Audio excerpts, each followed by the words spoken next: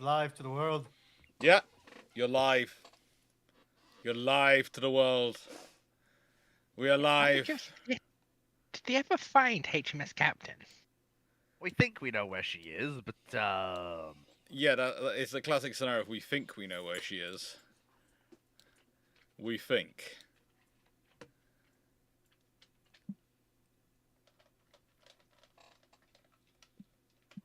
Hello, everyone. So I'm hoping we're live. I'm hoping everyone is here. We're on hope the you're flash all doing. screen. YouTube is showing us live. YouTube is showing us live. That's good. That's always good.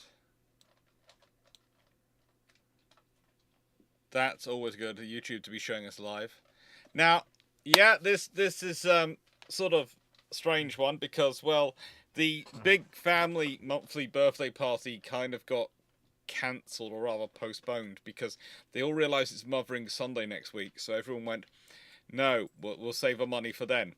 So I'm not sure what's going to happen, because the mothers have all complained they don't want the Mothering Sunday combined with the birthday party. So, which is all luck as we sort that one out. It wasn't my idea to try and combine the two. I have actual like for this meat bag known as my skin, and I like it being attached to my body. So, yeah. I don't think the bot is broken again.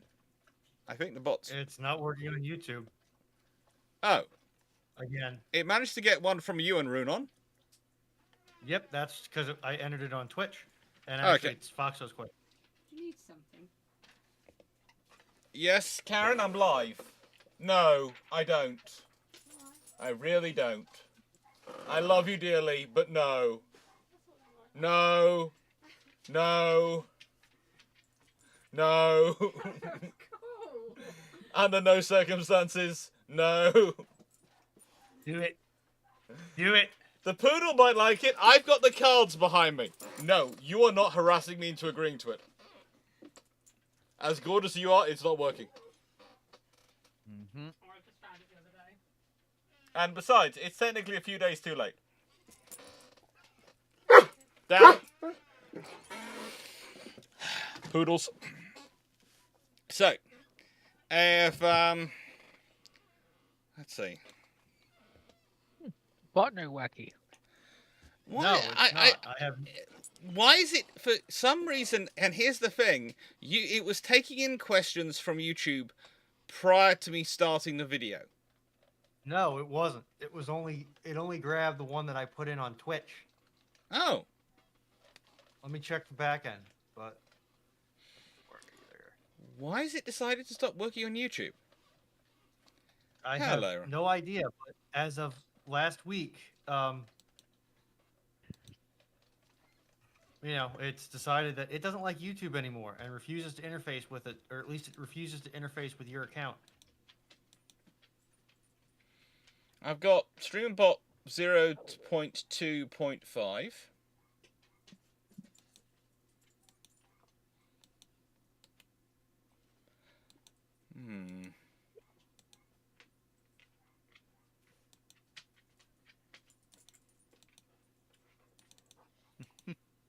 Yep, that's the same version I've got. Hang on, for some reason my YouTube account has disappeared from the streamer bot.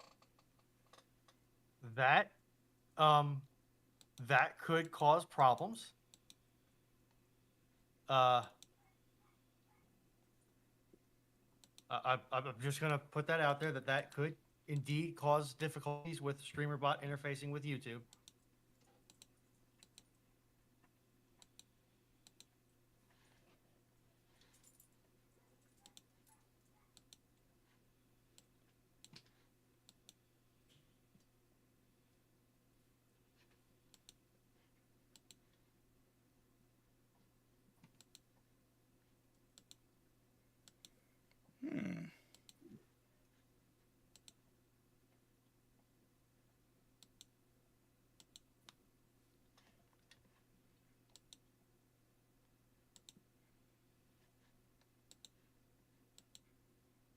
Fleet Knight is offering you Hoi 4 mods.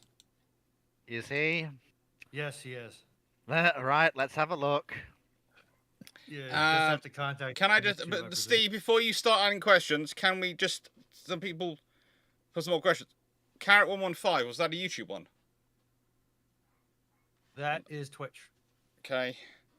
I mean, Knight, I have plenty. Steve, can you Steve, can you quickly stop adding them in so I can check see because I've now reconnected everything and it says it's now got YouTube, but it's decided my role is my role with YouTube is as a viewer.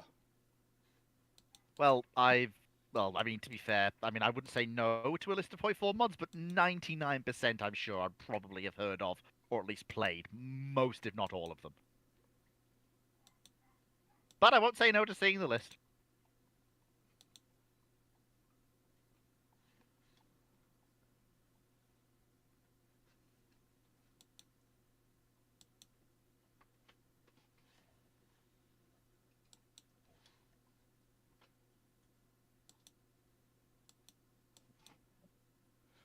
Okay, now it's got me down as a moderator.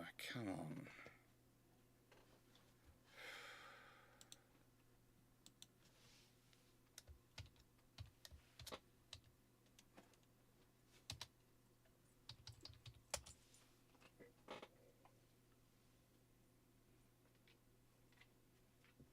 I'm only getting a response from my restream question on Twitch, not YouTube.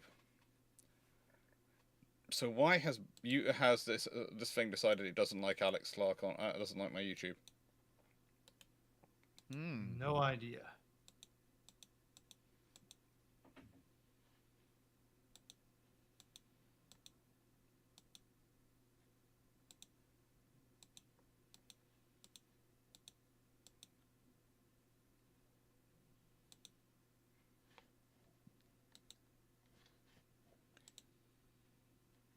Now, YouTube does tend to take a minute to integrate.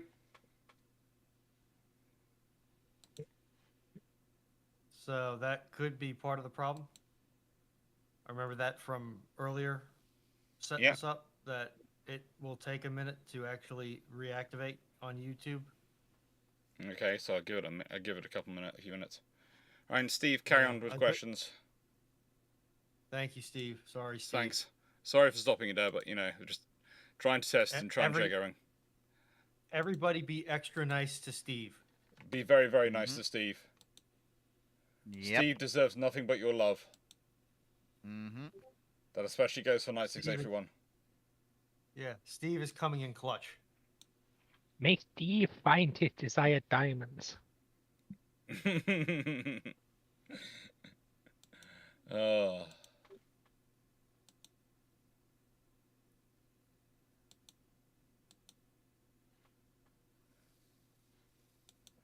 For YouTube, it has me down as my role as broadcaster. For Twitch, it has my role as broadcaster. For YouTube, it's just got moderator. What did you got on yours? What, for me? Yeah, when you look at YouTube, what does it say? Well, I was talking also to Fleet, because Fleet uses the same bot, doesn't he? Oh, why is the bot suddenly deciding to be weird?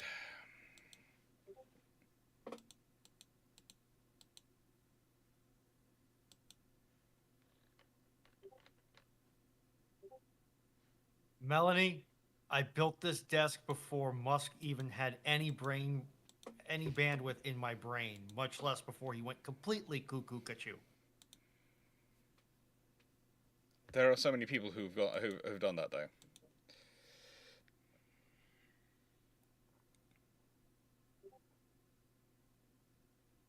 Why the frick it? Oh, good lord.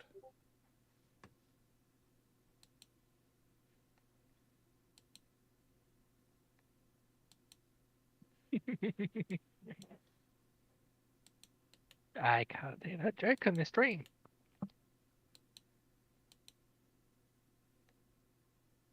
Now I kind of want to know. I'll discipline her later. You're not allowed to try and ruin things here as well, Foxo. Here was me saying lovely things about you earlier in the Twitch stream. Unfortunately, I had to miss them. I have to go back and rewatch it. We all have What classes was of ships Joe? named after us. Yeah, they're I know. gone. I do watch it on occasions. Just today, I was at work, so. And of course, I get the destroyers because, of course, To be I fair, do. to be fair, You've all got both me and destroyers. Foxo have got destroyers, and they are unique. The final destroyers I was producing were the Foxo 4s, which were the best destroyers in the game by far. Right, let's start off with some questions, shall we? And just we'll get to the IT stuff in a second. Because I'm sure we'll catch up with the IT stuff. Let's find Runon's question, which was the starting point, helpfully. I just lost audio. Why did I just lose audio? You lost audio? Nope, I got it back.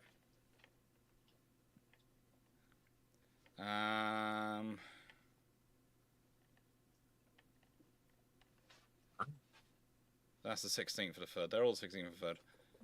Where is Runon's question? Because Runon had a question which was at the top. Or has Runon moved it? Runon has not moved it, and it is technically. No, the Runon question's disappeared though. That was at the top.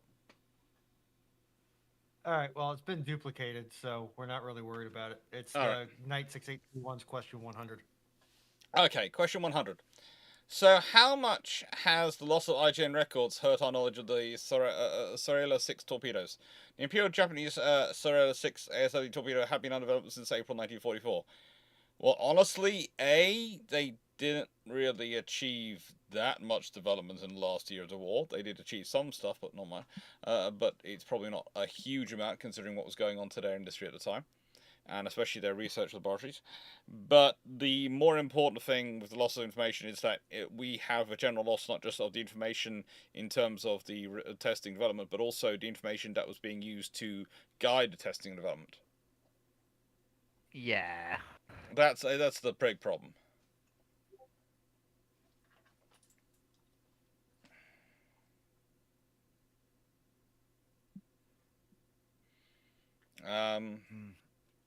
That's pretty a problem, not that one.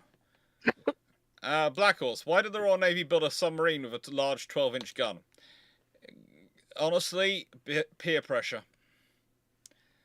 Everyone else was doing it, and so they thought they'd give it a try. And because the cruiser submarine sounds great on paper, the submarine with the big gun, because it gets around the problem of the fact that you can't carry that many torpedoes, but this means you can engage major targets and you could do nasty things to them. Especially when you consider at the time submarines weren't cumulatively limited when they're building it. So you could build as many of these as you liked, and you could have the option of them suddenly emerging from the water behind the enemy battle line while it's engaging your battle line, and suddenly these submarines pop up at close range with their 12-inch guns and basically iron sight 12-inch shells into the side of the enemy battle fleet. It's a great idea. It's almost, it's the ultimate fantasy in so many ways. The trouble is the reality doesn't go like that. The reality doesn't go like it. The ships, when they turn up, A, they don't surface and immediately fire. B, as they're probably, for their own targeting reasons, going to be within secondary range of the enemy battle fleets, they're probably going to get swarmed. And C, the enemy destroyers are going to have a field day. That's it, basically. The enemy destroyers are going to have a field day. Oh boy.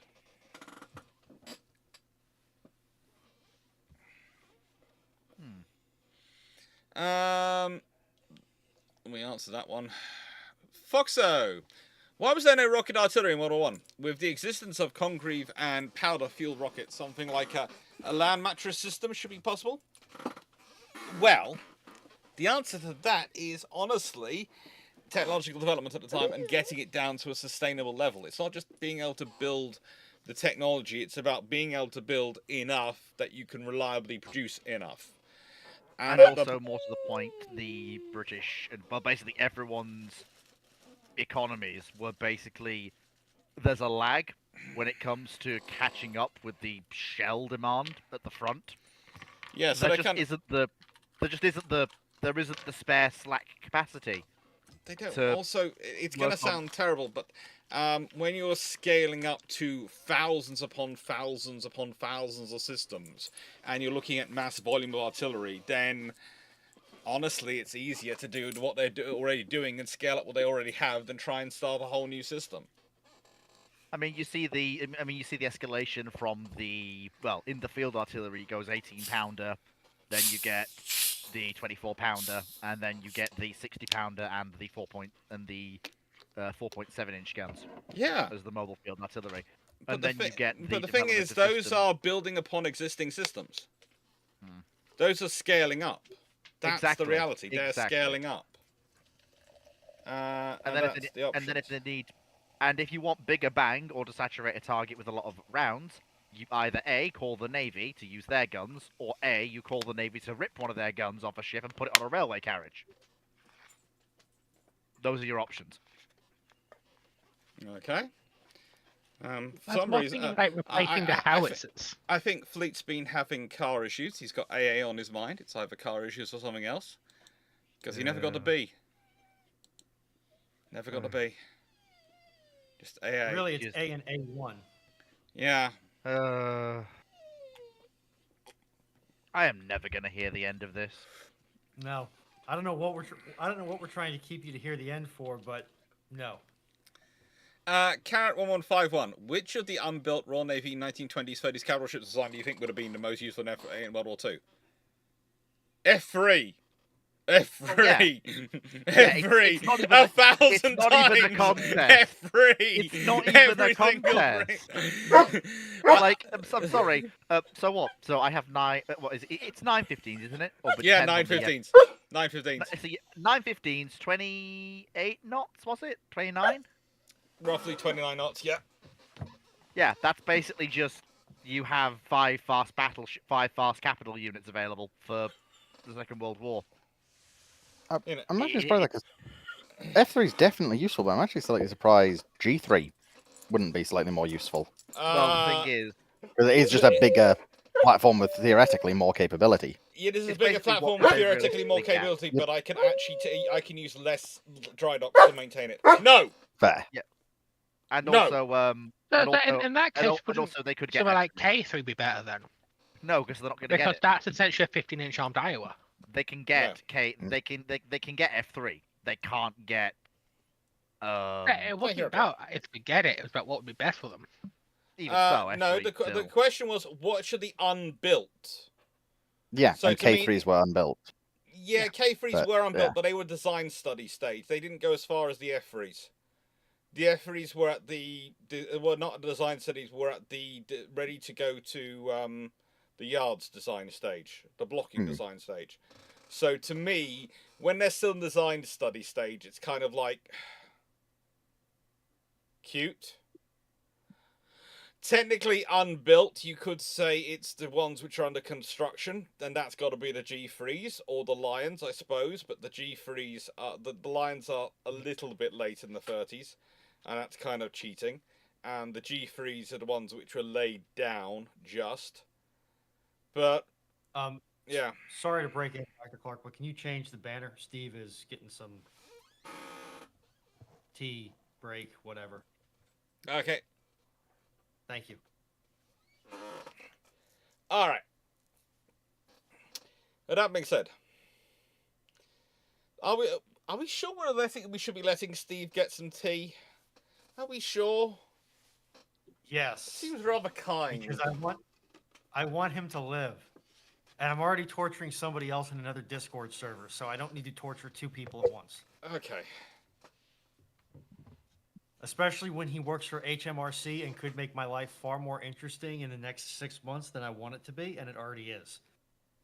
Peter Thomas, any updates on your upcoming books? Well, one's going to be coming out fairly soon. The rest will come out after that. The main thing I'm having trouble with, the one that's supposed to be coming out, is it's now written, pictures got, but I have to be happy with the edits before and how it's going to look, because I'm doing it all myself. And the problem with doing it all myself is, whilst that's a great idea because it means I'm going to be happy with it, it also means there's a small issue with If the day I assign to it, instead of me doing it, I spend the day in A&E getting my sister some medical treatment or sorting those things out. So there is an actual possibility that the actual editing of it all takes place and finalizing takes place while I'm in Wimbledon in 2 weeks' time for a week, because then I will be in a hotel room with nothing to do in the evenings but twiddle my thumbs and look at a computer screen. And it doesn't matter if anyone calls me up with an accident, an emergency, because I am several hundred miles away, so there is friggin' all I can do about it. Dr. Clarke, I hate to say this, but I sense one flaw in your plan. What? You're you and will probably never be happy with whatever work you output. No, I get to the point at which I am happy with it, or rather, I'm content enough to publish it. Will I be happy enough that it's Will I be happy enough that I would never want to go back and finish it afterwards? No. Garagi Zukov, right then, so you want to talk about the G3. Right then, why is it not better than the F3? A, there's the center line, the center turret, which is really not a good idea long term, especially when you're looking at upgrades for air defense and other things later on. It's far better to have them subdivided. It has two magazines. Two, whilst it represents the flower of immediate post-World War I thinking, it doesn't represent the flower of what they considered post-World War I thinking later on. It can't use a similar dockyards, and whilst it's 16 inches a lovely idea, it was actually originally 16.5 inch when they considered designs. Then they changed it to 16 inch. Then they developed a whole different 16 inch for the Nelson and Rodneys. And frankly, the 15 inch of the F3 fits better with the Royal Navy's logistics train, because one of the troubles for Nelson and Rodney, and one of the things that limits their deployment around the world, is you'd have to move the shells around with them. And this is one of the things which limits where they're deployed around the world in peacetime, whereas 15 inch shells are universal. So in a nice way, for utility for Britain,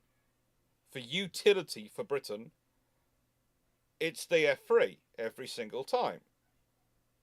The G3, lovelier design, but you're going to have to implement so many things to make it as useful as the F3 strategically over the entire empire. And honestly, and let's really be honest here, the difference between a 15-inch 50, which was going on the F3, and a 16-inch 45 that the British would have put on the G3, or the 16-inch 50 that goes on the USN ships, is so little and so minute in terms of a real terms differential that frankly it's an academic debate. It's oh yes, it's slightly better in all these ways. In practice, it matters about as much as, oh, you've got an extra couple of things. No, Gregory Zirkov, there weren't enough docks built to be big enough. I'm sorry. Basically, the G3s were designed for bigger docks than the F3s were. Okay? Yes, there are docks, but there was also part of the analysis went into the G3 was some upgrades which were planned for the docks at the end of World War One. Those upgrades didn't go through, which is one reason, which leads to the differential of the F3 designs. That and the G3s being cancelled due to the restrictions of the treaties. So no. Sorry. Not the scenario we're dealing with.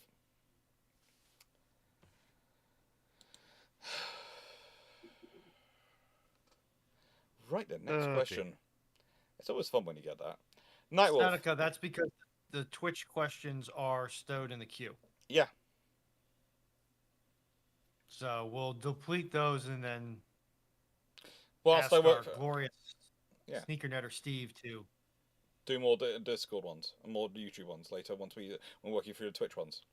Nightwolf 12 F112. What war movie would the group like to see being remade and why?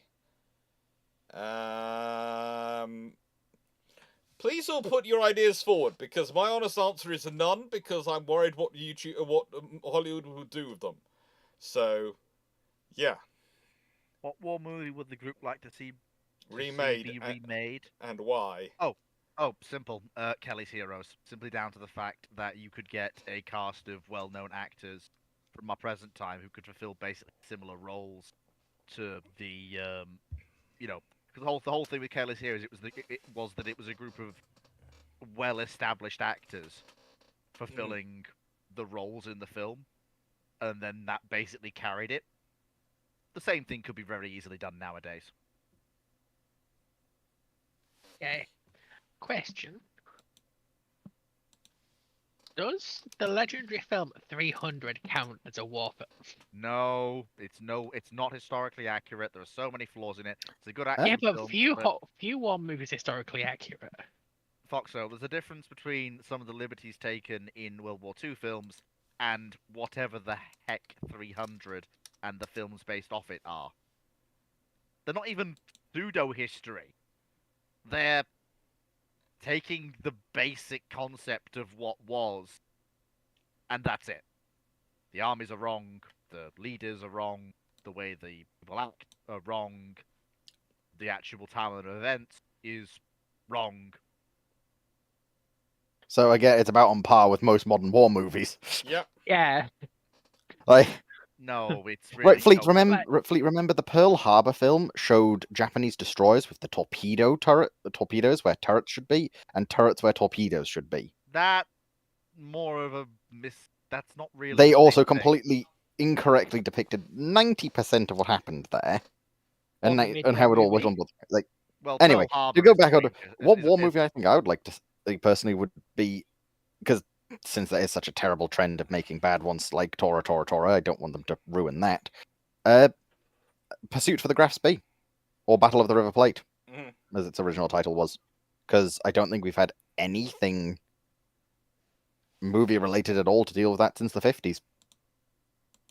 My problem is most of the ones I've seen are fairly new.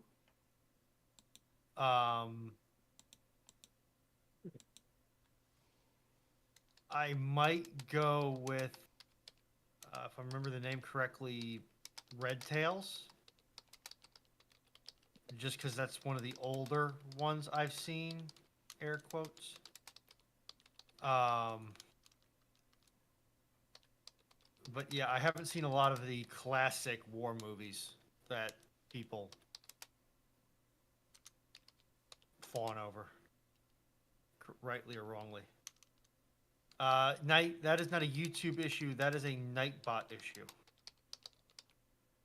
Unless you're talking about Leslie's comment, in which case that's just YouTube truncating the link to save characters.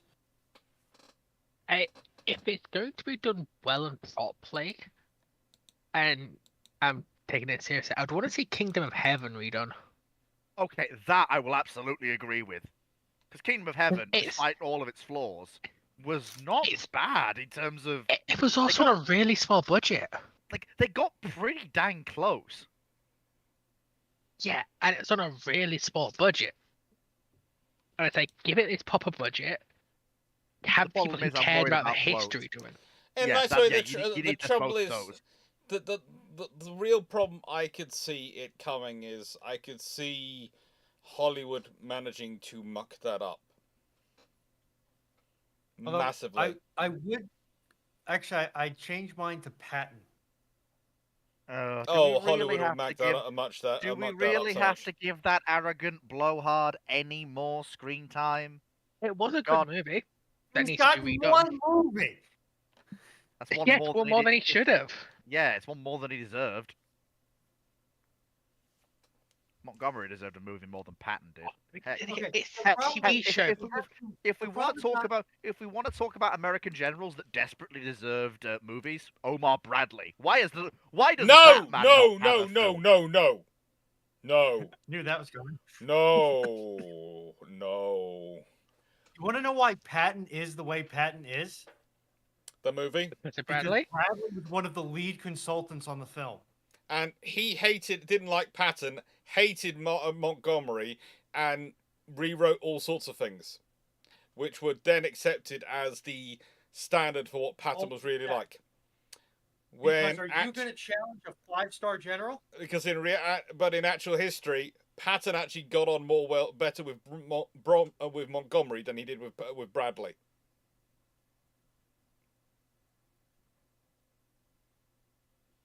Partially because Patton considered Bradley the guy who stole his command.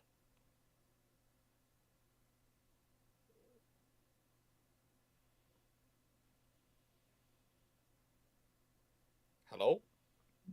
So what's it called? What? Oh, good. Everyone is still Was there. I telling you that I went to go get more iron brew? It went And by very more quiet suddenly, and I was going, what's going on here? Has everything died on me? Honestly, question: does Apocalypse Now count as a war movie? What? Maybe. It should, shouldn't it? Set in Vietnam, no? Yep. Yeah, but it's a fully fictionalized story of an event happening in Vietnam. It's fully Yeah. fictionalized. Leslie says yes, and I'm not going to challenge him. Okay. Because Yeah, honestly, it's I new- love the movie. It's just dated at this point. Zerkov, I would love to see movies made, but unfortunately, I am limited by the question I was issued. Yep. We kind of have to go with what we get. Can't In change the terms question. of in terms of movies made, I love to see although it wouldn't necessarily be a movie per se, although the line's getting very fuzzy in the modern day. The series on Guadalcanal, Mhm. both land, air, and sea, the whole trifecta: land, air, and sea components.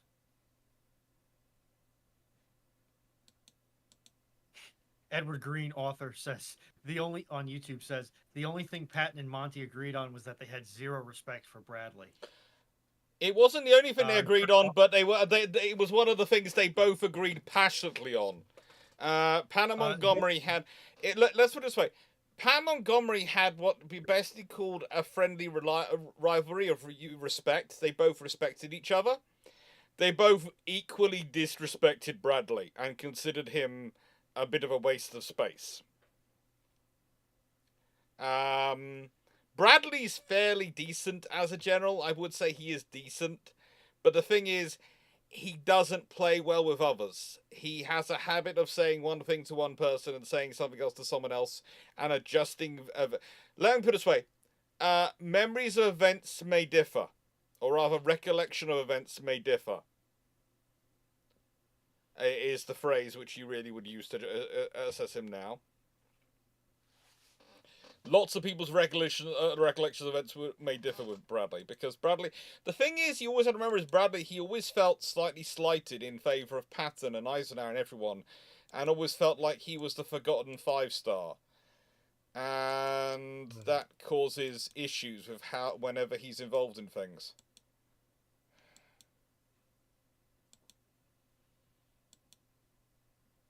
And I do not know why Streambot is just not liking YouTube now. I think I'm going to end up having to reload everything. I think I'm going to have to. I'm going to end up. How do I put this politely?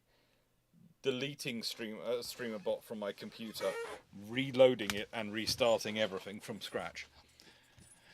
So with that being said, it's continuing to work on Twitch, which indicates to me it's a handshake problem between StreamerBot and YouTube, or your computer and YouTube, and not. Yeah, but I don't think the problem is native to StreamerBot or solely StreamerBot. Yeah. But everything else working okay with YouTube at the moment. Right. If the Nakiji and B5N equipped with H6 radar had come sooner, how does that change the Pacific War? Not a jot.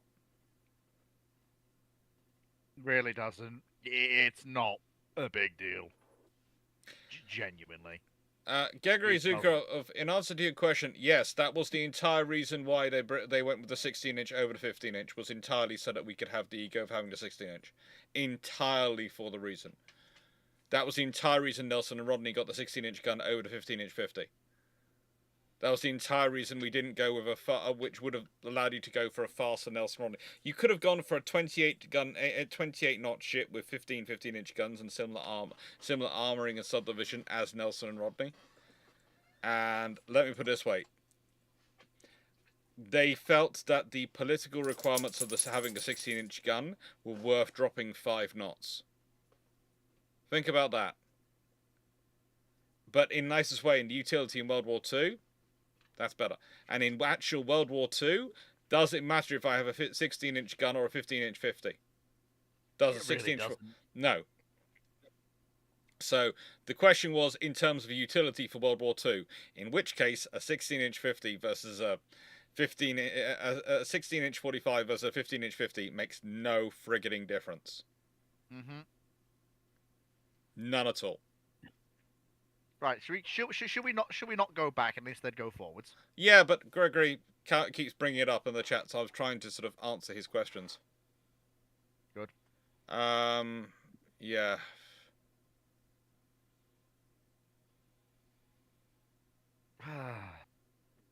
Gregory, now you just want us to talk about it versus a whole load of theoretical ships, and frankly, one of them's the Tillman, which isn't even proposed by the U.S. Navy.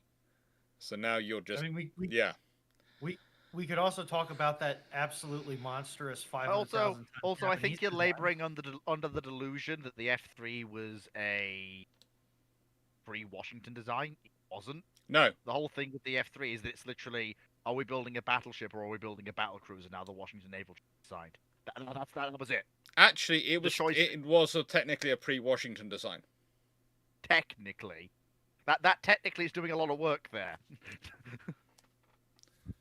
Fleet. Wasn't During Washington's coming? Yes, Fleet. They started working on the F3 design 2 months before they started negotiations for the Washington Treaty, because they're working out what the Washington Treaty might lead to. And during to the Washington Treaty, whilst they're doing it, they're working on the F3 design. It's only post-Washington Treaty that BT turns around and insists we have a battleship rather than a battle cruiser, because we need bastions for our battle line. So it's very difficult to argue something that begins the design studies before they actually start having negotiations is not pre-it.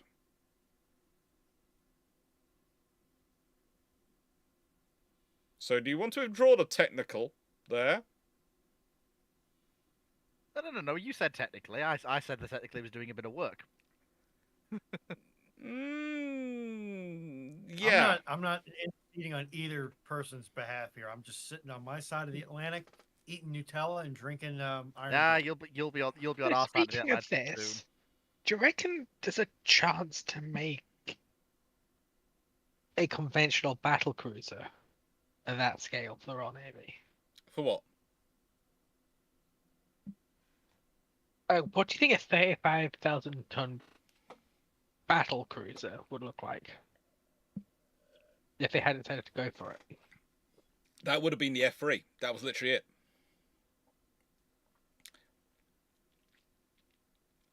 The F3 was the F3 was a battle cruiser so close to the concept of a fast battleship that it was within kissing distance. I was more thinking of like a battle cruiser in the way that a Hood was a battle cruiser. No, Hood starts out as a battle cruiser 2 word and becomes a battle cruiser 1 word. So if you're talking about 35,000 tons on that, you could probably do something. Well, let's be honest. You could do something renowned repulse speed easily.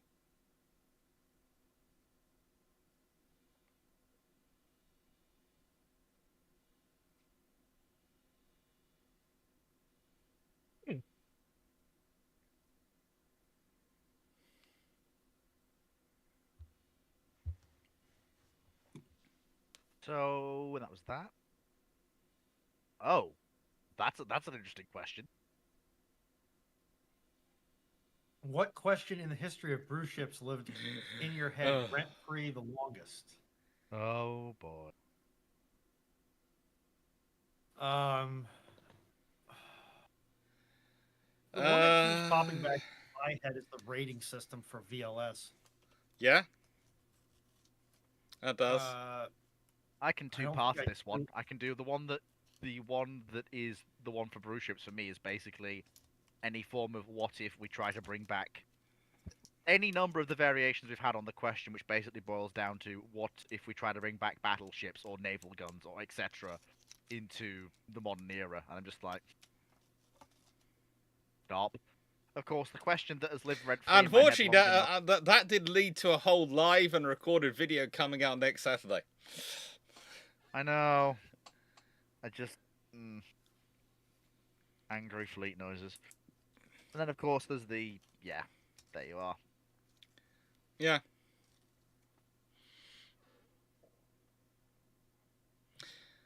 Minecraft server does live in Runon's head constantly. It does live on Runon's head. I would say. Thing. And as I've said, if you want me to put together a Minecraft server, my price is $5,000 to $10,000. Don't worry. Don't worry. We already have it down as a how do I put this, a stretch goal for fundraising for the Japan trip. So that means you're going to have a stretch goal that's 5 to 10 grand above what you need to get everybody that you would like to bring there, do your things, and then come back. The thing is, though, let's be honest, the people who support these channels and the desire of them to watch you adminning a Minecraft server with me and Drac and Fleet in. Whoa, hold on just a minute. I mean, I don't really have Minecraft, so that can be fixed. Yep. I've got an original key for Java that I haven't used yet. Steve and Leslie, it has always been $5,000 to $10,000 because that's the reasonable band of money I need to move to your tea-soaked cloudy island that respects my right to exist and allegedly needs electricians because I possess a certain set of skills. Calvin Gasberg, the 14-inch was selected because all three nations already had guns which were 14-inch. That was the lowest they already had on practical. They already had a practical service. In the case of Britain, they had to develop it, but they had it on stockpile. Whereas both the U.S. Navy and the IJN had 14-inch guns in service. So 14-inch was something which all three major navies were keen on the idea of, because also if you lower down the guns and the amount of armor, therefore you need to protect against said guns, said shells, or and the amount of weight and space they're going to take up out of a 35,000 ton limit, you can build a more efficient ship. Because one of the reasons why the battleship grows in size and scale is supporting the size of guns they're dealing with. And Melanie, if this server were to come about, I would see about programming it so that Fleet had a unique vision, which would allow him to see whatever French pre-Dreadnought inspired creation, and him alone, and everybody else just sees a black rectangle that says censored on it. I still think it'd be fun. I still think Foxo would have the most fun of it. Right. Oh yeah.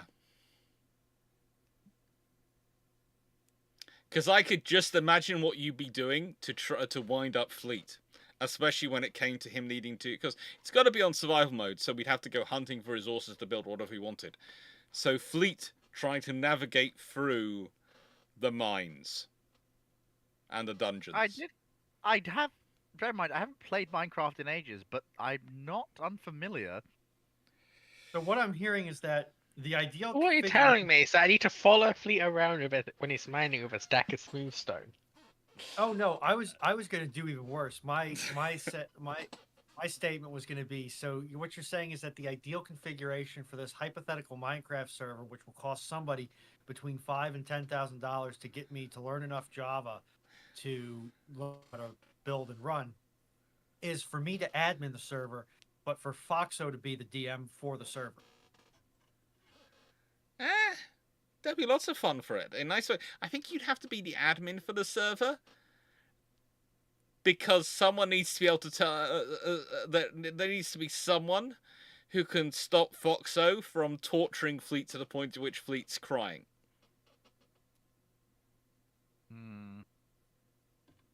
And you're the nicest person amongst us.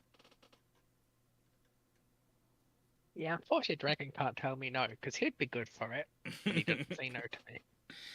And the thing is, with each of us having partners and assistants in it, imagine how, the whole point is we'd each have to build our own ship and use our ship to defeat the Ender Dragon. Do I give Hosh a buff or a debuff for its aesthetic effect on the Ender Dragon? Like, you give her a radiant poison effect, so she makes you blind, mining fatigue, and withering when you're around her. Fleet is going to work out how to win against this one. Fleet is already cracking open his Minecraft memories and is going, I will win this. No, what I'll do is I'll go off and build a bunker somewhere on a mountain and plot never-ending revenge. That's what I'll do. I will go off into the wilderness, and then 5 minutes, and then like 2 months later, like, where's Fleet gone? We don't know. Occasionally, people disappear to go and join him. Yeah. Okay. I'd like to take a stab at Bone Meal's question, if I may. Okay. Bone Meal Boy, could the British nuclear deterrence be assured if a joint NATO bastion was created in the Mediterranean with the French? Potentially, but it would also represent a complete upheaval and reversing of what has been Western SSBN policy and doctrine since its inception. The Western powers, generally speaking, don't have, nor do they use, nor do they set up bastions. They send their boomers into the middle of the Atlantic or the Pacific or the wherever they send them, and essentially tell their boomers to do the best impression of a black hole in the ocean until their patrol is done. And that's it. The whole reason we have stuff like GPS is because we want to be able to launch our deterrent, our second strike capability from anywhere in the world that is more than 100 feet deep. Mm-hmm. And to be fair, those those missiles, they tend to use different things for navigation. Yeah. Yeah. What I will say. Yeah, they don't use GPS for navigation targetings. Yeah. What I will say is that there may have to be a stepping up in the way in the way the British and French handle their southern deployments, because the last thing that we want is for any of those boomers to ever pick up a tail. Because if they pick up a tail, then that is going to cause problems. Well, that's already stuff we... Bastion doctrine. Okay, Fleet. So, here's the thing. That's one of the reasons why, if you look at Rosyth, etc., there is usually an on-call frigate with a tail, which is one of the commitments of the Royal Navy. There's usually an astute hanging around somewhere nearby when they go out, similar for the French. And the the maritime patrol aircraft are also a key part of that, and there are... of course, it's not disclosed, but I wouldn't mind betting there's a whole suite of hydrophones sitting around that area. I just can't think why. Oh no, I'm not saying there aren't. The problem is if a Russian captain wants to pick up the tail of a... Yes, but in a night... Not in wartime. But like... Fleet, the thing is, that has never gone away. That's been part of... The Russians have still been doing that since... That didn't... The first Russian submarine to appear after the end of the Cold War turned up off Rosyth 5 days after the Soviet Union was officially collapsed and was there trying to do a tail and had to be driven off by helicopters. This has never gone away. This is the thing. That people might believe it's been peaceful, but it's just never stopped. So no, that's not what I mean. What I mean is, with the possible, given that you and I have been discussing how it's not what governments say they'll do, it's what governments think other governments will do that matter, because uncertainty is the worst possible thing that can happen. Now, the US hasn't said it's going to retract its nuclear umbrella, but the fact that thought is even going around the head of people in London and Paris is going to be worrying, because at that point, we really do have to... It becomes sort of our boomers might have a tail on them. The point That's is, something we have to consider. Fleet, the point is, the attempts to have put a tail on our boomers never went away at the end of the Cold War. It's been ongoing for as long as there have been boomers. I know The po- that. So the point That's is, not what I'm saying. there are already things in place to try and prevent that. That's not what I was actually. What I was trying to do is the way you would assure British nuclear deterrence would be to have two measures of deterrence, not in the sense of No. the French warning shot, but basically to have some form of way to deliver nuclear weapons What? without the No. SSBNs. That's how you assure it. No, you don't. Like not. Fleet, think through. Where are you going to put that second methodology? The RAF. Yeah, you can use we Typhoon try to deliver. No, you. Oh, good lord! Do you really want to try and use a Typhoon to deliver it to all the way to Russia? No, you don't have. Okay. You don't have. Typhoon, You use it. Is You use it in the is same way. No. Is Typhoon even nuclear certified right now? Because here's the thing. You say. It was for development, yeah. You say quite rightly that there's no separation in the way atomic weapons, like what level of atomic weapons are, and how escalation works. No. So at that point, if we have to treat all atomic weapons as having the same sort of deterrent value, because if you fire one off, that's it. You've basically escalated all the way to total war. Having squadrons of forward deployed Typhoon or F-35. So now you want to not just forward deploy aircraft, you want to forward deploy British nuclear weapons in other countries. Do you see where that would be? That would be kind of be considered threatening to do this when we haven't done it before. We haven't done it before. I mean, we did with Germany. No, well, the Americans But have also- their. The Americans deployed We their did that. weapons. We never deployed ours. Either way, even still operating from the UK would still be acceptable. I mean, it doesn't really matter. No, As long as it's as not a long as they credible can figure out- threat. And also, and the thing is, if you okay, so how are you going to Well, neither maintain the alert? technically- Well, neither. What do you mean? How are you going to maintain the alert? How are you going to maintain the alert? Because last time we did it, we had aircraft with accidents, bombs dropping out the sky. How do you want to maintain the alert? There's a reason why we got rid of the aerial alert bombers. Well, no, you wouldn't. You wouldn't have them as aerial alert assets. You'd have them ground based. It's not like a. So you're It's literally you just want to have it. So you load them on in wartime, and they go from UK, and you launch them from the UK, and they hit their targets. That's yeah, what it's you want to do from the basically- UK. It's another layer. Like, sure, 90% of the time. Yeah, but It's fleet. The problem is you either have to keep those bombers up all the time, 24/7, 365, regardless of the DEFCON level. because otherwise Or- they're not available. Because it's a first strike to take out that base. That base becomes a primary strike, which is going to get a hit as the moment any war conflict starts, with Or overwhelming resources. The second you put your strategic bomber squadron, whether it's in the Typhoon, a 21st century V bomber, some B-21s that you guys bought off of the U.S. for whatever reason, whatever. The second you put that squadron up on alert and orbiting the UK, that is escalation. So you either have to have them up all the time or none of the time. And if you have them up none of the time, they are target number 0 on a first strike list for an opponent. And as Yeah, Leslie but- points yeah, but out, right point. it takes hours to sign out nuclear weapons. Quite rightly, they are very hard. The whole point about the ballistic missile submarines is they're at sea constantly, so they're a constant Yes. deterrent. The They're a problem you've constant got is ceiling.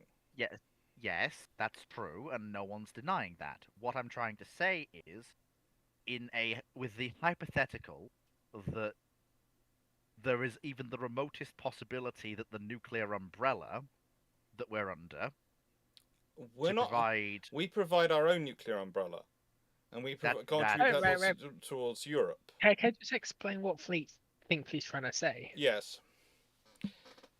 It's more of the fact that if you have the boomers and they get picks up a tail, it gets sunk. You've lost that part. You've lost the deterrence, as I understand it, because you have one at sea currently. Yes, Yes, that's but exactly that's what I'm why trying. we. But have... by having bombers, yes, they can be alpha strike, but you've added a second moving part to the works. Your opponent no longer just has to sink the submarines. They have to hit the bombers and the submarines at the same time, lest Either Yeah, those but two you elements. actually added a Chemical component which is fires. actually easier to deal with than the boomer, than the It's not- submarine. Yeah, but It's the not idea is how- you've got to No, deal it with both is. at the same And time. also, you've also now got to talk to a base somewhere in the UK and have these nuclear weapons run down. It's more difficult enough to struggle to stick them in a safe. I think. Also, you have to remember there's a reason why we maintain four ballistic missile submarines. Usually, you have one alert to go out, and also the moment you hit one, the ones which are pier side will light off, and that's one of the problems you have with taking out. Can we the launch one, from pier side? I wasn't sure that was a capability Trident had. Can we launch? If we can launch fleet from pier side, it's fine. fleet. This is the exact thing I will give you the exact definition to give. It has never been confirmed or denied whether it can. In the latest variants. So draw from that what you will. If it can, then we're fine. Then honestly, we have no problem, given that we can hit any of our targets from pier side and Rosyth anyway. Small correction. But At least US B-61 deployed in Europe are stored in the aircraft hangars and can be loaded on aircraft and put on very quickly. No, they aren't, and no, they cannot be.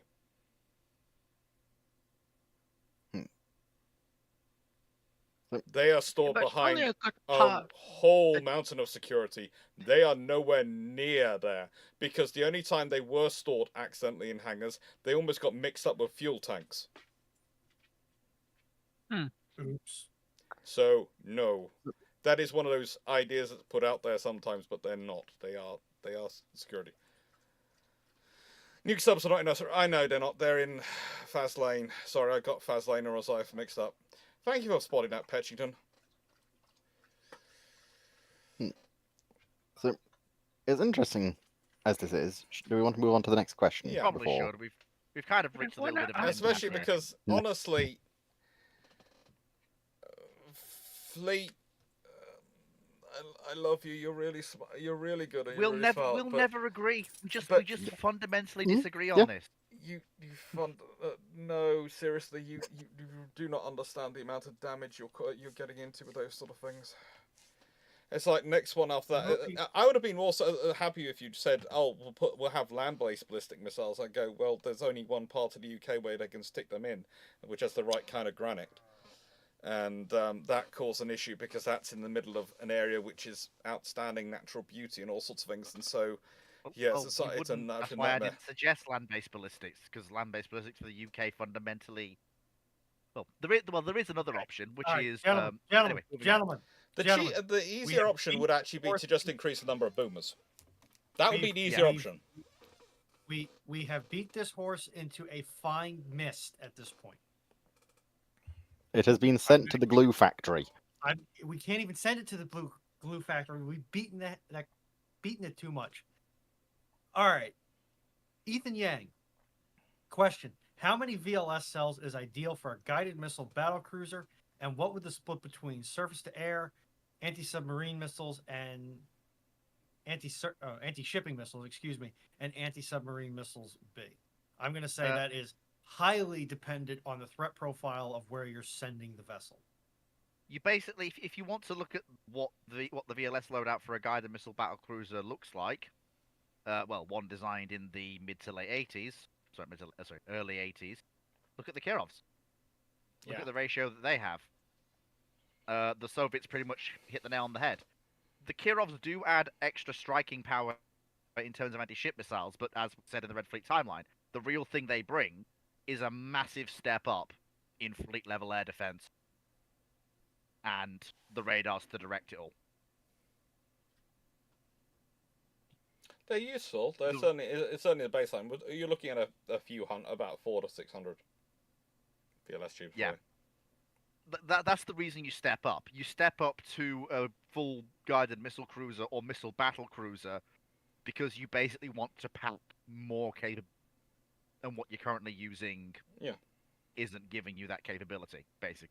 What you're basically doing is packing in enough systems, and also one of the things you have to do, especially if you're going for a Western one with Mark 41 or Silver VLS, you're going to adjust the missile split, missile ratio, depending on the mission, to an extent. Yeah. Yeah. Because you could do that. Mm-hmm. The reason why we saw the Kirovs was because the Russians needed a next generation of guided missile cruiser, but they also needed a fleet air defense asset. So they said, well, what if we just made the needed next... a command ship. Yeah, They needed so they a said, well, command what ship. if... Which So they said, answers well, what if Alpha we Aurora's merge all question. Yeah, so basically, what if you merge all three? And that's why you get the Kirovs.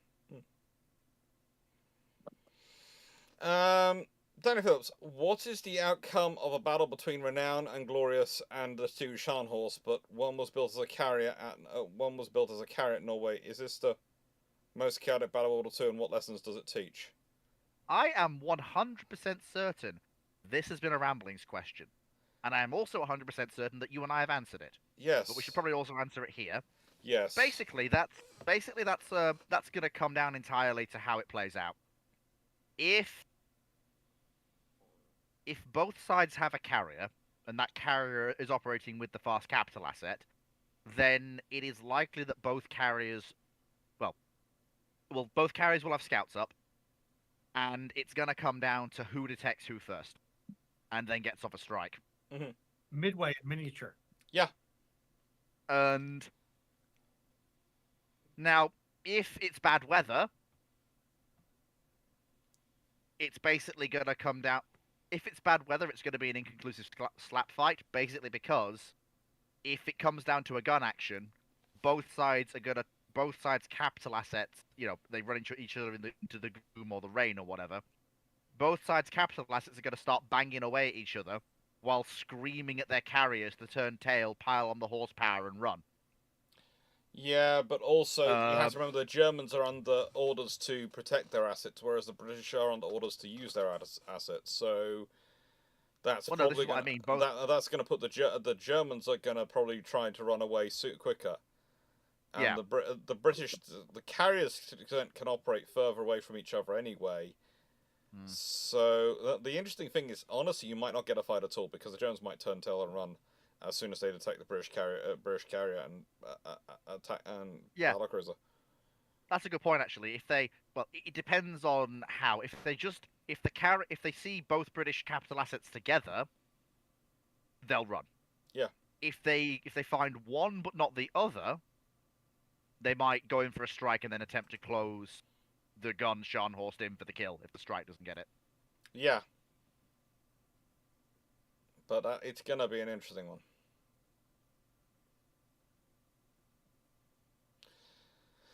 Okay. Knights of Iron, why is it forgone that AWACS and AW are British origin, as Wellington ACI was the first AWACS? Mostly because the cool ones are the that have come out have been the American ones, and again, it's an interesting point of history to think it through and talk it out. But also, I would say the first AWACS, an airborne early warning, was a fairy swordfish, which was helping out with fighter control in the Mediterranean. I'd agree with that. That was doing coordination of fighters. So that was back in 1941, early 1941 that happened. So that's before the Wellington ACI or anything else. So yeah, that was just an observer in the back of a swordfish using their radar. Yeah, but I would also point out that to be perfectly honest with you, apart from saying we invented something, who invents something really doesn't matter. What matters is who managed to make a better use of it. That's not necessarily true, Fleet. Keep in mind how much stuff Britain does claim to be the first for, and is quite well renowned for being the first in that field. Being the first does have quite a level of prestige behind it. Which I fundamentally disagree with. But you fundamentally do, but quite a lot of people do enjoy being first. But I have to say the trouble is, in Britain has also a habit of being the first to develop something and then doesn't implement it. I would be thinking about tilting trains, for example, and a few other things. I'd be looking at better development of the actual tank. Yeah, the APT project has a long storied history, but we're not going to go into that here. Hey, John the Beagle. But yeah, Richard, but just trains as an example. Oh, go on. Yeah, Well, if we go on to the next question, because we'll just have fun with this one. Richard Gross, if a Royal Navy supercruiser having built 9.2-inch guns, how much would it be at a disadvantage to other supercruisers with 12-inch? Is the range difference too much to be viable for it? Well, the only supercruiser which was actually built was the Alaskas, which has 12-inch guns. So that's probably not going to be much of a disadvantage, as they're unlikely to fight each other. I can't think of many I mean, scenarios if where the Alaska Royal ends. Navy has a supercruiser with 9.2-inch guns and it runs into the Deutschlands, good lord, I dread to think The how poor Deutschlands are dead. gonna- The Deutschlands Yeah, are dead. like, Because we're if the talking Jap- 9.2-inch Heighten- guns. Hmm. Yeah, the Yeah. 9.2-inch guns probably would be the mix we're talking about. Yeah. It's just But- no. And if the Japanese have built the B-65s, they're probably never going to meet. Yeah. The B-65s will be tied up as one of... Like, think how active the Congos were. The B-65s will be more active still. But they're not going to run into the British cruisers, because the British cruisers will probably be tied down in Europe. Or the British won't be cruisers will be released. the British cruisers will be escorting carriers. Yeah. They'll be out. In a nicer way, if the British had, let's say, the British had managed to in 1937 churn out 12 of those cruisers between 1937 and 1939. Laid it down in all the yards they could lay them down, which weren't building battleships or carriers, and just pushed them through. Britain has some lovely heavy cruisers, lovely 9.2-inch gun cruisers, but they're basically going to be used as fast ships to back up the force, because it's things like the Battle of Denmark Straits. Well, if you have some 9.2-inch gun heavy super cruisers, the argument of keeping the counties out of that fight coming in from one side, you can sort of see the logic behind. A 9.2-inch gun super cruiser, though, coming in from the other side? I'm sorry, that's going to cause damage. Because with armor-piercing rounds, 9.2-inch guns, at the ranges you're engaging at Denmark Straits, that even Bismarck's armor's going to have trouble. But load them up with high explosive, they can decimate the Bismarck's upper works, and certainly the Prince Eugen. Congratulations. I noticed you had superstructure on your ship Yeah. there. I hope you weren't planning on having that anymore. Basically, Yeah, you'll have something afloat, but it'll have nothing above it. Yeah, congratulations, you have a hull. Yeah, at which point it then closes with torpedoes, and yes, they even if they've still managed to sink Hood, they've lost Bismarck and Prince Eugen in the first battle. Because you keeping the counties out of it was stupid enough as far as I'm concerned. Because I think the counties could have done a good enough job, but if you've got no reason to keep a 9.2-inch gun cruiser out.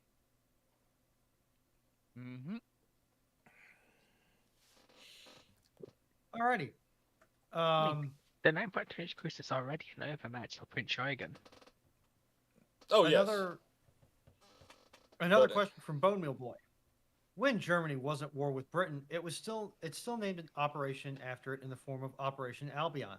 How common was this? Did it ever cause issues? And how loosely connected would the name of an operation be of that of an enemy country be throughout the major navies of the 20th century? Wasn't the joke about Napoleon when he was appointed to command the Army of England that finally the English army was getting a decent general? Yeah, I mean, honestly, it's not as deep as you make it out to be. Yeah. Names sometimes have symbolism and are sometimes related, but in this particular case, and for most of the Second World War, a name was just a name. It was a punchy thing that people involved in an operation could remember, and that was basically it. Or it was a name to dictate what the army was doing. Yeah.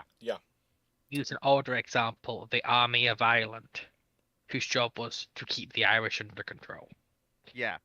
Like, Good for luck with example, that. Operation Sea Lion. Like, the invasion of the UK. Sea Lion...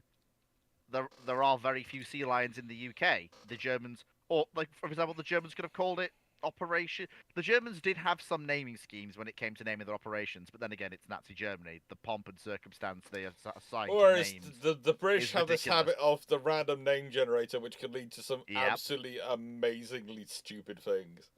Operation In the wheel! Also, Operation C. Just like, yes. We're going to name it? Nope. No, just give it a letter. That's it. That's all you get. Nah, Flea, you're forgetting the best cover for the British nuclear project. calling it the Tube Alloys Project. What sort of spy is going to care for tube alloys? Basically, if that spy was me, I would be thinking tube alloys. Oh, did they mean barrel linings? Oh, that could be useful. That could be useful. Dr. Clarke, the most effective German spy, mistakes nuclear secrets for barrel and weapons tech.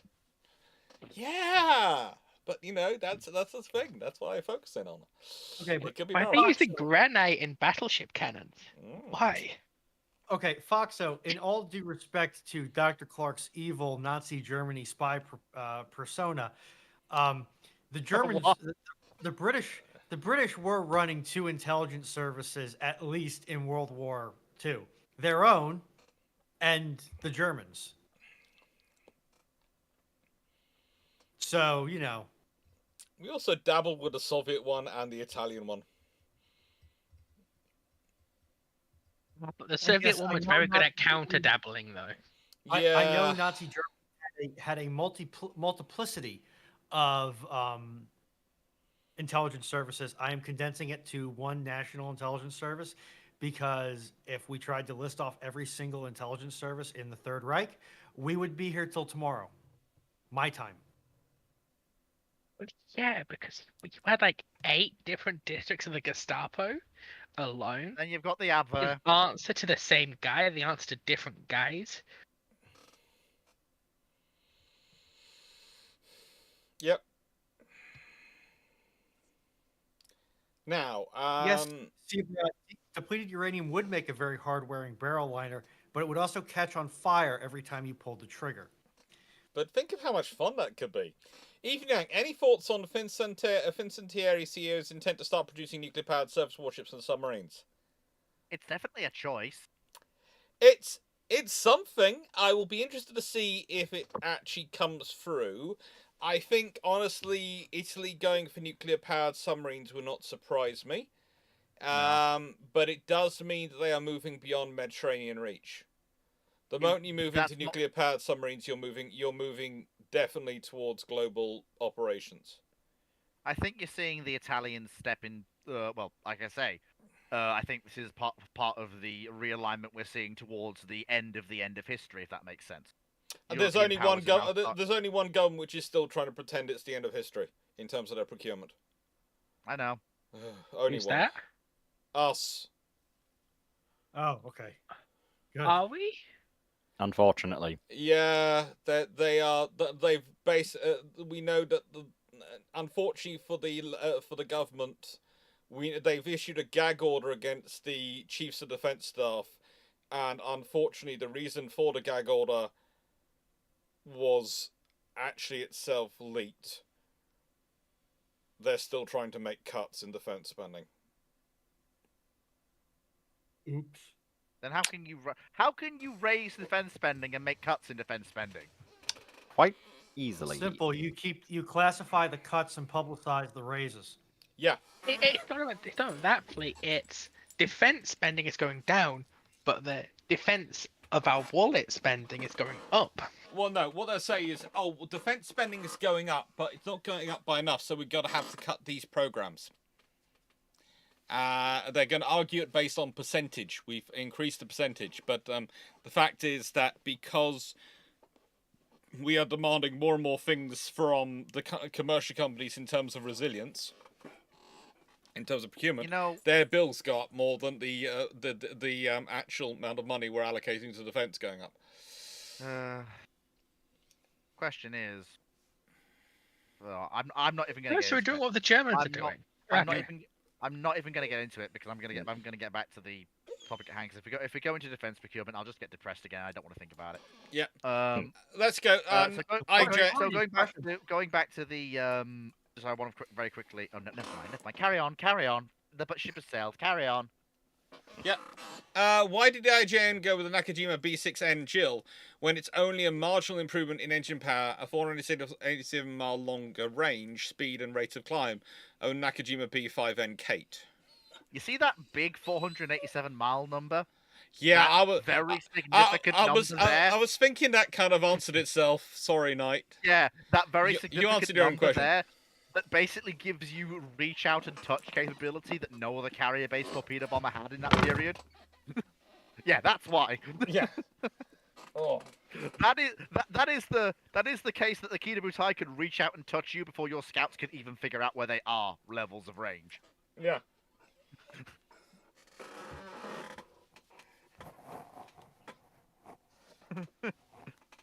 All right. Ramal, question. Can I read the question over a poodle? What if it's Ramal's question Yeah, please. Can you read is: it? what if it's the Falklands War, but it's between the U.S. and Argentina? The U.S. had the same force like during the invasion of Grenada. Would the U.S. be defeated, unlike the Brits in this case? I think the US would probably still win that, but it would be a closer run thing if they're using the forces they use for Grenada to do it than if they use the forces they actually would to do it. And to be frank, they wouldn't use only the forces they used for Grenada. They would be like, oh, we need more forces. Oh, nearby carrier task group. Oh, strategic bombers based out of the Gulf. Now they have been based out of the Ascension Islands as well. Hmm? I don't know. I genuinely don't know. I'm just going off of what I know, which is not Remember much. that the US leased the Ascension Island Naval and Air Base? No, they at least they lease Diego Oh. Garcia. They have access to the Ascension Island air base for the purposes of landing the space shuttle. So it's NASA which leases access to it, not the US. Are we on the Armed Forces. Falklands War? But it's Yes. are we on the Yeah. Falklands Ah, War? But okay. Oh, that one. Oh, I've answered this on Ramblings, and I had Cyclic with me. Basically, it's even more of a curb stomp than it was already. Bam. No, seriously, you've got a full US supercarrier. Oh, Plus they did have some one of those LHDs. deployed to Grenada, didn't they? Oh yeah. Well, in that Yeah. case, it's just Yeah. it's bye Vienna basically for the Argentinians. Yeah, that's a full US carrier strike group plus a full US Marine division with attached aerial support from LHDs. I'm sorry, it's over. There's enough firepower there that it's fun. Like, they may even go so far to actually hit the Argentinian mainland and cripple their fleet to make sure they don't try funny business again. Because they can do that with that force. To be fair, we kept threatening to do that with the Vulcans, but we'll leave that to one side. How quickly after war breaking out in 1942 would the French likely realise how bad their Vought SB2U Vindicator and Brewster SB2A Buccaneer are? This is from 9681. Okay, first of all, the Vought Vindicator is not a bad aircraft. It is the precursor to the SBD, and as a dive bomber, it can do its job. It can carry a bomb, dive on a target, release it with a degree of accuracy, and come home. What it isn't is an SBD. Which is why people say it's bad, but not being an SBD does not make an aircraft bad. Now, the Brewster Buccaneer, if this is the aircraft, I think it is. I'm just going to check. I want to make sure before I go off half-cocked here. Yeah, the Buccaneer is not a good aircraft. That I will admit. It was a scout bomber, but it was plagued with issues.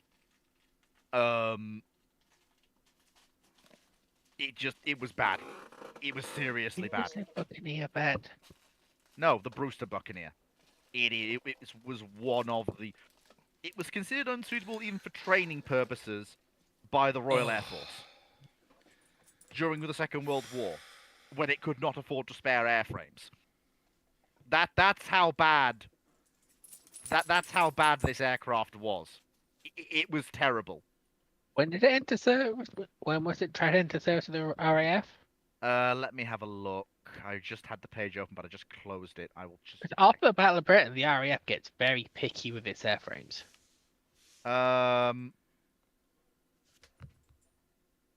So the French government, the French ordered them. When did the British government. Yeah, it's not till 41 they get them, but even so, it's still just. Yeah, because the RAF wouldn't want them at that point because they already know what they want, and that's Yeah. not it. Oh, the USAF also didn't use them. The US Navy had them and didn't use them.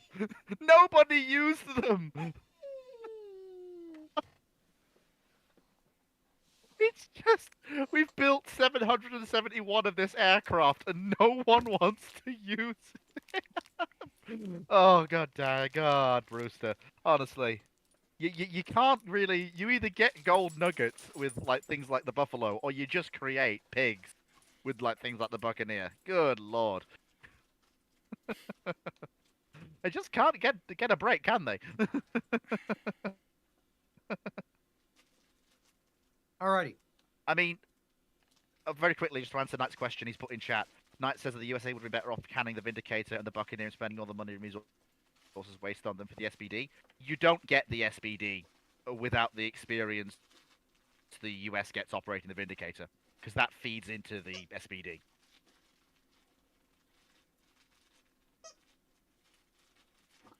Okay, in One answer to the cannot question, simply remove. earlier I said the British didn't deploy nuclear weapons abroad. Well, I was technically wrong on that, but also not technically wrong. It's an interesting one.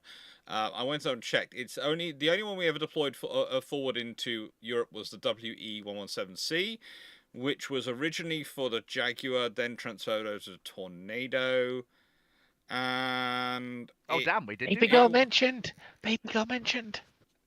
it was we're talking a 1,000-pound bomb, pretty much, fixed yield of 190 kilotons, and it's estimated that we had a total of 159 of them actually built, 177Cs, of which less than 10% were possibly deployed to Europe, according to the article I'm reading. So there might have been as many as 16 warheads deployed. Yeah, that's what you would expect, honestly, given the size of the inventory, the need. That's what you would expect. And I'm actually surprised. yeah. I'm actually surprised that there was. I thought you were dead right that we didn't even have any. But no, we did have them. We did deploy them, but we got rid of them quite a while ago. It's understandable. They were our they were a sub-strategic nuclear weapon system, and we got rid of them very, very quickly. They were all withdrawn from service by August 1998. Yeah, that's not surprising. And it's also not surprising they weren't replaced either. Yeah. So that's the thing. We've completely deactivated them by now. That was now 27 years ago. They're long gone. Yeah, and I think Dr. Clarke at least agree with me on this, that if they are going to be replaced as an air launch system, it's gonna be a missile. Yeah, that was actually what they were supposed to be developed as. That was supposed to be. That's a big if. You know, just put a nuclear warhead on Storm Shadow. There might have been storage vaults for 40 of them, but there was never. Those vaults were built when there was the plan to build 400 to 500 of them. Yeah. So yeah, not happening. Just very quickly, I'd just like to, while we are back on this topic, I'd very quickly like to mention something I'd completely forgotten about. An actual viable other system. Yeah. Could also be a joint Anglo-French project. Theatre cruise missiles with nuclear tips. That would actually be a viable forward deployable deterrent for both us and the French to maintain. Doesn't require silos, complicates Russian targeting, especially if we make it dual use. No. And would actually be viable to maintain. One of the reasons why we make these things is to clearly differentiate as we can do. So this is obviously a nuclear system. This is obviously not a nuclear system. Is to stop false positives. So one of the reasons why we don't like one of the reasons why the Americans go out their way to point out that they're not using nuclear versions of Tomahawk and talking it through is because that there are problems. if you're using basically, if I see cruise missiles coming in on me and I'm not sure whether they're nuclear or not nuclear, I then have a justification to launch my strategic weapons. So you want to make it as clearly differentiated as possible what is what. As clearly differentiated. This is the whole problem with for the Chinese. They found with their anti-ship ballistic missile systems is that the trouble is they look so close to their ballistic missiles and they have such a similar operating area they're launching from as their regular ballistic missiles that if they fire them, then you're relying on everyone going, I want to wait around and see what this missile, where it hits and what it does before I launch my counter. What you'd probably have to do is you'd probably have to do what the Americans do with the MLRS system, where you have a launcher and system that can handle multiple packs, and only like one or two of those packs, and you make it very clear which ones can handle nuclear warheads. So, like, ATACMS can carry an atomic warhead, but it's very clear that it's only that, and so that way the opposing side knows if you are moving those packs around, you're very clearly signaling. In the same way the Russians do with their theater ballistics. To be fair, yes and no. The Russians mainly do it because they got the systems left over and they haven't got rid of them. And we're not sure what level those systems are in. Watering their ballistic missile silos is not something which is a new. It's the only other viable system I can think of, though. It's the only other viable system or way to do it. Honestly, if you're the UK, the cheapest option, if you really want to increase your capabilities, and that is to actually just add another 2 ballistic missile submarines and keep 2 out on patrol. That is probably the better way to do it. Let's be honest, that's far cheaper than setting up a whole different extra system. And if you do that, then there are guaranteed to be 2 boats out somewhere in the Atlantic. But at that point, your margin for a loss goes way down. Yes. Because it's not 1 they have to find; it's 2 they have to find. And then they've also got the possibility. They've also got the possibility again of the surge and peer launch. Yeah. I mean, heck, honestly, peer launch probably makes the whole point moot anyway. It does make it a little bit of a problem if they can do it. But as said, it's never been confirmed or denied. But there again, some of their earlier versions were able to be launched from surface ships, so... If the Russians can do peer launch on boats that precede the Vanguards by 2 decades, I would find it surprising if the Trident and Vanguards couldn't. Mm-hmm. What do you mean? Are we not showing the climate class? No, that's not what we're talking about. The British there was discussion of how the British could further secure their ballistic missile, their nuclear security, strategic deterrence style and profile in battleships, and basically there was a whole debate about what systems could be used, and it's honestly easier just to use an SBM. A healthy and vigorous debate. Yeah, healthy. Why don't you just put nuclear weapons in space? Because you really no. Steve, you might not want to say if you have 1 or 2 boats at sea, but the thing is, the way they have to go in and out to sea, and they have to do the first bit on the surface, and they do have to do the first bit on the surface because it's kind of obvious. People can kind of watch. Literally, someone, and also, I've got friends who literally, for fun, because they love watching ships, sit up there and post pictures of the ships, boats as they go in and out. So you just have to track that on Twitter. You can tell how much they're out on Twitter. It's it's one of those things of you would say that as part of signaling.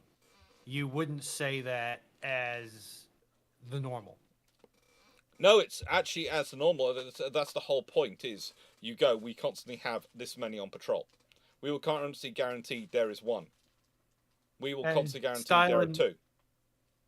Styling, don't worry about it. Everybody else, the only person that people who have to really apologize for being late are the people who are talking right now. Because we're supposed to be here. Everybody else we're very happy to be here. We're very happy that you're here. We want you to be here, but you're not obligated to be here. KVG, I wouldn't be surprised if that is potentially one of the issues. Um, look, in a nice way. This is why I have to take your toys off you. You are slowly. This thing started out with ears and horns. You all saw them. He's taken them off. He's now working on the hands. You're very thorough and slightly cruel. I'm saving it for a bit. Yes, you've lost it for now, for a little while. For its own safety. You're not going to be happy with me for it, but, you know, it's for its safety. Your toy's survivability depends on me being a little cruel. Oh. Now, 4 seasons in 1 day. That is a great Look. way to get sick. Fazlane, 4 seasons in 1 day. Oh, you're lucky if it's only 1 day. You can have 4 days in 20 minutes. 4 seasons in 20 minutes in 1 day. Fazlane and Dartmoor both had the same condition. Yeah. You know, y'all aren't doing a really great immigration profile job. What can I say? It's Stafford, lovely. you had a good excuse. You were trying to get a job. Yeah.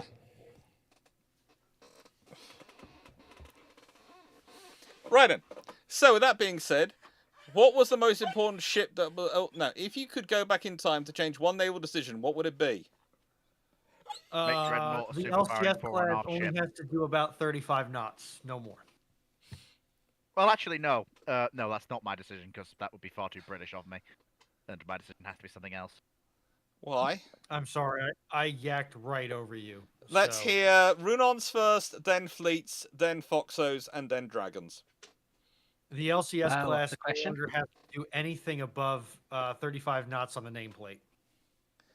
Okay, if you could go back in time to change one naval decision, what would it be?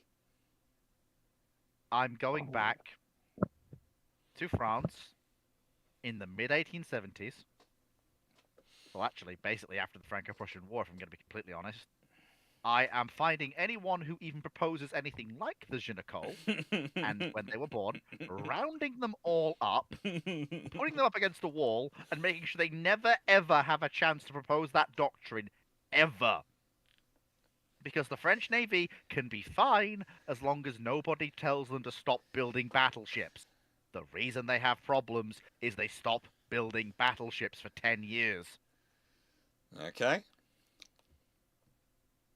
I need to have that not happen. Fast lane weather was 30 degrees centigrade in the morning and snow by tea time from Leslie. Foxo? Yeah, can Dragon just hit first? I'm trying to figure out how to say a Polish name. Okay, dragon. While Foxo's trying to figure out the name.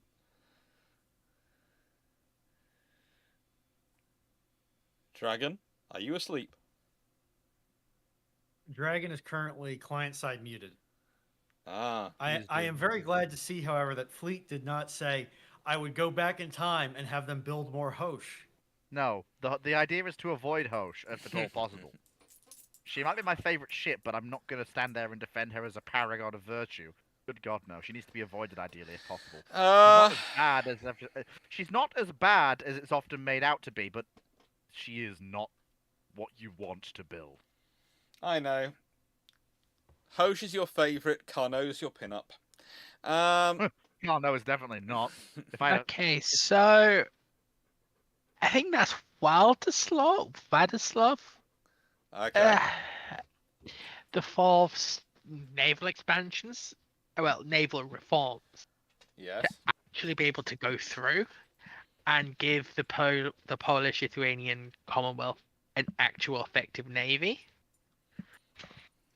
Just because if they had a way of, even if it's not to keep the Danes and the Swedes out, even just a way to deter them to a degree. Yes. Would probably save, or at least prolong the life of the Commonwealth, if you can deter the Swedes from running rampant on the Baltic coast and pillaging and killing everything. It's always the Swedes. They're so bloodthirsty. Yeah, because the lack of a Polish fleet led to only a pair of 3 fortified cities being functional centers of trade on the Baltic coast of the poles, Mhm. which were Gdansk, Riga, and Memel. Those three would later be taken by the Swedes and would effectively hamstrung and leash the Polish economy to the Swedes, later the German, and later the Germans. I mean, I will point out the Like- fact the Polish-Lithuanian Commonwealth has slightly bigger problems. Yeah, but their biggest problem that leads to the partitions is the fact the Swedes came through and murdered 30% of the population.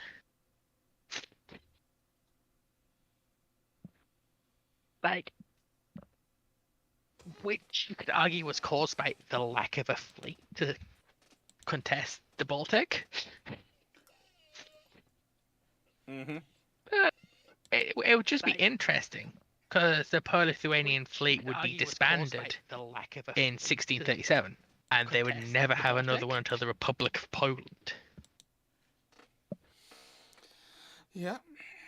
All right. So, in my case, I'm going to be slightly naughtier. I am going to be very British, but I'm going to go back to the warrior decision, and I'm going to make them push through the idea of the slightly bigger warrior with the 2 decks, because I wanted to completely overmatch and dominate the Gloire, so that becomes the British standard for how to achieve a warrior moment.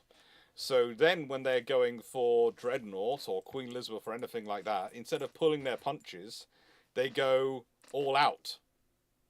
And I just want to see the Royal Navy that comes about in that scenario. So you don't want to dominate the French. You want to humiliate the French. I want to obliterate the French. This is both cruel and on brand. And I'll even go one better. I'll not only do that, I'll make sure they order more than 2. I'll make them order 4.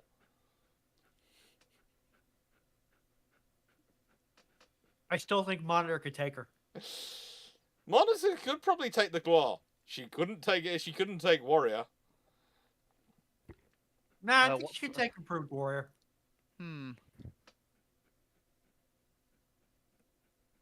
No. Just no. Warrior can go fast enough that the bow wave she create would sink Monitor.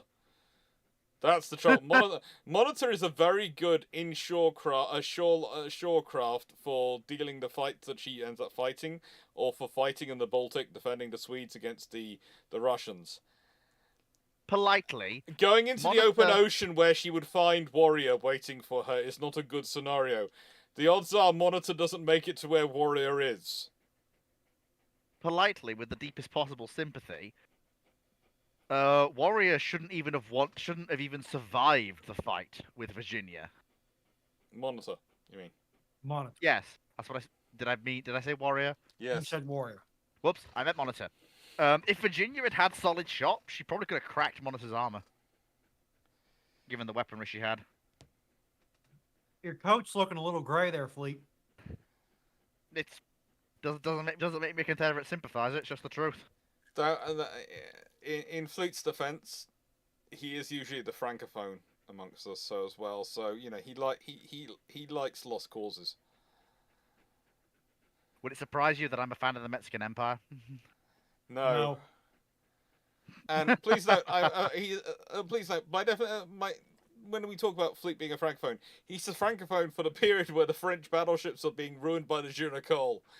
That's the lost cause. It's not lost cause as in France is a lost cause. It's France's Navy's a lost cause to the Junacol at that point. I know, and I'm just sat there like it's just like angry fleet noises basically for most of the period. Well, no, I'm fine. Like from Gloire to the Franco-Prussian War, it's fine, and from the immediate post-Franco-Prussian War period, 1880 onwards, I just get angry. Yeah.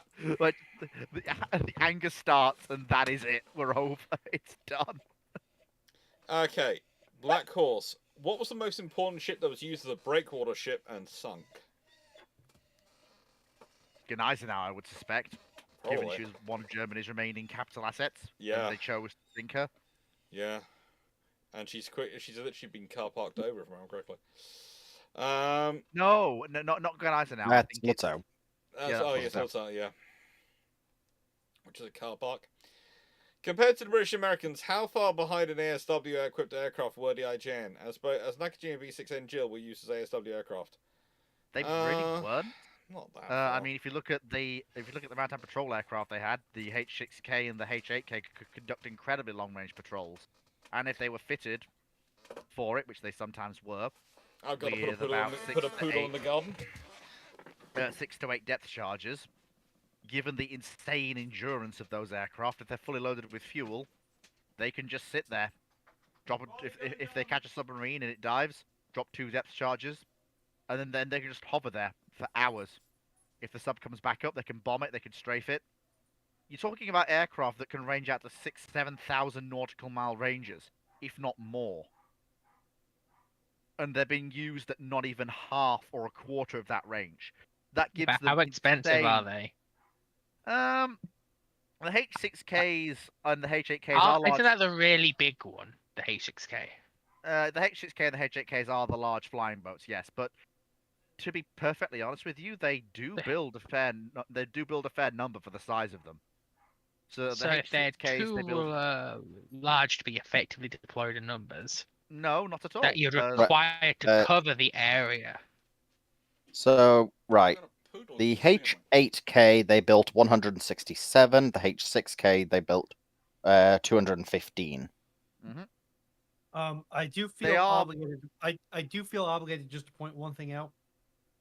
Especially in early war, you're pretty much your only requirements for anti-submarine patrol aircraft are the ability to carry a moderate number of small to medium munitions, long range / endurance, and excellent visibility. And these Because aircraft mo- have all three. Because most ASW work is currently being done with the Mark 1 Mod 1 eyeball and binos. Yeah, and because of that, you've got this primary requirement of you need to be able to have a lot of them. Oh yes. Yeah. Because you can't because you don't have even the Cold War level of sub-detection. I will You're point relying out. mostly on your To be fair, eyeball seeing them. I Japan, will also, point to be out- fair, though, Japan is also keeping an eye on a much smaller area. Yeah, and I will also point Are out they though? that the They've Yes. got They- subs coming in from the Illusions. So they've got subs coming in from Down. Versus worth wanting to, versus wanting to, basically cover pretty much as much of the North Sea and Atlantic as the Royal Navy can physically get ships and And I will planes to. point out yeah, but the these Royal yes. Navy didn't fly- really. And- A lot of Royal Right. Navy ASW were focused on a very small area around the Bay of Biscay. But what I will point out is that the H6K and the H8K enable the Japanese to do something that the other assets they have Couldn't do. Like, bear in mind, I'm not saying these are the sole assets, but I'm talking about when you're talking open ocean ASW, the H6K and the H8K are basically king for the IJN. Oh, sorry, for the Japanese. But they have other assets, like anything from float planes for coastal areas, through Zeros, through tactical fighters, through G3Ms. The Japanese use basically all of the, especially as some of their assets aged out. The Japanese basically used anything and everything they could get their hands on. Yes, but that's the same with everyone. Yeah, but what I'm saying is, when it comes to the peak of Japanese, when it comes to the peak, if you ask me, you are a Japanese pilot tasked to do SW, what are you taking? I'm taking a H6K or a H8K, whatever's available. Ideally a H8K, because that thing's actually armoured and has self-sealing fuel tanks. Sounds good. Sounds sensible. Sounds logical. The B6N was basically used as an ASW aircraft because it was there. Yes. The Japanese were not behind the British and Americans in ASW equipped aircraft. Mm, They didn't have some of the blingier Right. features. While like radar. While I do agree the H6K and And H8K daylight. were decent enough planes, I would overall rate them as below quality compared to the other Allied. I mean, the Especially H8K Royal is Navy. better than When you Well, got stuff like radar equipped ASW aircraft, that's true. Yeah, you have a problem there, Fleet. Also, even then, just going beyond that, what's it called? The LAMP. which Wellingtons and Leyland? Leyland, which Leyland. was equipped to Wellingtons and Sunderlands and other planes, Well, was I will- a quite powerful addition. I will point out the fact that the SW campaign for aircraft in the Pacific plays out differently than the one in the Atlantic, just given the way in which the submarine campaign plays out slightly differently. Yeah, but there's reasons for that as well. I know, but I'm just saying, saying as Knight did, they're far behind in SW aircraft. I wouldn't say that's entirely accurate. Far behind? No. would- Behind? No, Yes. I would contest you that because how much of being a good AW aircraft at this point is having radar? In 36? Not Not in much. 36, but Yeah, but- later on. Even later on, it's definitely helpful, but You can still I I would would say like they the start- they short definitely start- radar equipped short Sunderlands, and it's like if you're in the same ballpark as that thing or the PBYs, they're not. No, they're not. No. They are the PBYs and the short Sunderlands are not the same ballpark as the H8Ks and H6Ks. The capability gap is somewhat large. Yeah, PBY is better. No, the PBY is not better than the HKs and the H8Ks. If you ask me which I prefer to go flying in from a reliability of engine perspective, I know which one I'm going up in. Yeah, for me it's the H6K. I have 4 engines. 4 engines that are far less reliable. They're not that bad. You know, I'll be that's honest, that's I would always take the neither thing you of want to these. hear. Everyone here wants to hear, always wants to hear the words about the engines on their aircraft. They're not that bad. I mean, let's do a quick poll in the chat. Would you like to hear that you're just about to board an aircraft and the engines are described as not that bad? What do we think? Who is boarding that plane? Who is looking And I for a will train point out, ticket? however, I'd That's try to your go for the options: train boarding the ticket, plane personally. or train tickets. Train. But personally, my whole solution to this would be simple. I wouldn't board the PBY, and I wouldn't board the H8K. I would look at the nice short Sunderland, and I'd take that. Or if I'm really forced to take a weird one, give me a BV-138. Because I would take that over both of them, are you honestly. kidding? You'd take a BV-138 over a Was perfectly actually- good H8K. Yes, because the 138 actually was a remarkably good plane for what it was used for.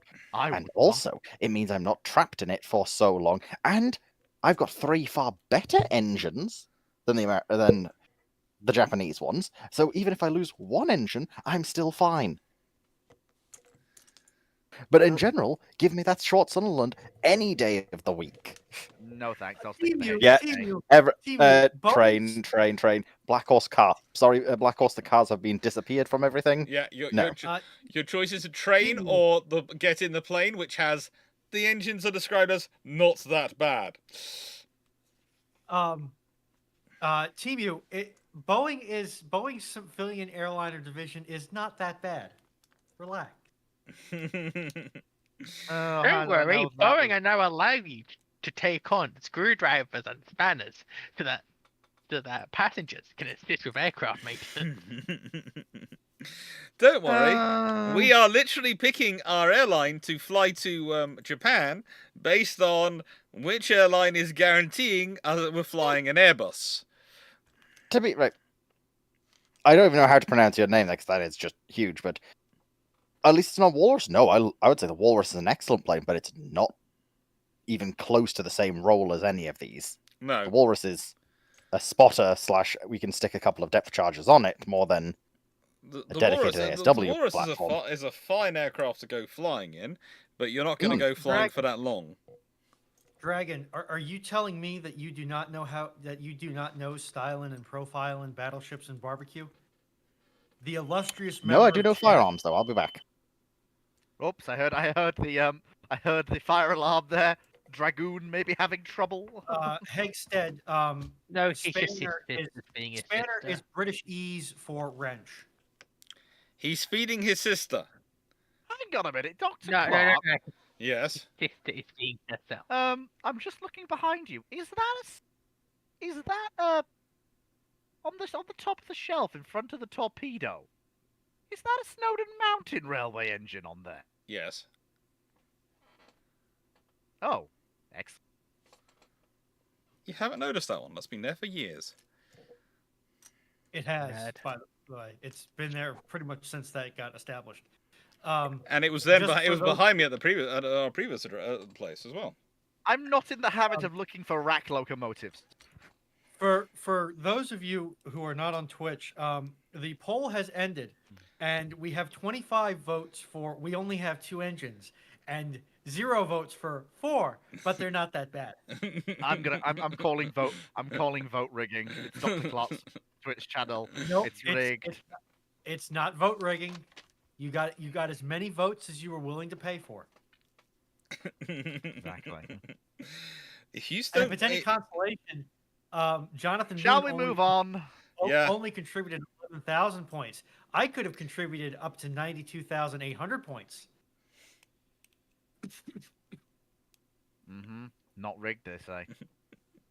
Hey, it's the best buy here on Twitch. What ship do you think should have been a museum ship but sunk? Saratoga or Enterprise? No, sunk, not scrapped. No, they were both sunk. They were both. Okay, Enterprise might have been scrapped. Neither But- was Saratoga. Saratoga was not sunk. She survived to be Sarah scrapped. Sarah was was extended as a nuked target. repeatedly, Yeah. and then I- she was towed away and scrapped, wasn't she? Yes. No, she's on the bottom. Isn't she on the bottom of the ocean? No. You're thinking of Lexington.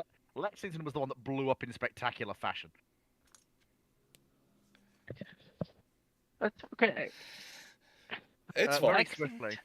For Saratoga's one, they gave us the damage profile for a carrier if it's near a nuclear weapon going off, didn't it? Mhm. Yep. Yes. Which was Sunk you by- can just say bye-bye to the flight deck.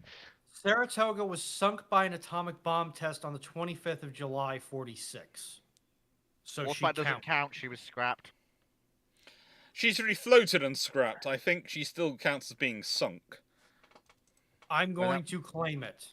I am contractually obligated to say Warspite then. I'm still a member of staff on Drek's server. I am contractually obligated to say Well, Warspite. that's good because if you say it, then I don't have to. I can say something else. Yeah, but Knight, I don't really, in the nicest way, I don't really give a hoot about CV60 because CV60 we have examples of what that would make her an Essex. We have examples of that carrier, if I'm keeping my numbering correct.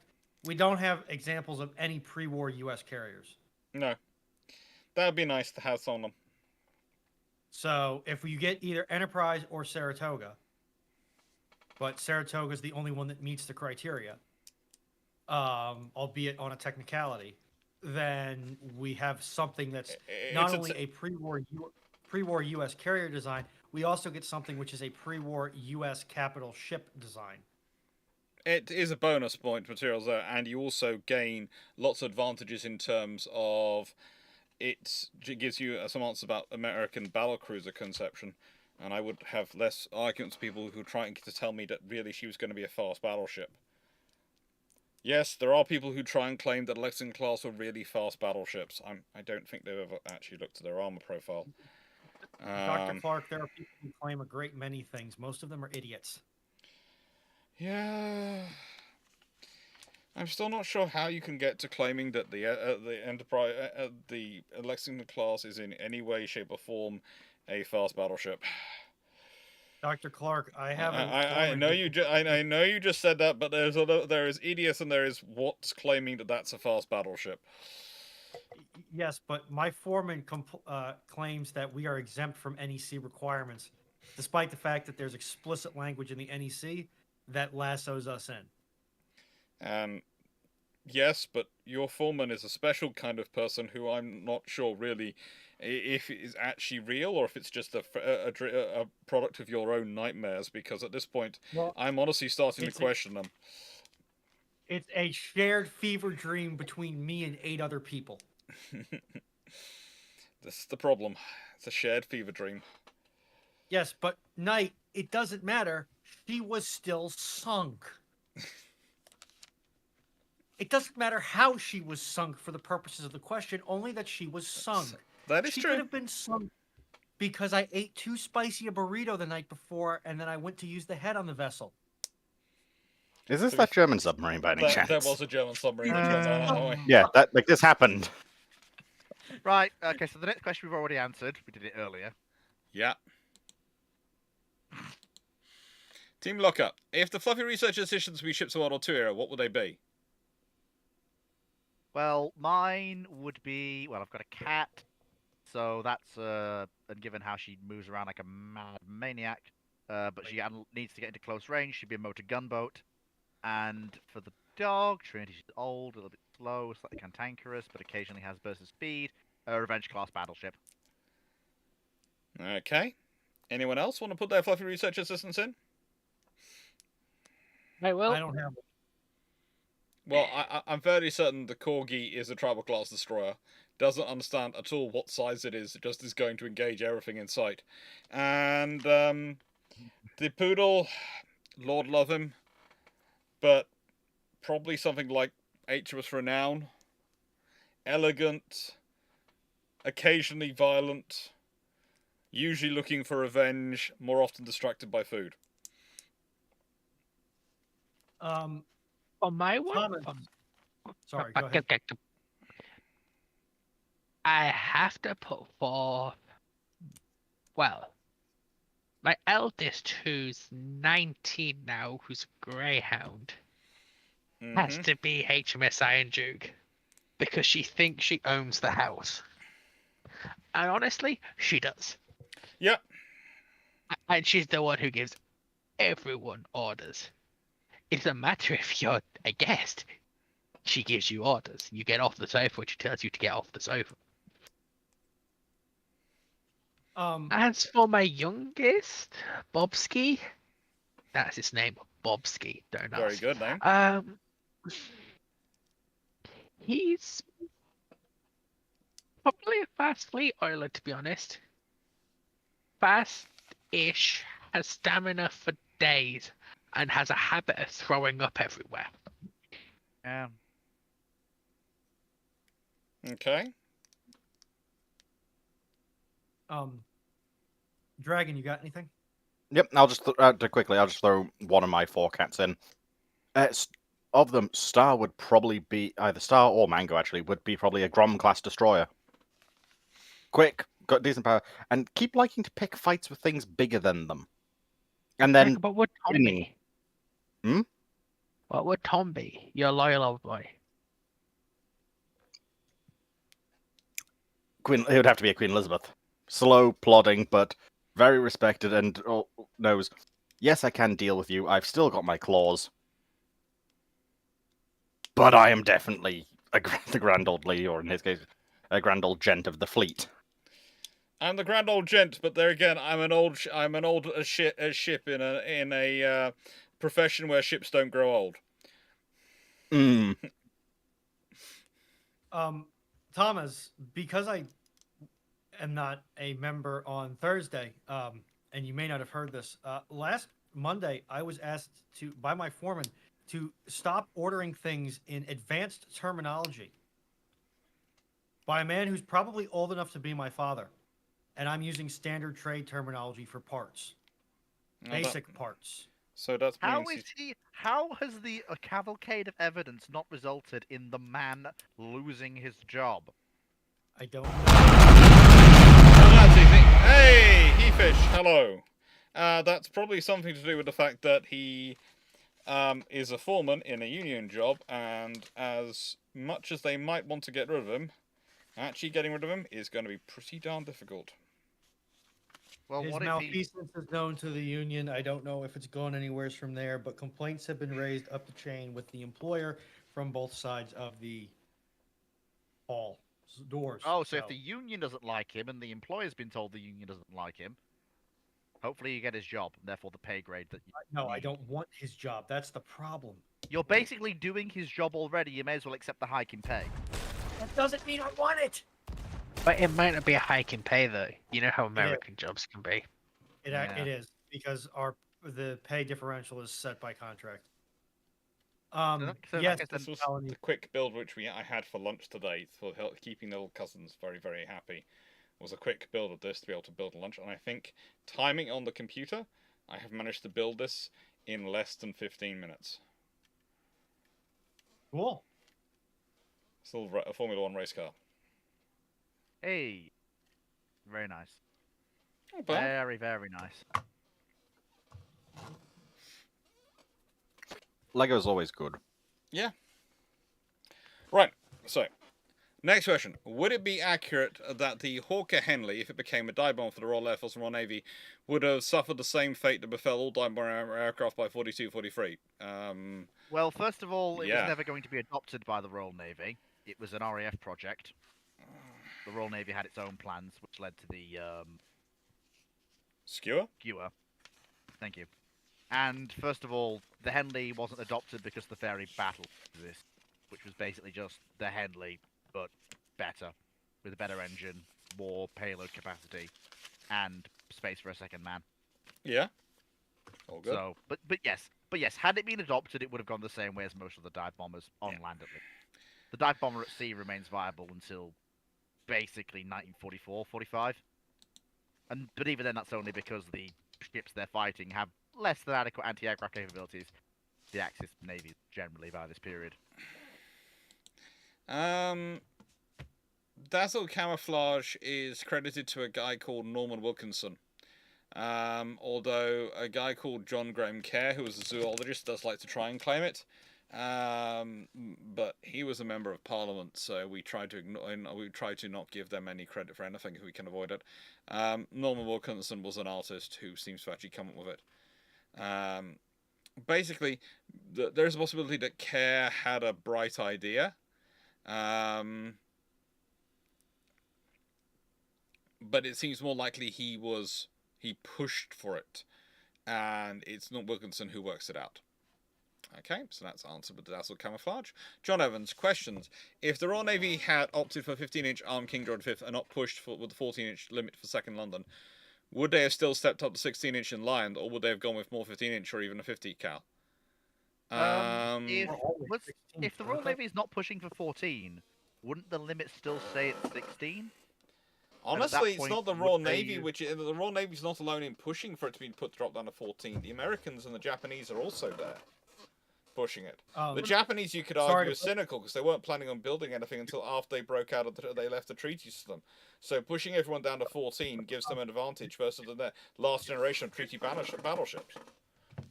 Gentlemen, just sorry to break in, but Dr. Clarke, Steve is asking for you to change the banner. Oh, okay. But very quickly, if the gun caliber doesn't drop, and you've got 16s, would you see the RN? I mean, there's an argument made 15-inch KGVs, but if everyone knows the gun caliber limit isn't dropping, if the gun caliber is 16, it says a 16, then the King George has come out as Lions with 16-inch guns. Yeah, that's what I was thinking. Why would they drop to 15? Basically, so it's either you're going to get the only reason I think you could get a 15-inch armed King George V instead of a 16 in that scenario is if the British decide that they want to logistically try and make everything 15-inch. And they're going for 15-inch 45 because they can do one program, and that means they can also upgrade the guns on all the other 15-inch battleships. Also, with the mention about even a 50 cal, I'm pretty sure Vickers did have a 15-inch 50 cal by like 42, 43. They had a 15-inch 50 cal design that they were trying to suggest, they had a 15 we can use this on the Lions. The British had a 15-inch 50 they'd been testing and proofing, i.e. actually firing, for the F3s when they're under development. So, honestly, a 15-inch 50, there are multiple workable designs. The thing about the 15-inch 45 is it's actually lighter than the 15-inch 42. The barrel's actually lighter than the 42, which means it could have been upgraded onto the ships which needed it.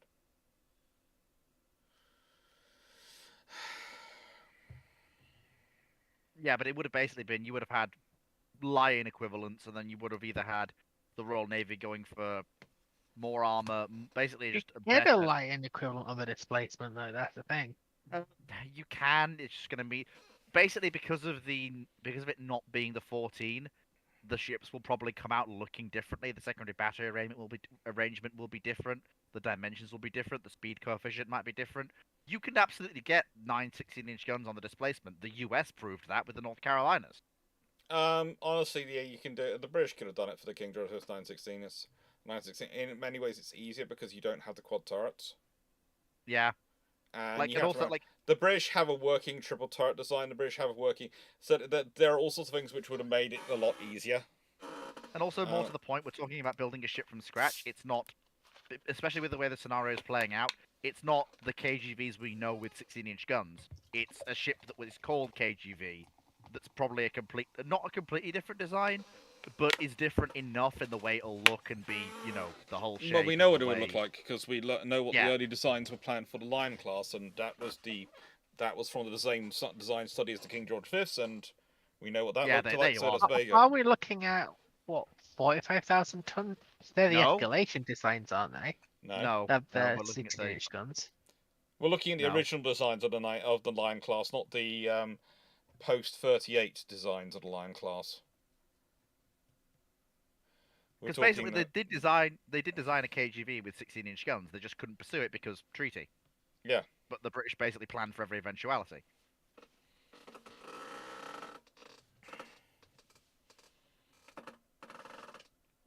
Okay. Ramol, we've answered that one, haven't we? Yeah, we have. Like it's come up a few times. I mean, Opinions the on the question F. Opinions on the F-47. I want to keep I my will powder say- dry till I know more about it. Okay, I think that's a sensible option. Until Yes, we and I will actually say know what- more. At the moment, we've got the Yeah. razzmatazz of the launch and a lot of people talking different stuff about it. But I'd like to hold off for a couple of weeks and actually when I've learnt more. I will say what I say for every single time a question like this comes up on Ramblings or on Bruships, and I say it every time, but I'm gonna keep saying it. It is basically useless to ask us questions like this, especially at this early stage. Heck, to be honest with you, it's even useless to ask of us of certain modern weapon systems now, because what we might think on a system like the F-35 or the F-22 might be fundamentally wrong, because so much about them as platforms is still, even to this day, an unknown. I do have something to say about the F-47 though. Yeah. Canard. We've had the last 30 years of America bros telling us canards are useless, canards are They have bad, been etc., forced to etc., embrace- etc. they And then have been immediately America comes out with canards. They have been And- forced to embrace canards. What was that? Europe was right all along. Embrace canards. Canards. I also just want to point this out. You will not have any good information on these aircraft for at least another 30 years. No. Everything you hear between now and then, at a minimum, is probably going to be propaganda. Oh, I also enjoyed the fact me and Fleet shared a brain I'll put- cell there. I will put my only consideration into the F-47. Why did we jump to 47? Were the numbers in Politics. between not good enough? Politics. No, What? Dragon. It's meant to be an air assassin, so they named it after the most successful assassin ever, Agent 47. But we have went to Star Trek levels of Naval Construction Code registry numbers of, yes, this number, then this number, then what about that number? What about this one? It's politics. It's politics. In the nicest way, we've got to the Type 83 with destroyers. Also, again, yeah. why was It there a Dragon- gap between F-22 and F-35? Yeah. You have an exceptionally mercurial administration that is trying to make a name for itself in cutting programs left, right, and center. It's politics. Okay. It's exactly why Boeing wasn't announced as the winner until now, when the winner was pretty much decided back in September, October. And also, we don't know how many failed iterations there was between these aircraft. And okay, right. So Seneca Nero, next question. What shipbuilding idea did you tell your dad as a kid that now makes you facepalm? I didn't really tell my dad any shipbuilding ideas. No, I think this is very much targeted for me. Off you go, Dr. Clarke. Away! I think possibly the catamaran carrier Oi. with the runway, with the with the landing runway down the center, and the takeoff off each side, so you'd have you'd be able to go that way or that way for takeoff. Yeah, it's really not a good idea. It really isn't a good idea. The only catamaran carrier that works is the one Jerry Anderson came up with, and it's basically only because it's a partial catamaran. Leslie, it basically has. Yeah, let's Go just on, move on go from on. that. Leslie, does the IJN have too many radicals to teach in teaching in Naval College? I think honestly, the trouble is when you're looking for the officers, you're looking for your best and brightest, most thinking officers, and the trouble is with thinking officers is that They think. yeah, they can do one of two things. They can become incredibly politically active, or they can be incredibly politically publicly not active. They'll And go either on way, two it's roads. bad. Either No, way, it's bad. they'll be publicly non-active. In the Japanese system, that's Yonai. In the British system, Henderson, believe it or not, no one was ever quite sure what his political allegiances were. No one ever knew his political allegiances. That's great. Dr. Clarke, I feel like that's actually fairly simply answered. His political allegiance was the Navy. Yeah, that's the thing. You either have officers who believe that they have to get involved in politics, or you have officers who believe that I am the Navy, so I will bring. I'm getting the Navy is what I'll be bringing forward. I heard strange noises. That's okay. Yeah. So yeah, it's always fun. What was the last sailing only ship in any navy? There are still sailing only ships and navies. The Italians have the Amigo Vespucci, and there are a few others sail training ships. I'm pretty certain Annapolis She has an one. auxiliary. She has an auxiliary diesel. She's not a sole sail. She Yes, only, but in most the sail- nicest way, they have auxiliary diesel. Yes, they have an auxiliary diesel, but they don't use it. In the nicest way, the last time I was on there, I was talking to a captain, and he was really annoyed because he'd been ordered to use the diesel for getting into the Thames Estuary because they refused to let him sail it in.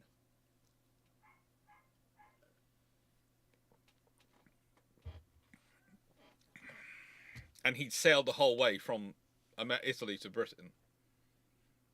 So, yeah. Nightingale front. Why were the British Royal Air Force finding the Brewster A-34 Bermuda and Vulturi A-31 Vengeance only really useful as target tugs? Because that's what they were useful as.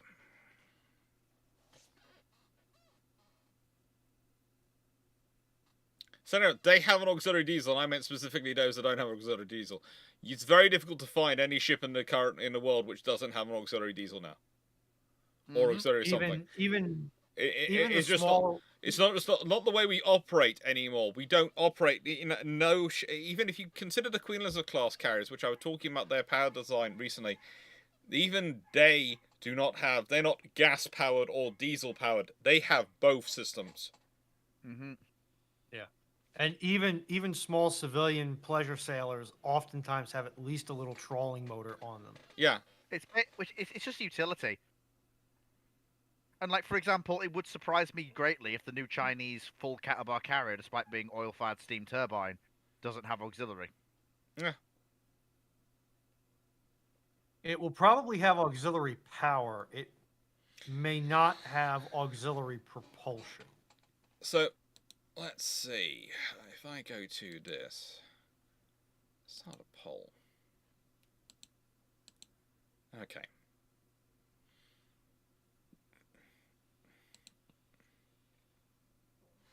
So, I'm gonna put a poll up in YouTube saying which video was my birthday,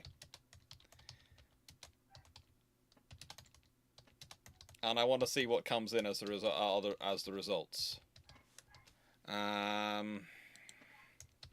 Worse than Gallipoli.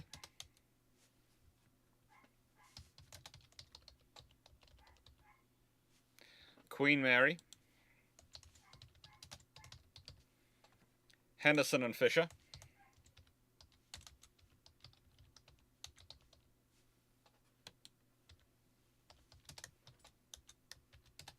Yeah, she. Oh Lord, why can I not get my And blasted American tongue to speak that word? Yes, I believe you are correct, Kibra. Again, as always, sorry for butchering your name. if you can hear a little corgi woofing in the background, you should note that that corgi is currently high as a kite on anti-anxiety meds, and apparently they're making him woof, which doesn't make that sound like they're helping his anxiety at all. Woofity woofity woof woof woof. Yeah. Maybe he woofs for joy because he is no longer stressed. Poll is started in YouTube.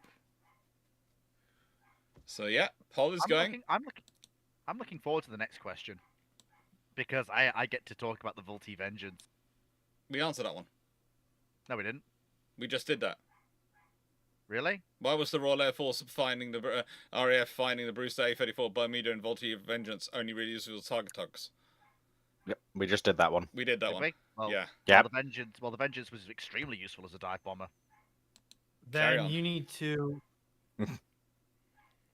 But yeah, but basically, the reason it's not known is it served in Asia, but was found to be exceptionally useful during the Burma campaign and in Australian service. But that's all. But since you've answered it, I'm just going to leave that there, rather than going on a long diatribe. I was going to go on.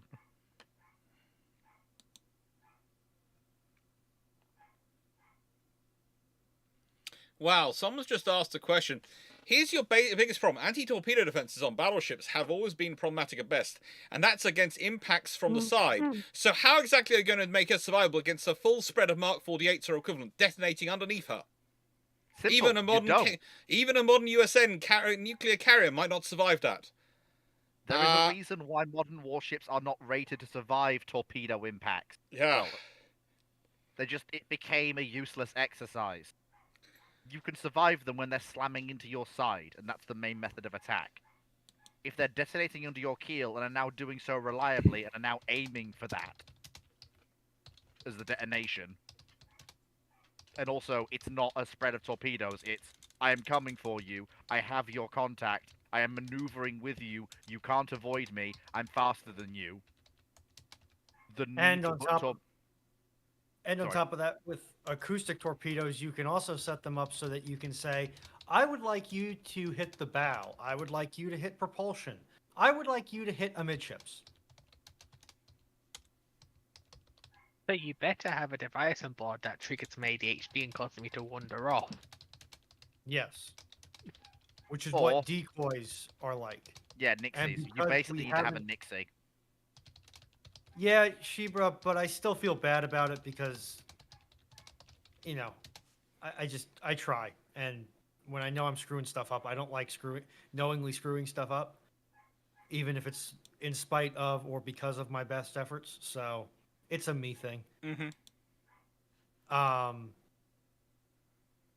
Yeah, and we don't have the technology. At least we have not publicly acknowledged that we have the technology to the point where we can have anti-torpedo torpedoes. The Israelis do. The Israelis have a lot of things. They Yeah. are weird because they are the Israelis, and they like their counter munition defenses, especially their active counter munition defenses. And me and Draki enjoyed having a good look at over the anti-torpedo torpedoes and have made lovely contacts with the Israeli defense teams. I have to say, the only ones who basically, after we went to the talks for Navy leaders, who followed up with us, and when I say actively followed up with us, we give them our business cards, that we taken their business cards. The only ones who we didn't have to email first, but who emailed us to talk to us and chat with us, were the Israeli guys. Who really wanted to listen to, really wanted some, historical strategic analysis of how things went and talk these things through and ask our opinions. And it was really they're really nice people. And just to clarify it before somebody in the comments or in chat decides to cast opinions, when I say the Israelis are weird, look at what they've designed. They have designed some very, very specialized platforms Mhm. for their unique circumstances and for mission love requirements. of... Hmm. That's what I I agree. mean when I say the Israelis are weird. Even like I'd say they're as weird as the South Africans in some regards. Like both Israel and South Africa kept Centurions in service for an incredibly long time. And what both Israel and South Africa, which is why I connected to the two, like just look at what they were able to do to a tank effectively from 1945. Oh yeah. I mean, the South Africans still do operate Centurion. Yes, Okay. yes, but Theseus, though, ship of Theseus. They call them But, Yeah. they call them Oliphants technically now, and they are yeah, interesting. but Let's go to move on to the within next question. So it's Black gonna make it- Horse. Who came up with the tactic of coastal blackout, and when was it used, and why did it work as well as it did? Basically, Oh. to answer the easiest part of that question, and the one I actually know the answer first, it basically prevents ships being silhouetted. If the coastal towns have their lights out, it means that a ship on the high seas, if a U-boat or another ship is looking for it, is not silhouetted if that ship is between the hunting target, the hunter, and the coast. It was a big problem when the US joined the war in World War II, when coastal blackouts weren't implemented. The U-boats had a whale of a time finding and sinking lone merchant ships at night because they were silhouetted against the coast.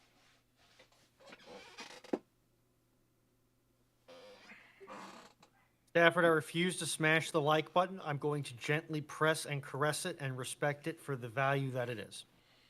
As for who came up with it, When was the Clarke first lighthouse invented? Mm-hmm. Well, no, Because turning off the lighthouse, your enemy crashes into the shore and sinks the ship. I will tell you, That's not- currently the poll, Queen Mary is at lead. Henderson and Fisher is second place. Worse than Gallipoli is in third place, and 6-6 Fleet is in fourth place. Of what this week's assessment of what is the likely date for my what is the likely video I put out on my birthday. How the panel feel? Which do you think was this week's the video that came out for my birthday? My money's on Henderson. None of them. Yeah, he I'm- would do that. as much as Henderson is an interesting one, honestly, probably one I would bet on, even though I'm probably least likely to be correct, is the 6-6. Okay. I might not be willing to right, bet that but he'll do anything except what you put down on the poll because it'd be funny jokes. So It was. I'm gonna get you put up a YouTube prank video. It was one of the videos I put up this week. I put up a long patrol recorded videos. One of the days the recorded videos went up, it was my birthday. And I wasn't going to say which one it was. But there is kind of a clue out there because on that same day, literally the day after, my TV agent went, "Oops, I forgot to say happy birthday to you," and stuck it out on Twitter. Oh, I do love Nigel. Nigel's spectacular. Nigel is really cool. you keep saying you're going to introduce me to Nigel, and you haven't yet. Oh, I'm going to introduce you to Nigel, but that also is best done in person. So it's when I'm next going to meet him up in person, and I'll invite you along. But yeah, I'll end the poll once it reaches the 10 minutes mark, and we'll see how many votes have come in. And there's been 37 votes so far. Right, so where were we on... What was the worst ship conversion in history, in your opinion? Most senseless, least cost-effective, most destructive to history, or just generally nonsensical? Well, I'm just going to say HMS Victorious, but I'll leave you all to talk about to carry on with whatever you guys want to add in. I can't believe what's I'm that about to Iranian say oil this. tanker conversion? Well, that's... Hasn't really had much of a chance yet, but yeah. But it hasn't really gone to sea, and also it's kind of an extension of the Iranians' fleet of ships that are auxiliaries they send out when they want to operate outside the Persian Gulf. It's basically an Iranian response to an Iranian. it's not really. It shouldn't really be thought of as an aircraft carrier or an aviation ship. It's basically the next generation of their ships they use to facilitate overseas deployments with an ability It's a to waste of a operate. good oil tanker. Let's be real. I mean, it really isn't. The Iranian auxiliary fleet. It mean wasn't they that can good an operate oil their- tanker, honestly. And Uh, also, the- you can't really say that just yet because I mean, it hasn't had a chance to fail yet. and also politely, the Iranians have a proven track record of constructing effective auxiliaries and depot ships that have enabled their fleets to operate outside the Persian Gulf. They've done so on numerous occasions to relatively decent effect, with decent deployment times and rates. Don't discount it just because it's Iranian and just because it looks a little I'm not bit silly. discounting it for because it's Iranian. I'm discounting it because it's a convert. It's a partial flight deck conversion of an oil tanker. That's not just what it is. It will likely also. It's likely, like I said, it's not so much an aviation vessel as it's the latest iteration of the Iranian depot ship / overseas operational asset. Now with an At that ability to point, why does Full it ending. have a flight deck? simple, so it can operate fixed-wing drones to extend the capabilities of them when they're operating overseas. Provide them So limited IR. it's a partial oil tanker conversion to an aviation ship. The aviation is very much a tertiary role. Logistical support for the attack boats and Iranian assets they'll be working with will be the primary role. So the flight deck and the internal space that's being used up for the tertiary aviation capability. It was, we keep calling it tanker, but it was technically a container ship, which was often used as a sort of tanker somehow. That's just weird. Like I say, it's a ship that has no real. There's no real opposite number in the Chinese, Russian, or Western navies to it. These Yeah, because Iranian. why would you want it?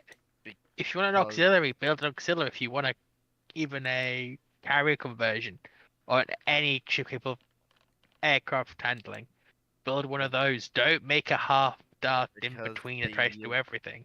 Because the No, Iranians are building off the Iranians are building off the experience they have. There is an equivalent to it in history. HMS Furious. Yes, but that's not. No, I mean, look at it.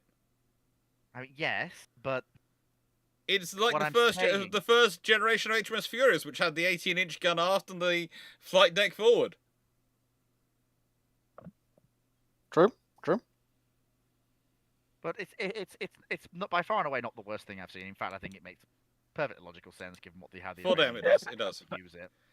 So the polls Um, come in, I- and I'm sorry, What But- was the answer? the poll is Queen Mary 35%, Henderson and Fisher 23%, worse than Gallipoli 23%, and 6 Fleet 17%. I'm sorry, but the people who said Henderson and Fisher were right. Yeah, it doesn't surprise me. There was kind of a bit of clue. It was kind of it was supposed to come out the previous Biased. week, and it kind of got flipped round. Victory screech!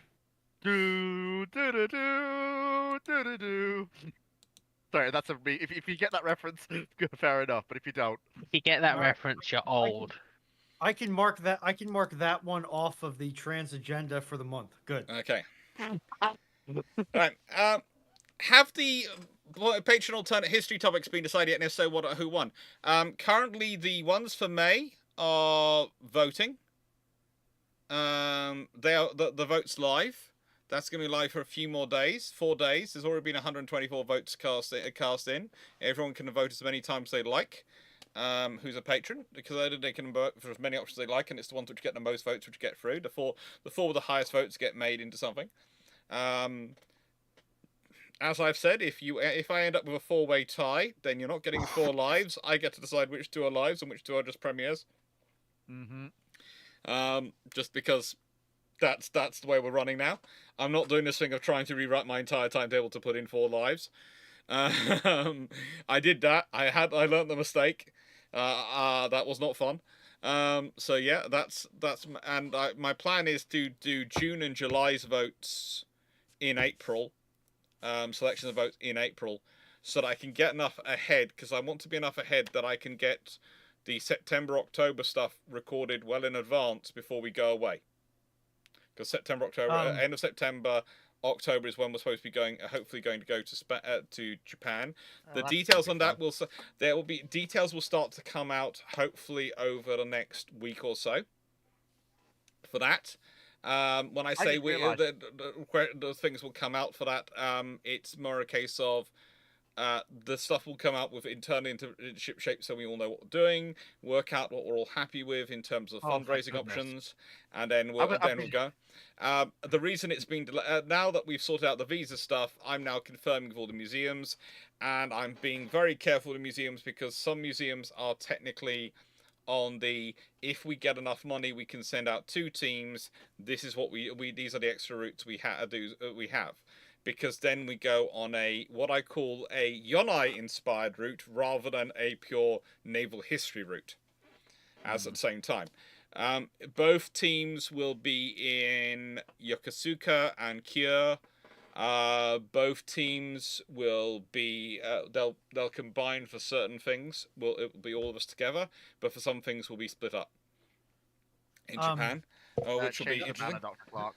I will warn you that Track wants to call his team, because he's going to be leading one team and I will be in the other team, because the thing we've promised is that there's a historian called Alex going to be showing up. Drax already said that he wants his team to be called Force Z. Can I look? I was suggesting Team C and Team C and Team D, but no. Dr. Clarke, does this mean that I might need to pester Drac and or the Friendly Sea Mine, so that if they want Powder Monkey for the impromptu live, you see, this is where I come in. This is where I come in. For you see, Fleet is taking his laptop with him. See, yes, this is the reason why. With all due respect, Fleet, your laptop is an opinionated potato. Oh, it's like yourself. You've never actually. I've never streamed on my laptop. Well, I have actually, but. Shall we move on? Yeah, let's move on before Fleet gets very defensive over his laptop. Okay, I'm going to put this out there to the shipshape representatives, both in this call and lurking in this chat. Yes, there are many of us. For the love of all that you find holy, do not contact me 15 minutes before a live and ask me to fork Powder Monkey for whoever's channel is asking me. Yeah. Give me at least a day. No, the thing is, I can take note. We can do something funny. I'm not risking Runon's wrath. I will buy a plane ticket to fly over there and rearrange your firing order, Dragon. Anyway, you know, bring it, because that means I can get Foxo just to keep you here. Shira, what would be the approximate capabilities of an approximately sea slug-sized missile built with the technological level of Sea Dart? Overkill. Simply put, you're talking about essentially creating a more advanced British version of the flying telegraph pole of doom that we all know and love as, oh my god, I had the name and I've forgotten it. Is there a Russian missile with that name? No, by any it's chance? not. No, it's not. It's the American one. Talon? Talos, yes. You're basically talking about creating a more advanced British version of Talos. How is it an anti-shipping missile? No, it ain't. It can be used as an anti-shipping missile. But it's not. That's not its original purpose. Impacting you if you're an aircraft or a ship is a guaranteed significant emotional event. And that's if it's not carrying a nuclear warhead.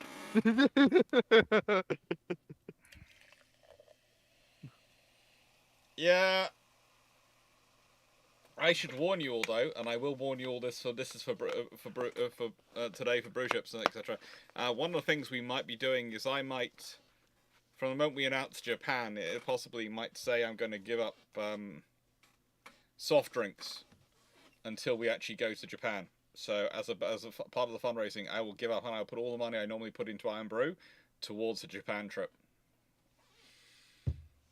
So what I'm hearing is that we're going to be dealing with a very grumpy Alex Clarke for about 3 to 6 months. I'm not saying I'd be grumpy.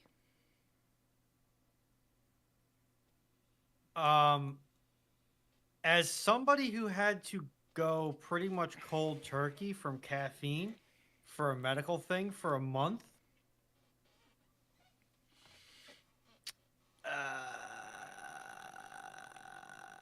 we shall see. Let me just, I'll cut my losses. I and think say I we might be shall see. acerbic. Potentially, mildly, possibly. Homicidal? No, I would say you might realize why people consider me nastier than Simon Cowell when I want to be. Do not bring up the cursed one's name. What is the best turret layout and gun size? What do you want to do with it, and when is it? Yeah, that's the answer to that that is question. What do entirely- you want to do? Yeah, when and what? And who? And why? Bug Guy 29. The questions: what would the Japanese do if Halsey didn't overtake Oswald's bait and stayed somewhat close to landing beach in the Philippines? Well, Lee gets his battleship fight. Yeah, Lee gets his battleship fight, and the carriers also get some fun. So yeah, what will the Japanese do? Run into a very large fight. Nice hearing. Why did the British never consider the idea of continuing the Sea Vixen in the form of the Howland Sea Vixen D3 target drones? Because that is a very, very expensive target drone. Yeah, very An expensive. exceptionally expensive target drone. Not even that, it's why would you take what's quite possibly one of the fleet air arms most unreliable aircraft and do that? How much of an issue was it when nuclear accidents or when nuclear accidents or weapons that were lost? It's How many different issues can you complicated. think of? Add It's at least 5 or complicated. 10. Add at least 5 or 10 to that, and that's how many issues it was. One It's thing a I will domestic say. terrorism issue, an international terrorism issue, a operational security issue. It's a diplomatic issue in that you are losing face. It is a internal political issue because you've lost an atomic weapon. It's an inter-service issue. Yes, it is all of the issues that you can think of. However, there is one issue that you're probably thinking of that it isn't. Accidental detonation. That is the one thing it is not. And There has never been an what accidental generation nuclear weapon is it? even then. That's only really a problem with the absolute earliest generation of atomic weapon. Yeah, broadly speaking, I would have to agree with that. And even then, Yeah, but there were some of those that were lost that probably didn't result it's in not accidental just detonations. an accidental nuclear detonation that's the issue. That's what I'm referring to, Foxo. I'm aware that the spread of radioactive material could be a problem Let's be honest. due to the There was aircraft exploding. enough of an issue in the worry in the Falklands War that some of the British escorts down there might have nuclear depth charges aboard. There was a lot of worry about that. A lot of worry.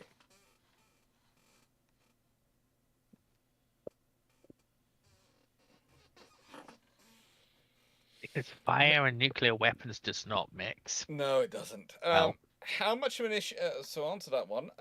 It's just it's an issue. It definitely is an issue. It was a problem. Who's the most underrated naval designer in the Dreadnought era?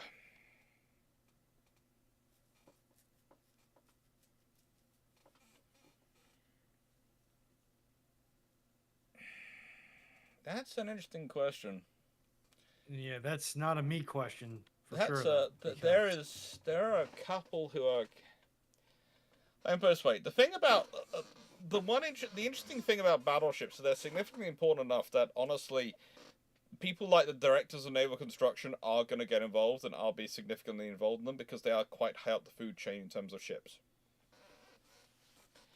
So the idea that they're going to delegate it to one of their subordinates and just let them go run away with it and be happy is unlikely.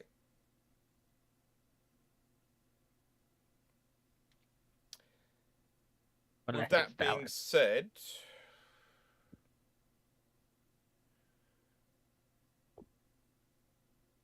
I would suggest that the most underrated naval designers in the Dreadnought era, in terms of ones who you find, I'm going to rate this in terms. I'm going to use a rating list in terms of ones you can find decent books about in the English language, and that's probably going to be a tie between the French and the Russian designers. Because the amount of books you can find in English language about the German designers is colossal. The same with the Japanese and the British and the American ones. The Italians just have slightly more books than the French and the Russian ones, but that's only recently that there's been about 3 or 4 books published on the Italian battleships. So French and Russians. You and I have often said that the French kind of did get into their stride by about 1913. Once they get past the Corbett's and the Britannias, they really do get into designing peer equivalent. I'm not sure I would call them peer equivalents, but they are certainly starting to actually get in the ballpark of viable. I wouldn't say they were peer equivalents. I'd say they're viable for the fighting at the time. Because, and the reason I wouldn't say they're quite peer equivalents is because, honestly, they're already trying to push the quad turrets. They've got all sorts of ideas they're trying to push in. And there's part of me just in there going, you're still so obsessed with producing something which is technologically special and improved and different from that you're not actually just concentrating on the solid fundamentals to get your ships out. And you've got some good designs, but you can tell when it's going to sound strange, the technobros have got involved versus the fundamentalists in terms of what they're the ship's for.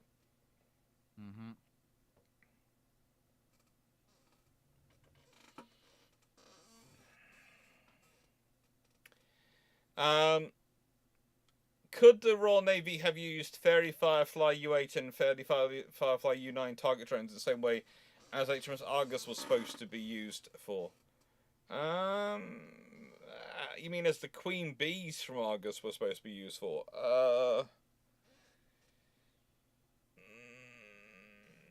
Potentially.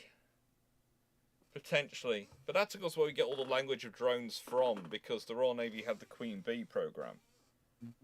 That's the funny thing is when we go, this is the world's first UAV aircraft carrier, and I have to go, nope, it's not.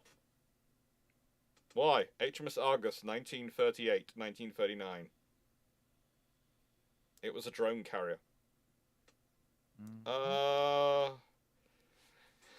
And there is a timeline, a scenario where that technology, because it's developed as they were developing and considering it, and if it held off, that you could have had the drones being used as basically sort of missiles almost, flown along and flown into things. They were looking at the ideas. Wait, does that mean you could have had a British carrier operating the equivalent of buzz bombs? Yeah. And it would have been Argus.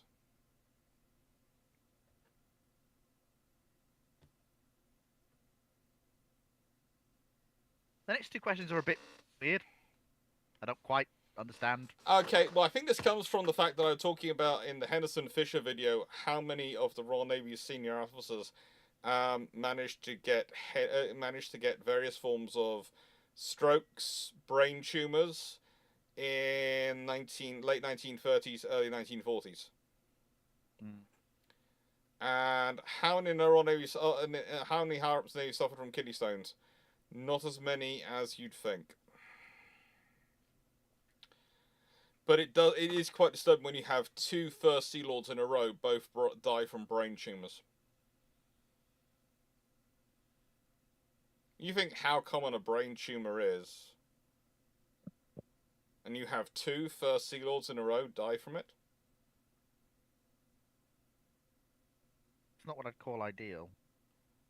Yeah, that makes me think that there's some sort of carcinogen in their work environment. And then once you that start, they're being- once you start looking around the Royal Navy, there's Fisher. The way he dies, there are various discussions as to whether that was some form of aneurysm. And once you start looking into it, you find there's about 3 or 4 admirals, senior officers in the 1930s who die who fit that profile again. And how common is it for aneurysms to... let's put it this way, how many people actually get aneurysms? When you look at the size of the population you're dealing with, in terms of number of people, that's a very, very high rate of aneurysms. know? Yeah. Because aneurysms only happen in really high stress environments normally. So it wouldn't be the subset of the population. It wouldn't make the population be the subset of the population that are in really high stress jobs where there's little stress relief. Yeah, but the thing is, it's like Fisher has his aneurysm when he's on holiday. If he has it, but we're not quite sure. And then, of course, there's strokes as well. That's one of the things. That's what Dan Freeman reckons Henderson suffered from. If they're exposed to the same toxins, it could lead to the same or similar issues, because both a stroke and an aneurysm is just the blood escaped. The blood escaped to the blood tubes. Yeah. So yes, it's a bit of a high stress job, but the trouble is it's quite subtle. If you look at the period of the late 1930s, the Royal Navy has been a high stress job for a long time, and we'd immediately I compare it to the 1910s. And no, the Royal Navy doesn't have the same problems going on then. And if you look back to the Napoleonic Wars, it doesn't have the same problems going on then. And you start looking through it and go, no, there's only really one period where they're suffering from that. And so I did look for exposure and things, but the thing is, it wasn't affecting officers below admiral rank. And so I also looked, when I was looking at it, I looked at the officers who were in the peer group who had retired, right? So I thought I'd look around the peer. No, it doesn't seem to be affecting them. And the fact is, we're talking about a spread of officers from ages 50 to 65.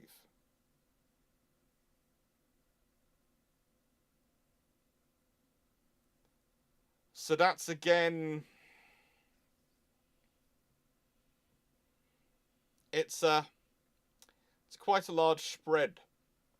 Now, yeah, it could be there is no common causation, there's nothing going on there, but it's just, as I put it in the video, I'm a historian. My instinct with conspiracy theories is always to not trust them, because in the nicest way, humans are terrible at keeping secrets. They really are. But the thing is, that's quite such a high, that it's high enough of a rate that it's, how do I put this? My spidey senses are twitching, but not to the thing of, I can't prove anything, and I'm not really sure, but it just feels not quite right, if that makes sense.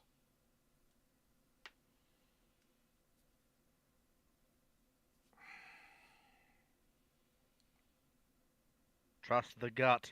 Yeah, It's normally right. But it's something. It's a fun conversation that me and Drac sometimes have on planes when we really want to disturb people, because we're talking about how they could have been killed, and so you'll Should come we up. perhaps Yeah, moratoriums of us on having our conversations on planes that disturb things, talking about various forms of high explosive airplane crashes, how people have been assassinated. Yeah, I normally just do that about various different air crash investigation topics with friends and family. Yeah, it's Like, brilliant. those having, always have some it, one. nice, Yeah. It's how do you get a section to yourself on a plane? It's Mm, brilliant. I- Oh, so you're aware that takeoff and so let's see if the pilots remember to set the flaps correct on this. After all, it's the most common cause of aviation disasters. Is It's pilots brilliant. forgetting to set the flaps on takeoff and landing. It's Everyone when you else have looking actually at the you. colleagues in your group actually actively trying to change their plane tickets at the entrance to the plane, so they don't sit near you, so they're not associated with the conversations you're gonna be having. There's, to be fair, I don't think that will. Oh. Let's say, fleet. This went quiet then. What number do you think the FAXX will get? Well, here's the really interesting thing. Originally, as I understood it, the Boeing entry was the entry for the Boeing aircraft that's come out, the 47, was actually the entry which they were putting for the FAXX. So we'll see what happens. Wild card. The absolute wild card would be a different project becoming FAXX. That would be the absolute wildest of wild card moments. Oh, it will be, but we'll see what it's going to be. I mean, realistically, FAXX now is probably going to either be a Lockheed or a Grumman airframe. They need the work. And given that Lockheed's gotten the is Dump making the treatment. Lightning, Grumman notionally has an advantage in FAXX. Additionally, because FAXX is supposed to be a naval aircraft, Grumman has a history of working with the Navy. Lockheed Martin has been locked out of the FAXX project. They've been kicked out of it. Yeah, so It's realistically, Grumman should get it. Yeah. But, stranger things have happened. Stranger things will happen. It is true, but I mean, on the one hand, it would make it would, well, it both would and would not make sense to adopt the Boeing design for both.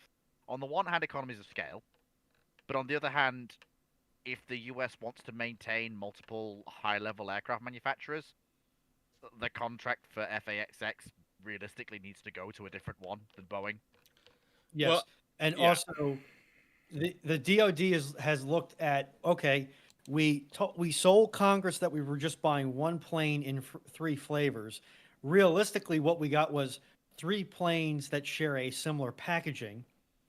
We really just want to have one plane for this project, not, option A or option B. So I think they're going to. I don't think they're going to repurpose or redesign the F-47 airframe for naval use. I'd say Northrop Grumman have been rather quiet on this program. Yeah, which is weird for them. They're not normally so quiet. Grumman needs a flagship program. Although, don't they? Who makes the Raider? That's Northrop Grumman. Yeah. So maybe they get it, maybe they don't. To me, if you have a defense contractor being exceptionally quiet, I would say that's a sign to just let them cook. It's close, Melanie. It's close enough for a Congress critter.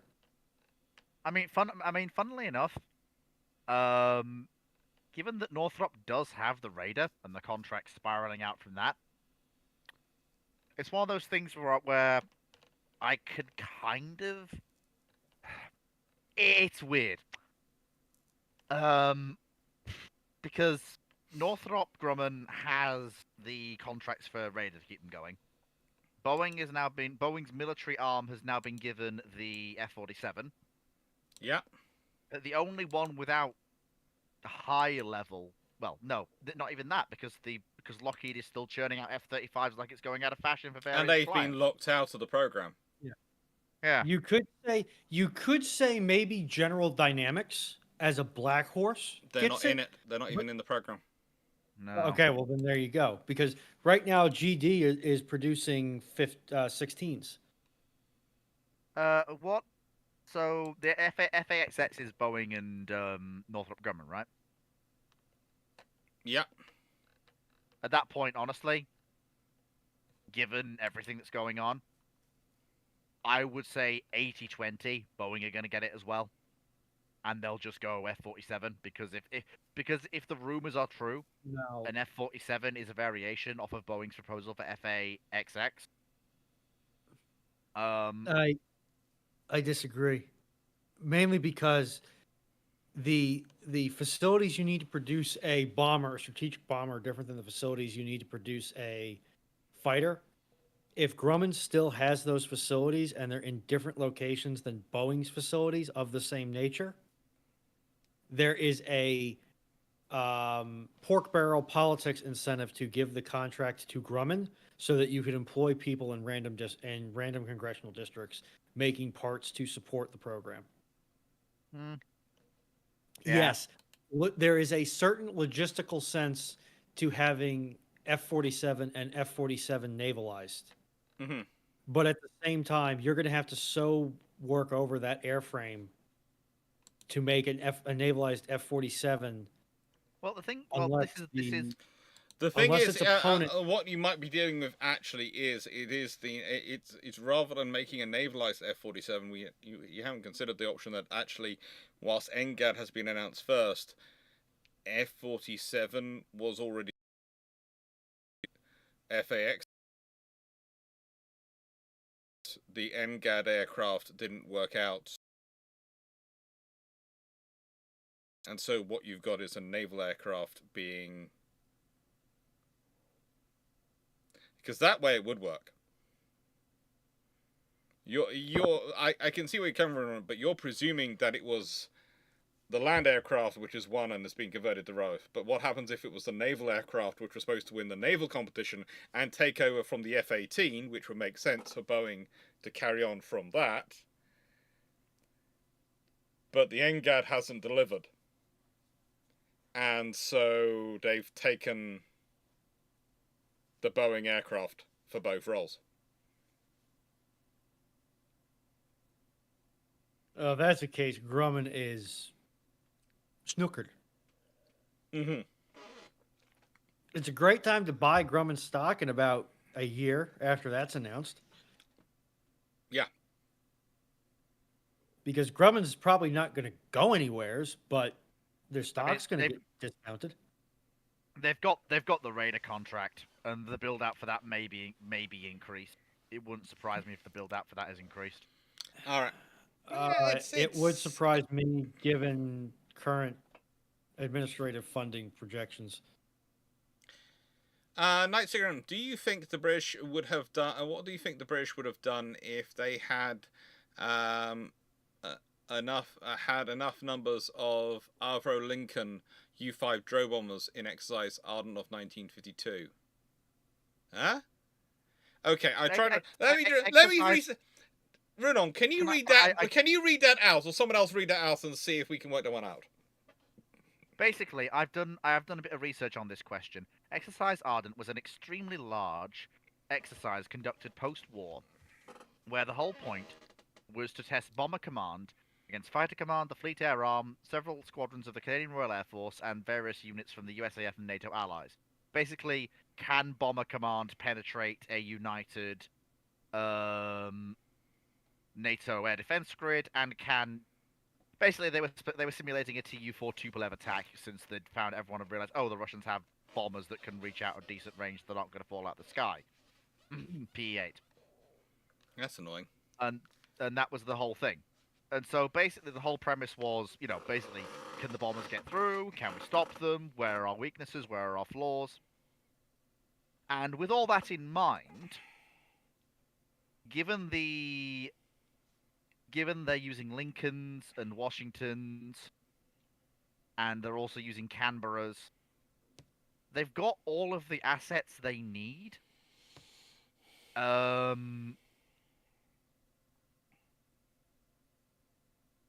To simulate the size of bomber force they need, and politely, piloted bombers can do things that you would expect a piloted bomber to do, whereas drone bombers just will not react in the way that is useful for the exercise and will not give correct information.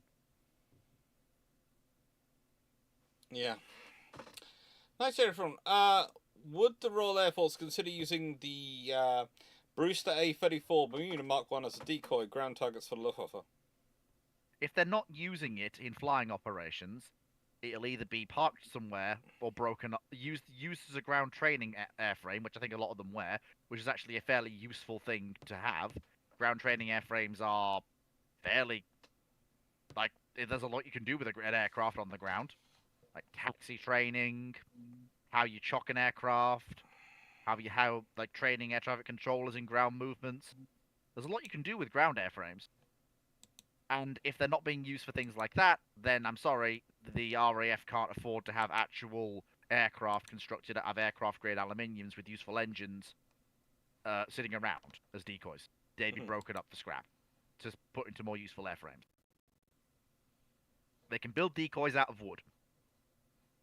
That is what you build decoys out of, traditionally. Yeah. And then you drop wooden bombs on them. It's how it works. You build a wooden airfield with wooden things, and then you drop wooden bombs on them. Now, Listen, the Germans put a lot of effort into making that airfield. The least you could have done was drop live munitions on it. I'm just saying. Now I've got this up because why is that moving? Why is that suddenly moving around? It's supposed to be locked in position. Now it's locked in position. That's good. Right, should be able to move around. Okay, so I have brought this up because the next question that comes up is if the Royal Navy had been able to get Winston to not pause, didn't cancel, not pause the capital ship and carrier production, what gets finished by the time Bismarck sails in May 1941? I actually, this week for the Henderson Fisher video, actually worked out a fairly accurate guide for that. And Isn't she facing most, if not all, of the KGVs at this point, plus at least a pair of illustriouses, if not more? Well, basically, for the for Bismarck in 1941, Duke of York is the most recent one to have ended service. She'll have ended service in February 1941. The rest will all be too late in service to take part of it. The illustrious class will have all entered service by September 1940. And even Unicorn might be in service by May 1941. Let alone the Implacables and Indefatigables. Probably wouldn't have been in service till the end of 1941. So the thing is, what's she facing? Armageddon. Armageddon is simply put. Mm-hmm. It's just not a good time for her to be alive.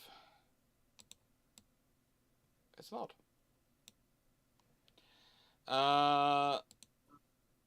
Next question. What was the first anti-torpedo device used to protect ships? Ooh. No. It was as a response to the creation of the torpedo as we know it. Well, not as we know it, sorry, as it was originally termed, aka what we now call the sea mine. Ships were given double and then later triple bottoms. That was the first dedicated attempt by ship designers to provide protection against the effects of an underwater explosion. Nets came later. Was it though? Yeah. Because I thought stuff like double bottoms came from a ship construction structural rigidity place instead of protection against sea mines. That's part of it. That's its history, but then one of the reasons why it's considered worthwhile implementing and the cost is considered worthwhile is because of the original mines. But I think if we use torpedoes as they are probably intended by this question from Black Horse, as in the self-propelled Whitehead torpedoes, the first really anti-torpedo device you got is torpedo nets. And then one of the things that we often talk about magnetic torpedoes, etc., and they're in fact, but there is a reason why ships would degauss and then carry their own degaussing cables to reduce their magnetic image, because again, that was considered a method of trying to stop those torpedoes going off, the magnetic influence of the ship. So, there's all sorts of systems being put in there. Nightingale 1. As the Curtis SBC is the Helldiver 1, why do we refer to the Curtis SBC SB2C as the Helldiver 2? Honestly, I don't know. We don't. Yeah, basically, Because most of the people writing about it during the war didn't realise there was a Helldiver 1.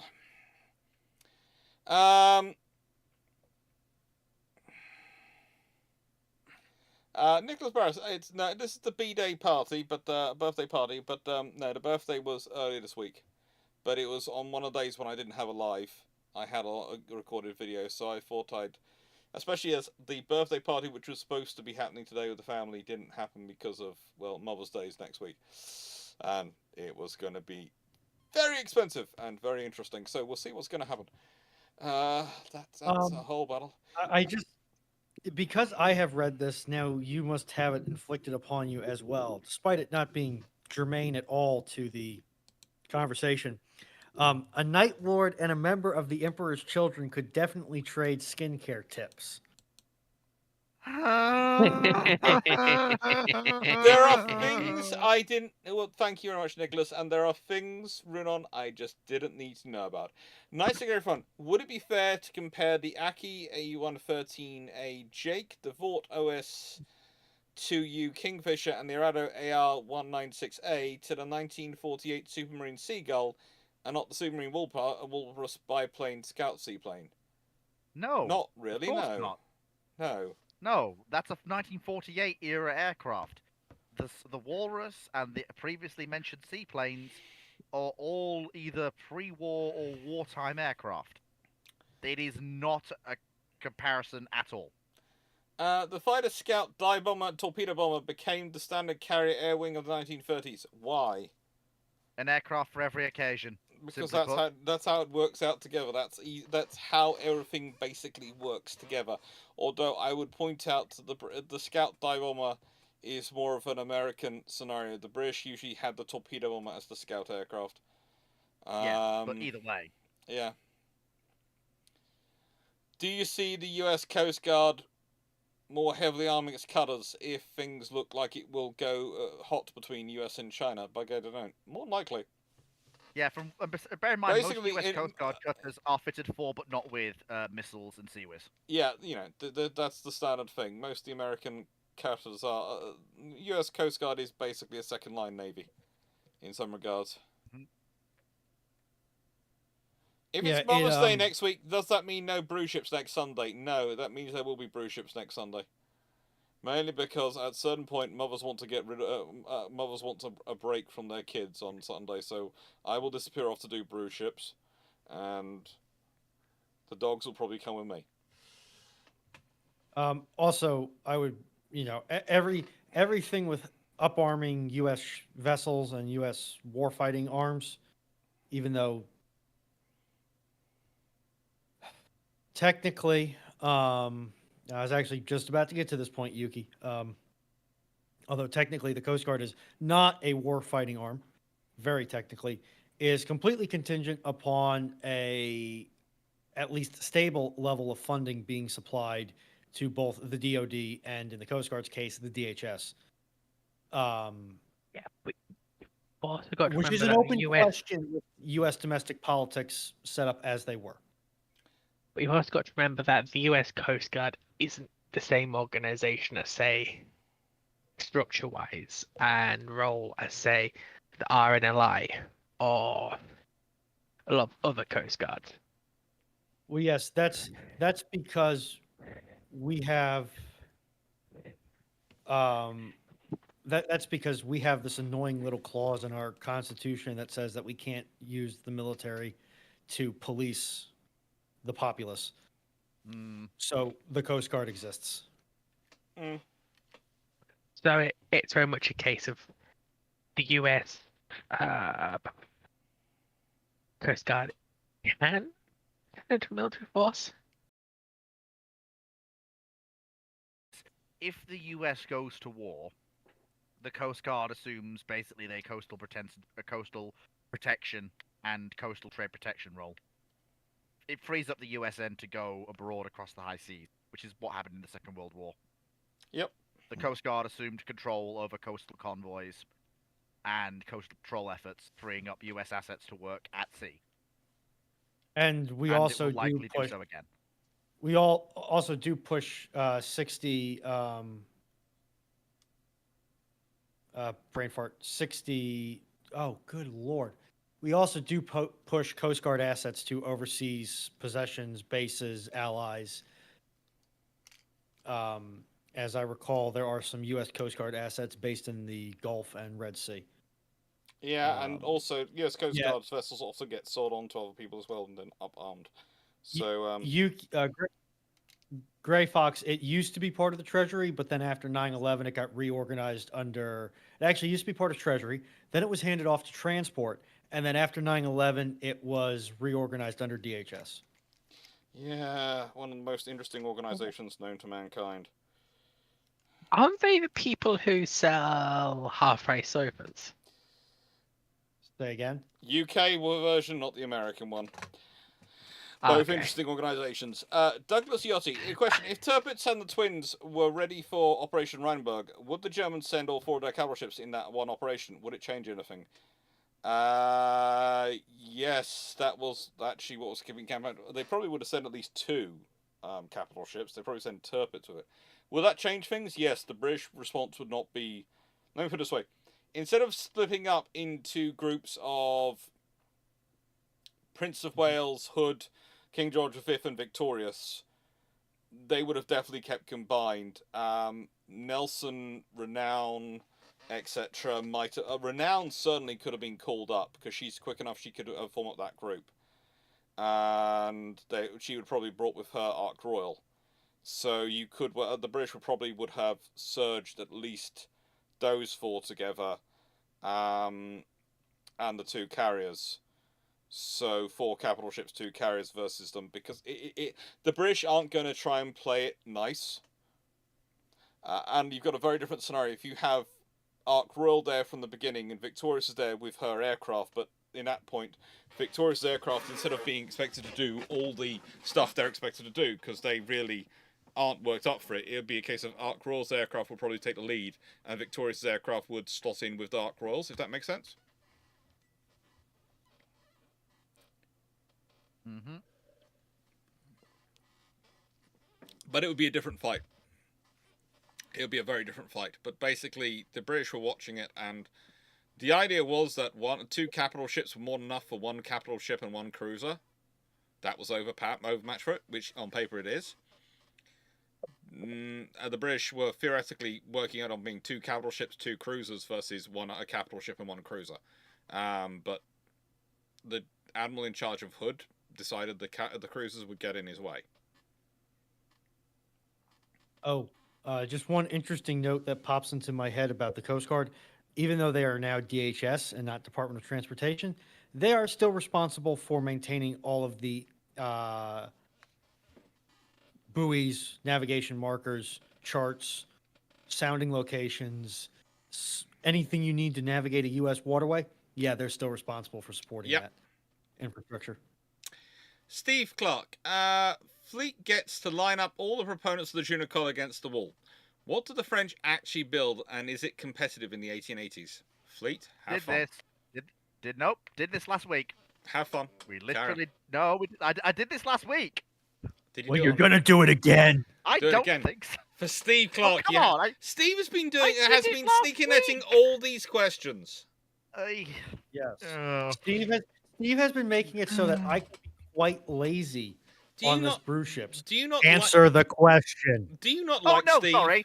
No. Oh no, sorry. That was ramblings this Monday. Not Bruships last week. But I suppose I can tread the same ground again. So let me just. I have the images here somewhere. Where are they? Yeah. Under the sea. Oh, for the love of Mike, would you? Okay, so I'm gonna use Bruships Q&A quickly because I think the chat's up on thingy, so if people see the images, they will. Fantastic. Okie dokie, artichoke. Right, okie dokie. So Did you just say okie dokie artichoke? I might have done. I don't know what to think about this information, but okay, carry on. I don't know why that's a big deal, but all right. So, the first thing we need to do is there's not really too much to change up until about the I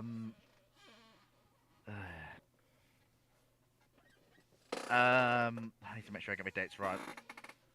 I don't need to change too much until about the mid 1870s. That's when I really need to start changing things. Basically, we need to when we're looking at the next generation of ironclad after the oh yeah. So after Oh. executing a journalist and violating freedom of the press, because the chief proponent of the Juno Call was, of course, a journalist, not a naval officer. Oh, sod it.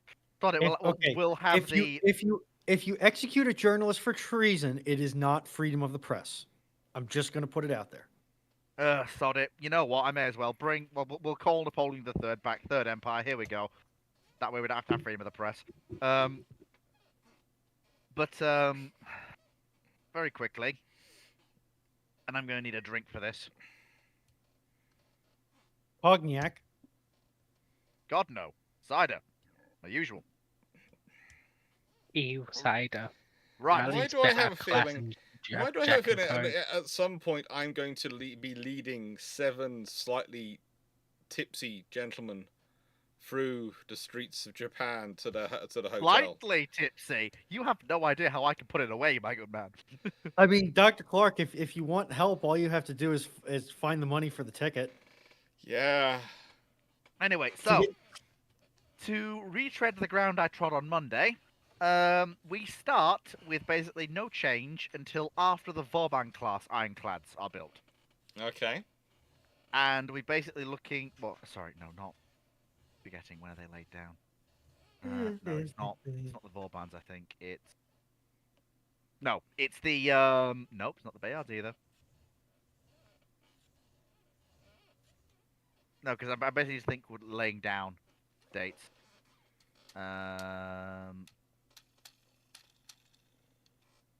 Yeah, so after the Bayards are laid down in 1878. Because up until that point, we're doing fairly well. We need to not build the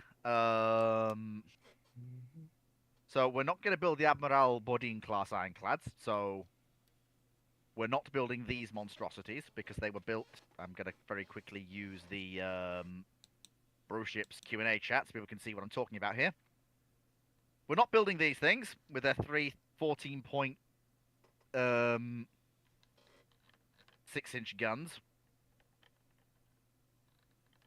And instead, we're going to adapt the Terrible class ironclads. They're sometimes also called the Because they're Red Wing terrible? class ironclads. No, funnily enough, they're actually France taking a step in the right direction, which they unfortunately stepped back Yeah, from. but rather terribly. And basically, what we're going to do is we're going to take this design, remove the, quite frankly, abysmal 16.5-inch single mounts fore and aft, because honestly, they are without a doubt the worst naval gun the French ever put to sea, and I'm not kidding on that. They were an abysmal weapon. Expand their displacement by about 3,000 tons. Put a pair of 13.4-inch guns in the place where the 16.5s were. Increase the secondary battery massively. Basically, I'm making a French version of the Admiral class ironclads, and instead of building 4 ships, we're going to build 8 of them. And the plan is to have all of them in service by around 1886.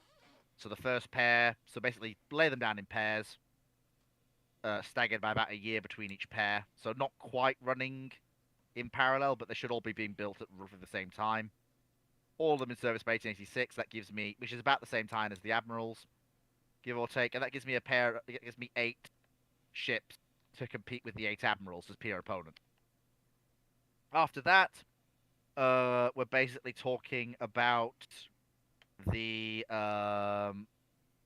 Marceau class Barbette ships. Following on from them, I'm basically just skipping Hoche entirely because there's no point building her.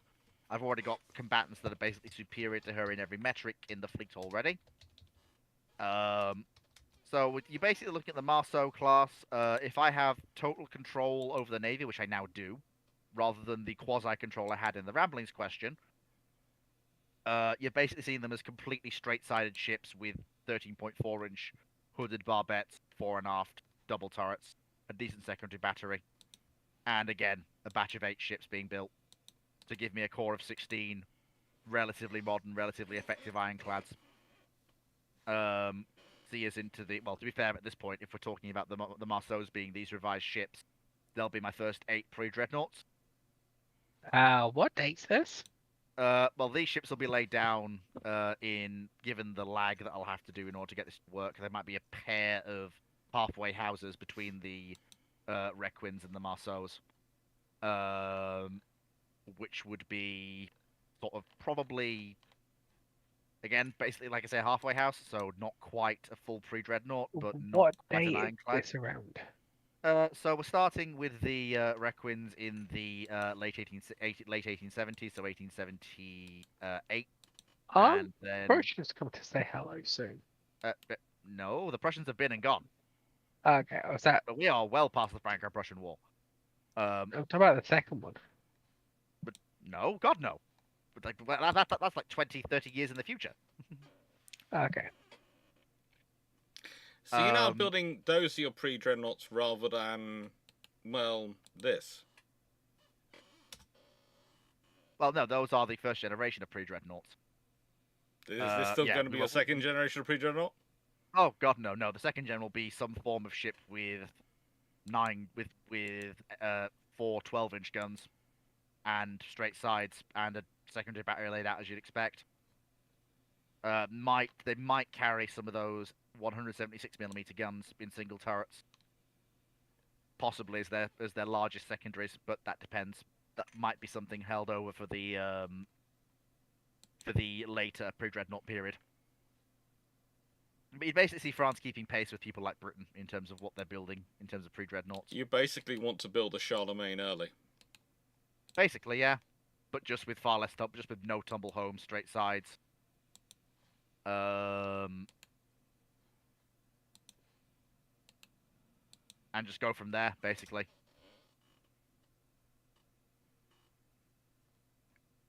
There you go, Charlemagne. Yep, I'm just. All right. Yeah, basically. Yeah, but that's basically it. Let's go back to the questions. What would the plan for 200 from Knight? Were the plan for 200 Royal Canadian Air Force Avro Lincoln and 50 Avro York be for War with Japan? Yes. Yeah. Runon, what happens if Kimmel is exiled to Westpac, MacArthur's command, instead of being completely pilloried and drummed out of service? The US Navy has a fairly decent admiral down there. Mm-hmm. A fairly decent admiral, and someone who's actually got some skills at night fighting, so it could change the Guadalcanal campaign.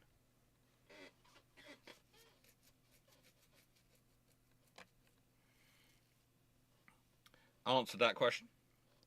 Next question to come in. Thank you. Staff Johnson, how quickly could the Royal Canadian Navy adopt the Royal Navy census for Type 26 if the Liberals get a 4th term and cancel the Aegis contract?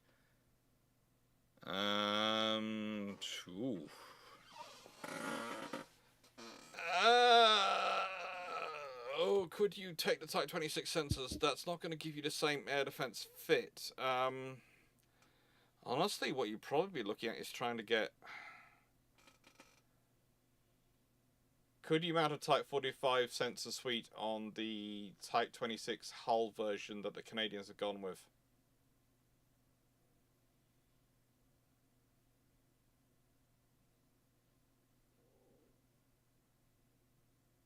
It's going to muck up your stability profile, so you're going to have to redesign your hull stability.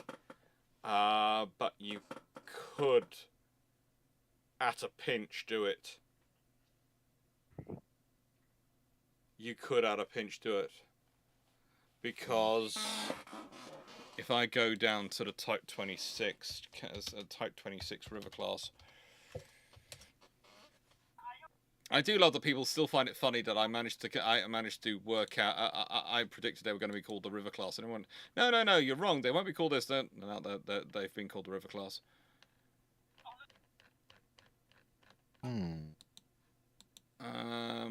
The Canadian version looks like this.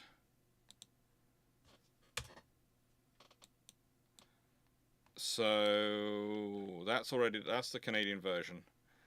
Already, as you can see, it's already got a mastered version of Aegis anyway to raise it up instead of hull mounted. So you could probably do it. The thing is, the Type 45 radar set is a two-unit system with both the dome and the panel array radar system. You could do it, but the thing is, I don't really see that happening. I only see that happening is if things get really, really stupid. And then you've got to think about more than just the transferring to a British radar. Because you're going to have to select new missiles. So basically, you're probably going to end up adopting the entire British missile suite. Because that's your only option to still be able to deliver it on time, is to buy an off-the-shelf missile suite, and there's only so many nations which would sell Canada that kind of system, and literally, and Britain's one of the few options. And especially then you've got it to fit it with the Type 26 technologies anyway. So yeah, Britain's pretty much the only option. But there again, they might try and buy it off the French. God help us all. And then you'll have the joy of trying to adapt the French system into the British designed hull and electronics and all the other fun. And it's just, yeah. I feel like if it happens, you've got a lot of problems. Yeah, it's one of those things where there are complications with adopting a US system in the current geopolitical climate, but the complications are outweighed by the complications of trying to change things this late in procurement. And Aegis is not as old a system as it might seem. All the versions of Aegis are continually being updated and upgraded. And it's also still pretty good. The trouble is, because we don't talk about the upgrades to Aegis, it's like we don't talk about the upgrades to a lot of radars. People date it from the original version, the original version of the original implementation of that form of the radar type, not necessarily the version of it. I think in some ways I would say the current Canadian government is basically seeking to let's put it this way. I've talked about this already. We have had a situation where some countries have allowed themselves to become over-reliant on a single source, and this is not good for the relationship in any circumstance. Okay, it's not good. It was part of the end of history thinking that this came about. It's not a good form. It's not a good thing to be like it. But you can't shift away from it with a snap of your fingers. No. You've got to, and also I did just snap my fingers there, which is quite. I know. But you can't just you've got to move away gradually and honestly the missing out on a chance to get some Aegis combatants, despite everything that's happened. They should absolutely try and at least get them into the fleet before everything goes to toffee. The trouble is the procurement time is well into the 2030s, so in a nice way, you're talking about a 20-year procurement strategy. I know, but it's one of those horrible situations where you really should change. But what are your options? And your other option, I suppose, is to go to Japan for the Aegis system. Yeah, there is that. But again, that would mean restarting. That would mean restarting procurement again, and then that'd be a whole. No, the Japanese system and the American system is it could work. Very, very interesting. It's basically it's Japanese domestically produced version of Aegis. I think is what they're talking about. There is it's a discussion with Japan on how they get they secure their Aegis system. It's it's an interesting one to go into.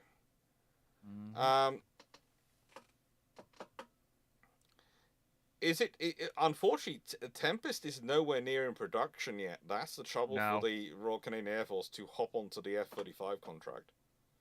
They But need airframes I, desperately. I would say on this theme, there were so many variations of questions that came in. Bishon put in a few, but there are lots of others which came in came in from different sources, which were basically, what do we do now?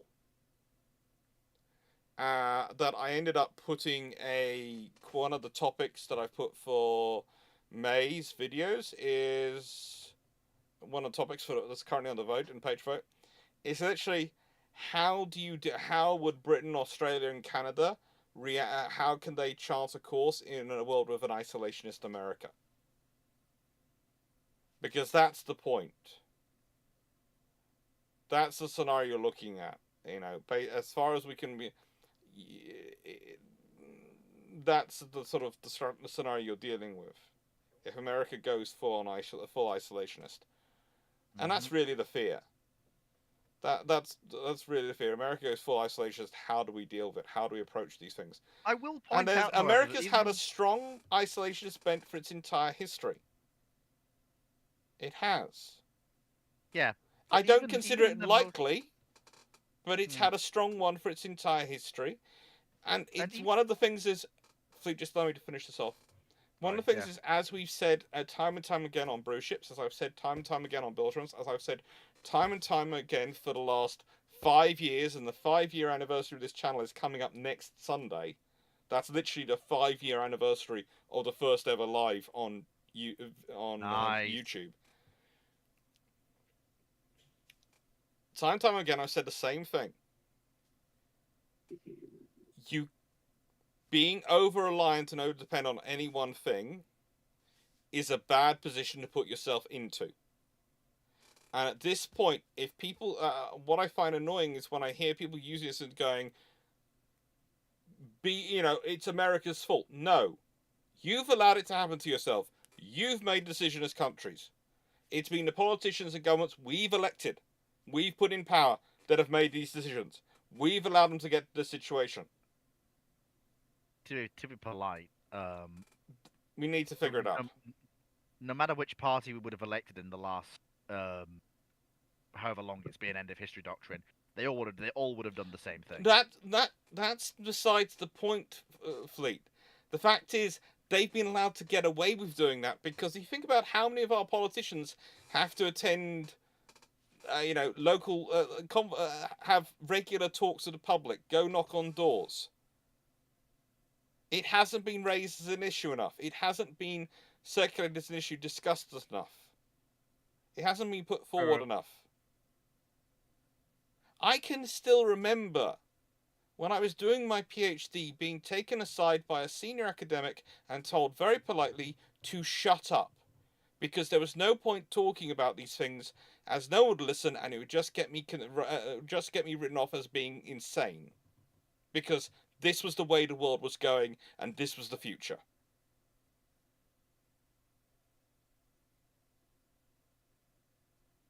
And that is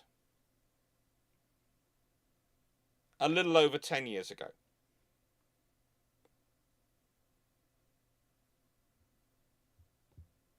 Yeah. And all I was saying at the time was, you can't afford to be... You have to try and work things out for yourself. You can't afford to be in a situation where you completely... The phrase I use often is the phrase which often come down in religious studies, actually. God helps best those who help themselves. Alliances are most helpful to those who can help themselves to an extent.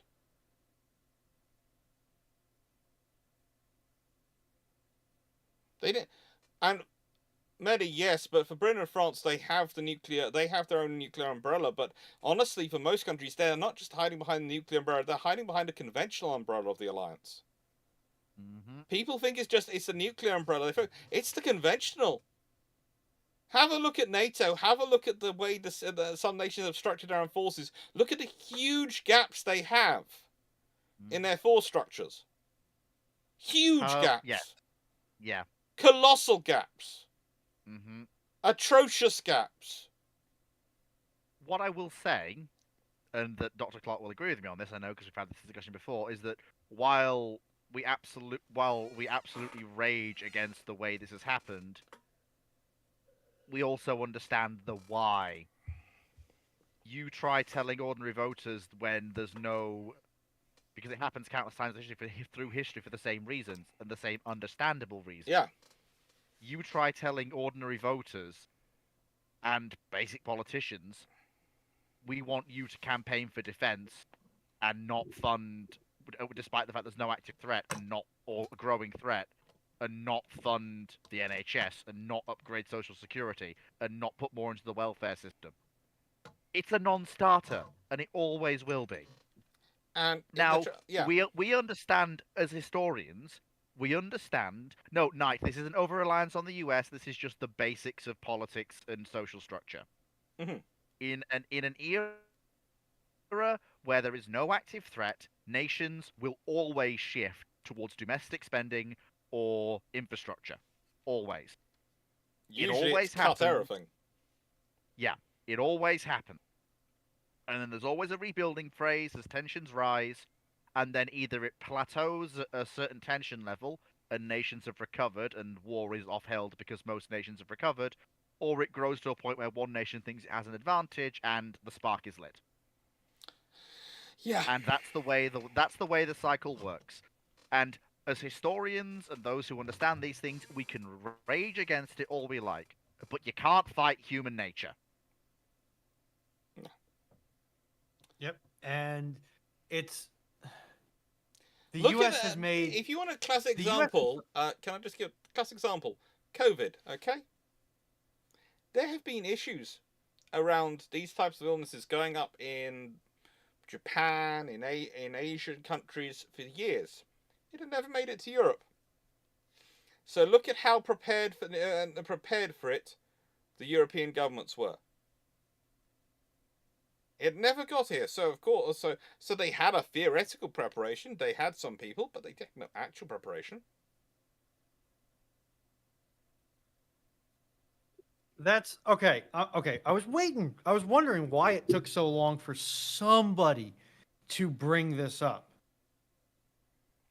The thing with Heathrow is, has that been ruled a terrorist attack? Because the last time I checked BBC on the subject, they said they were looking into it, but expected it to just be a system failure, which I can believe based on some of the other stuff I've heard. Heathrow is bad infrastructure planning. If I'm not mistaken, the entirety of Heathrow runs through one substation. I also found. So I would I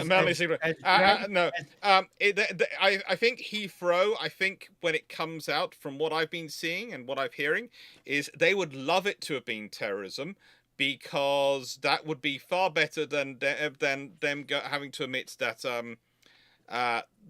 they haven't been investing enough in infrastructure, and Heathrow depends on just one substation for everything. This is actually And also, this is actually a Melanie, conversation sorry, topic me and Brunon had last finish- night. Can I So finish my trust me, initial Brunon should statement? finish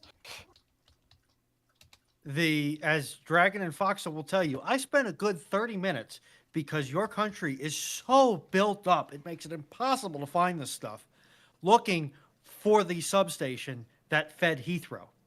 I finally found it. Those transformers are probably just as old as the youngest members in this panel combined. Mm-hmm. And they are huge.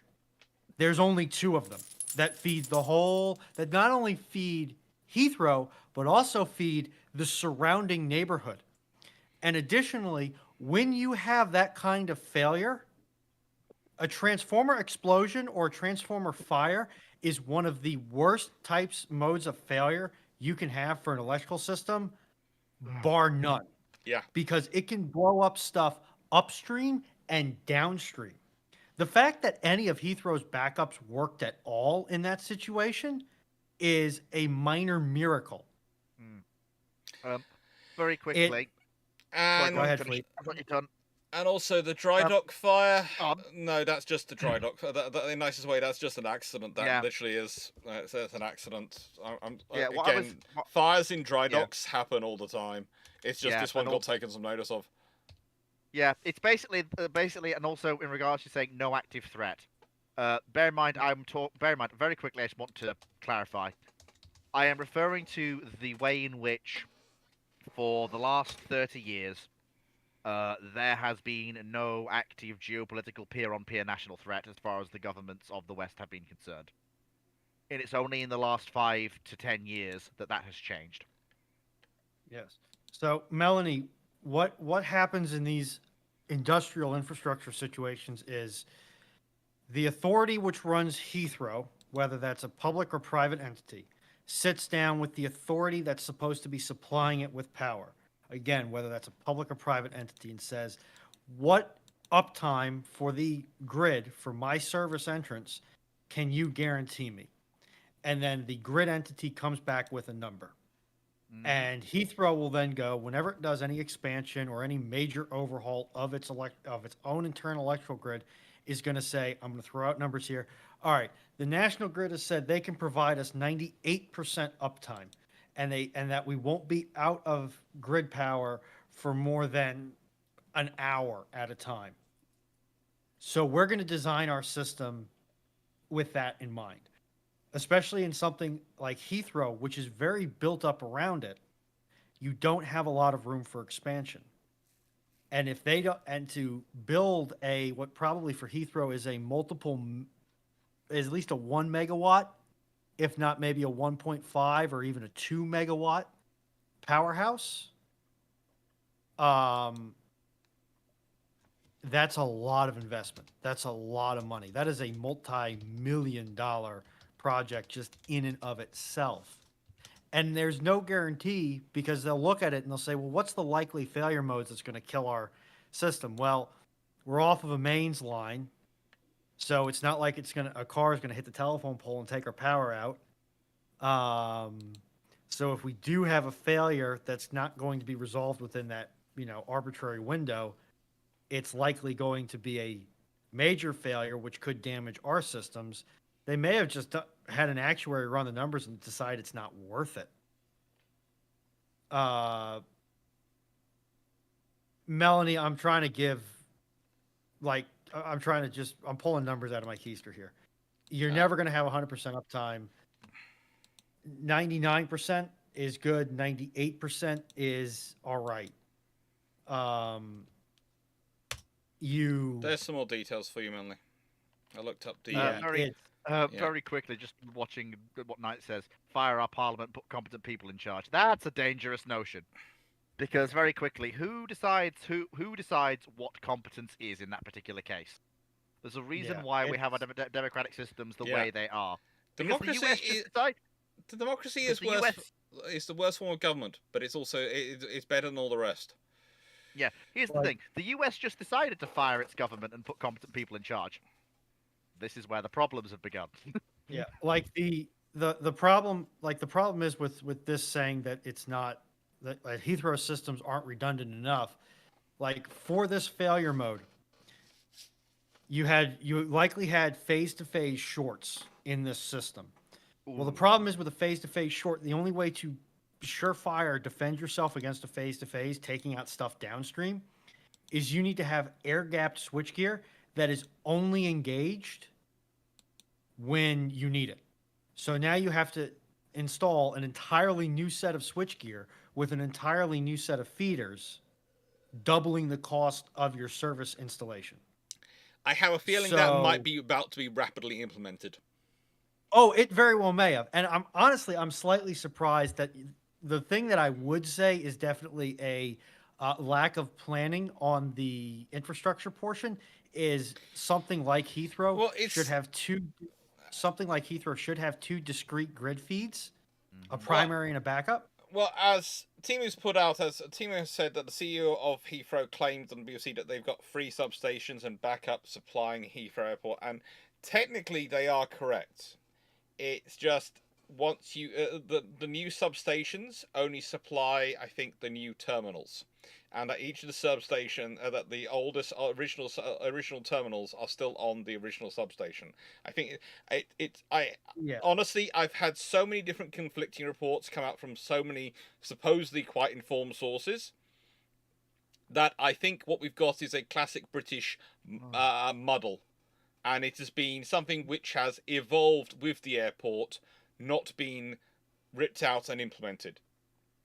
And I wouldn't be in a properly structured system, and the reason I'm willing to talk on this at length versus when it normally comes to non-North American grid things is because at this scale, it's an engineering question, not a methods question.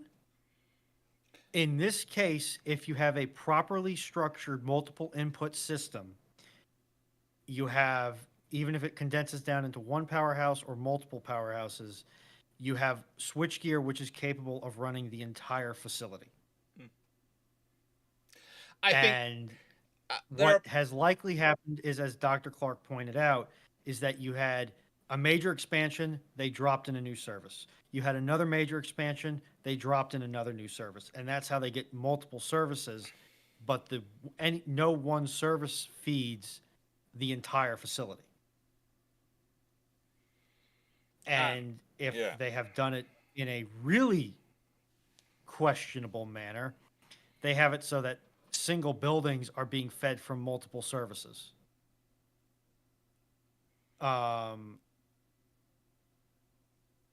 So it is. It's I would say there are people who are always trying to search for bad actors. I would say in this scenario, the bad actor is probably multiple generations of British failure to actually properly invest in infrastructure. And it's prepared to adapt the infrastructure, the existing infrastructure, rather than go, what we really need to do is rip this out and put in wholesale new stuff. Yeah, it's just complacency. I will also point out that with this failure, it is exactly the type of failure that can blow out all downstream systems. So even if you had the platinum level of backup for Heathrow, you could have lost it all with a phase-to-phase short, frying out every single solenoid, capacitor, and sensor between there and the point of demand. Yep. So let's move on to the next one. That would be an ultra catastrophic outcome, but it is well within the possibilities of happening. Do you think the USN should regret the decision to retire all their I believe that I'm guessing the 7s are the OHPs, since USN lacked the medium-sized surface asset. The fixed 7s are the Perrys. They probably don't. Let's put it this way. What I think they do is regret retiring them without having an equivalent replacement. They don't regret retiring them because they're starting to reach a point at which they were going to be an issue. Yeah. Like, the Perrys are great ships, but when they were built and what they were and the sort of work they did, their shelf life is limited. It was always going to be. Poseidon 7307, is there any particular reason this newer naval ships haven't moved to the Azipod marine propulsion units on newer assets? At the moment, I think it's, to an extent from the discussions I've been having, it keeps being considered, but it's not been implemented due to what some of the current views on damage control and on maintenance costs and on the systems they put them in. But I think it's something which is coming. I can see it coming, but at the moment, the trouble is I think it's considered almost too complicated a system to implement. They're very familiar, and they've got very worn out. They've got very tried and trusted practices for dealing with the shaft systems. But I wouldn't be surprised if Azipods are coming. New IQB 4472. Was the Penguin guided missile bomb really dropped due to issues with getting the operators to trust it? Well, the pigeon guided missile slash bomb was kind of also dropped because instead of training pigeons to do this, by the time you're approaching operational deployment, the first radar guided and radio guided missiles are coming in. And at that point, why are we training pigeons to do this? The pigeon can't be jammed. Yes, but also the...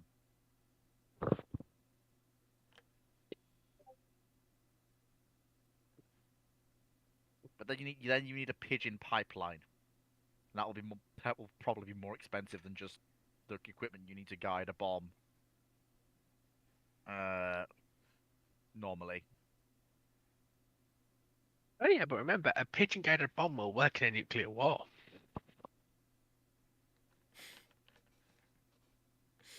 What if the pigeons get irradiated and grow two heads that want to go two separate Yeah. directions? Ay, caramba, there are many options.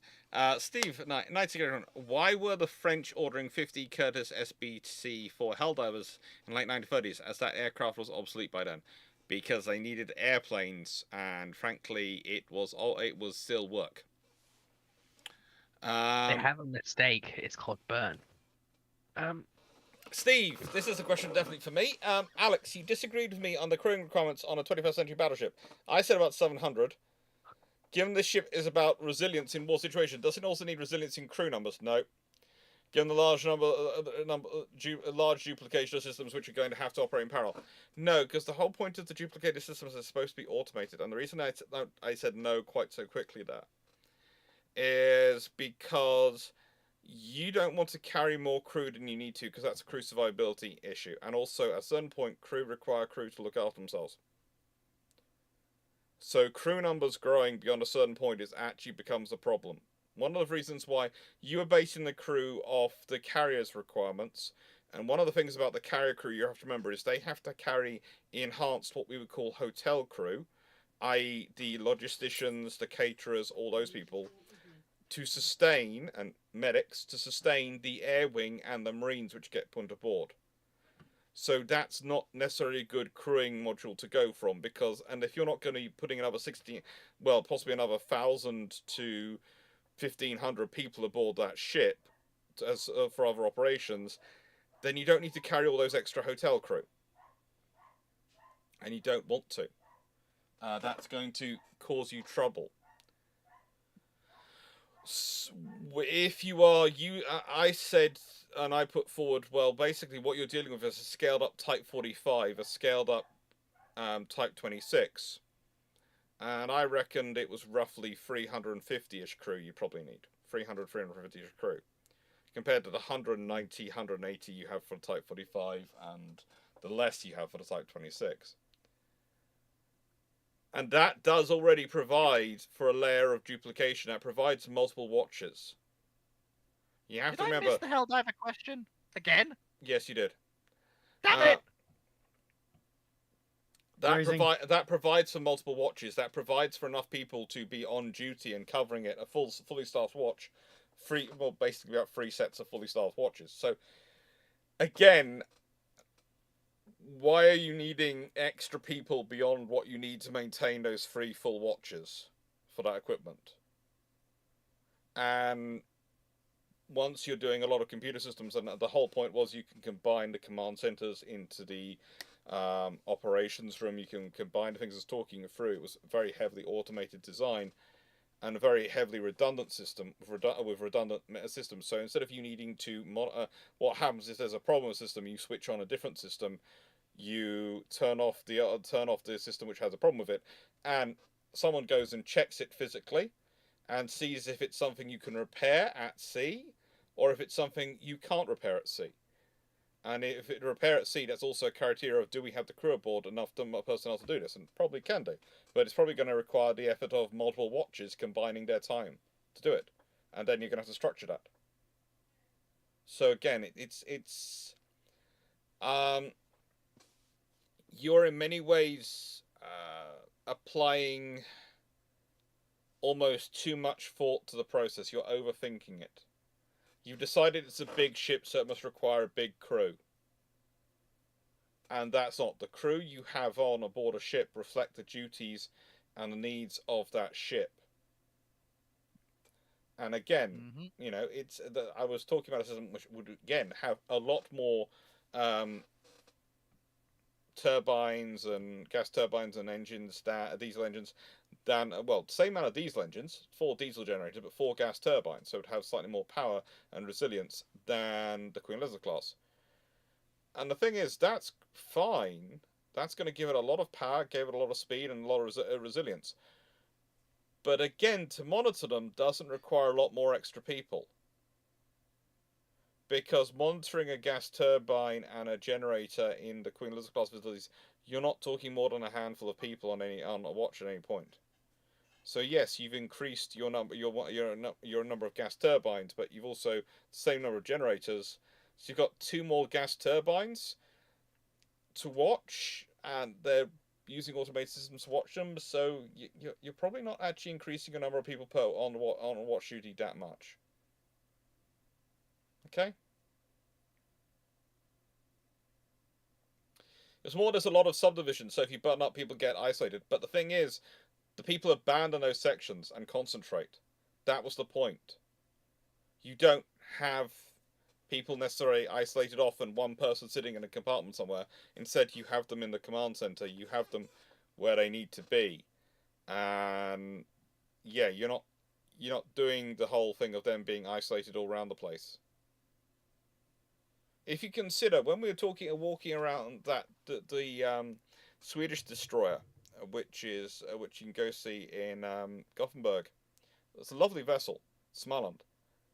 But one of the things you find very quickly is that its engine rooms are designed to be operated and commanded from discrete spaces within the engine room. They have MBC secure spaces sitting in the engine room they can run them from. And that was already at the point at which they were concentrating the engine room spaces into a space where you couldn't visibly see all the engines, so you were relying on equipment within the engine room. It's now we're talking about 80 years later. Basically, what I'm talking about is that person's not in the engine room, that person's in the CIC, that person's in the damage control section, and they're doing it from there. They're not of their own in the engine room.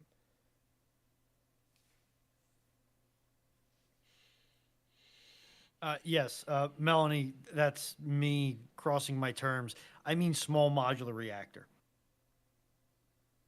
So Castina, in the U.S., what typically happens when you have backup power generation on that scale, in an emergency, all it does is power the facility. However, in a non-emergency setting, there may be an agreement to use that backup power as a peaker plant for the surrounding area. I know a lot of hospitals in Virginia do this that have megawatt backup systems. They will run them as a means of load banking them and put the extra power into the grid. It's mutually beneficial to both the customer and the grid. I'm going to open up. So that's all the questions from there. So I'm going to make this happen. All right. As Derps also mentioned, though, good luck making any sort of small scale nuclear reactor, or even high power backup system in Heathrow. The sheer amount of politics there is. Yeah, I agree that the politics would be an utter nightmare. However, I'm just saying these are the available backup systems you have theoretically. This is what you would need. Like, again, you are limited to either a gas turbine system or a reciprocating diesel generator system. That is what you are. That is what you are left with. Yeah. One or the other.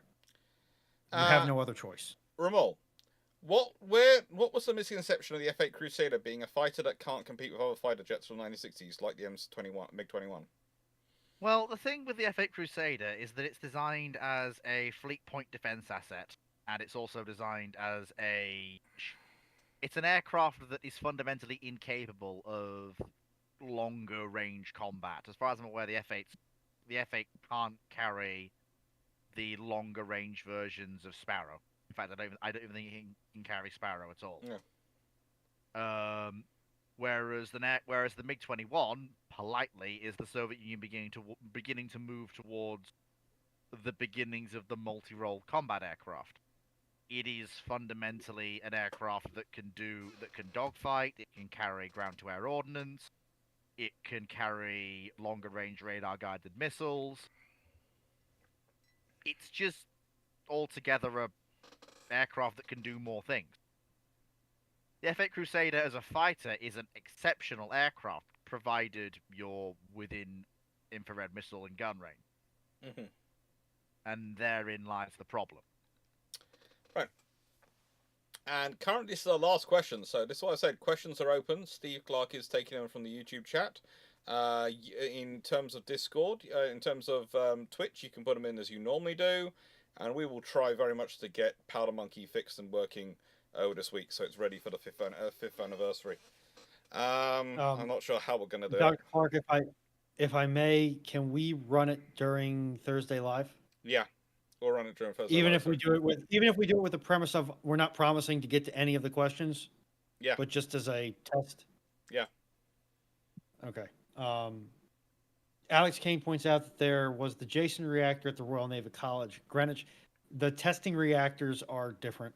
And to be fair, they get handled differently than ones that are expected to make power. And to be fair, Alex Kane, the thing was that might have been. I think that reactor was more a classic case of we've installed this, but you didn't ask for permission, and we're not asking you for forgiveness either.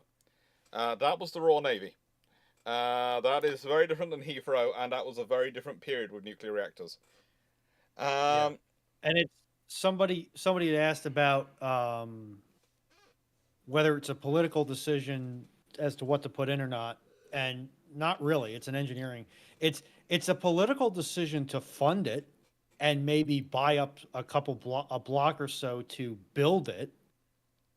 But as far as what it is a political decision. It was basically there'll be political parameters around it because the politicians will want to and will have their own views. And I can guarantee one of them's going to be, can't we do it with solar panels?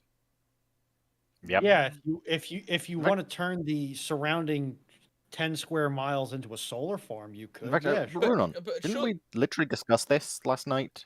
About the Yes, idea of using solar panels for I Heathrow? can guarantee at least one person will stand up in the House of Commons and say, "Why can't we do it why can't we install a Tesla battery farm and solar panels in Heathrow and that do it rather than putting in any kind of power station?" As much as I will admit to being surprised at the fact that there's just about no solar visible on the most recent overhead images of Heathrow, you are not going to be able to fit enough of the most efficient solar cells on Heathrow to make a lick of difference in an emergency outage system. All you're going to do on that is maybe, if you're lucky, move the decimal place over 1 on your monthly power bill. Yeah. Maybe. It takes a whole lot of power to power through. Honestly, Yes. Yeah. I'm quite impressed the system lasted as long as it has. When you go to something with Heathrow, you are no longer dealing with wall voltage. That is not your standard voltage. You are dealing with 600 volts to 1500 volts to run stuff. That's how much power we're talking about when you go to a facility the size of Heathrow. Medium voltage becomes the normal voltage, or well, what is now considered very high voltage becomes, high voltage in American parlance becomes normal voltage. I have lost a poodle. I didn't even notice my poodle. So find the poodle. If for the Americans in chat, you do not commonly think even in 277 480 for a facility the size of Heathrow. You think in 600 to 1,000 volts. Poseidon 660 volts is a good time. To be fair, tomorrow night we might get an early preview of what it's like for me to be have no iron brew because oh boy, I haven't received a paycheck yet this month, and this is my last bottle of iron brew. Oh no. I was going to say someone drank all of it, but phases don't really make a lick of difference. Like you could go to a 4-phase or a 5-phase or a 6-phase system. What you're more likely to see to make things more efficient is going to be high legs. You'll see a lot more high leg systems. And to a lot of their stuff, they don't have a lot of start-stop. It's all continuous operation because your heat load for a facility like Heathrow is going to be so high because you have so many people going in there, not to mention all the computers, that you'll never shut the chillers off. And those are going to be your biggest draw, biggest heat source is going to be the humans and the computers.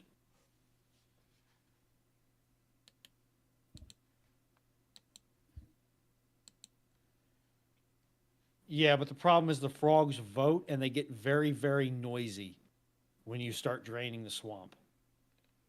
So,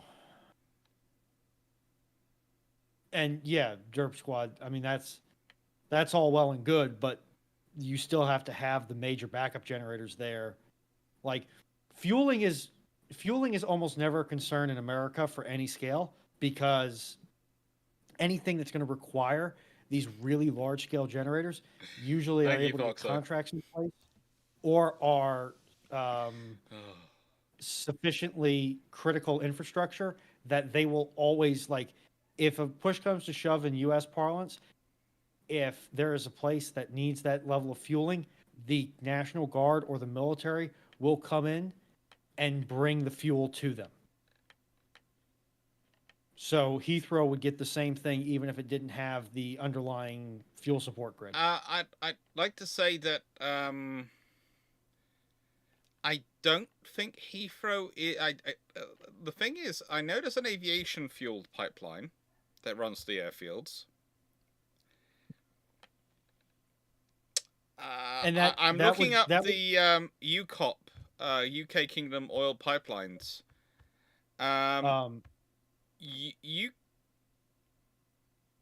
UCOP carries petrol, kerosene, and gas oil, diesel. Kerosene, of course, being including jet fuel. Oh yeah, that too. In the UK, Fraser. And UCOP, looking at the list of UCOP distilleries and where they go to, and no, Heathrow's not on the list.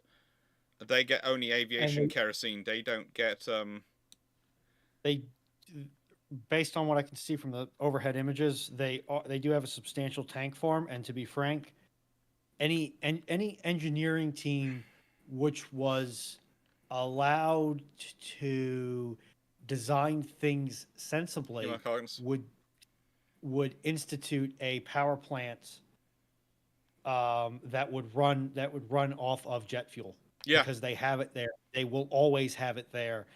It is not a question of are we going to get fuel, because it's not going to be a diesel plant. It'll be a gas turbine. Yeah, it will literally be a gas turbine. If Heathrow's tanks are low enough to where there is a concern about running the backup generators, they have much bigger problems than they are on backup generator. I'm sorry, but you're forgetting how the government would probably solve this.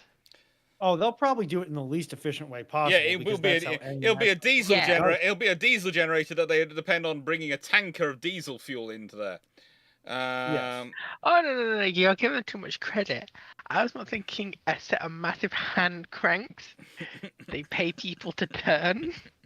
I mean, if they really wanted to honestly, do it, it would probably be actually. No, it wouldn't be. It wouldn't be hand cranks. No. It would be a spin class. No, I'm sorry. You're all wrong. Triple expansion steam engine fired with coal. No. No, It would be a steam turbine fueled from the hot air captured in Parliament. Oh, we can always wish. We can always dream. Right. That would be an effective fuel source, though. Yes, it would. Do you know how much hot air is in Parliament? Okay. Almost as much hot air as what's in the DC. Nightwolf, which good on paper, but in reality it was rubbish, and vice versa. Which one has looked good on paper, looked rubbish on paper, but good in real life? I'm going to presume ships. Well, I think you just need general ideas. Things that look rubbish on paper were actually good in real life.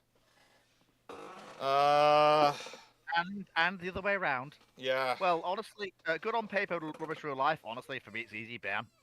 Bairn as a carrier looks fine on paper, but in reality, when she's operated and used, Oh boy, you need to get your eyes checked. That's what I said good on paper, but in reality, rubbish. She doesn't even look good in drawings.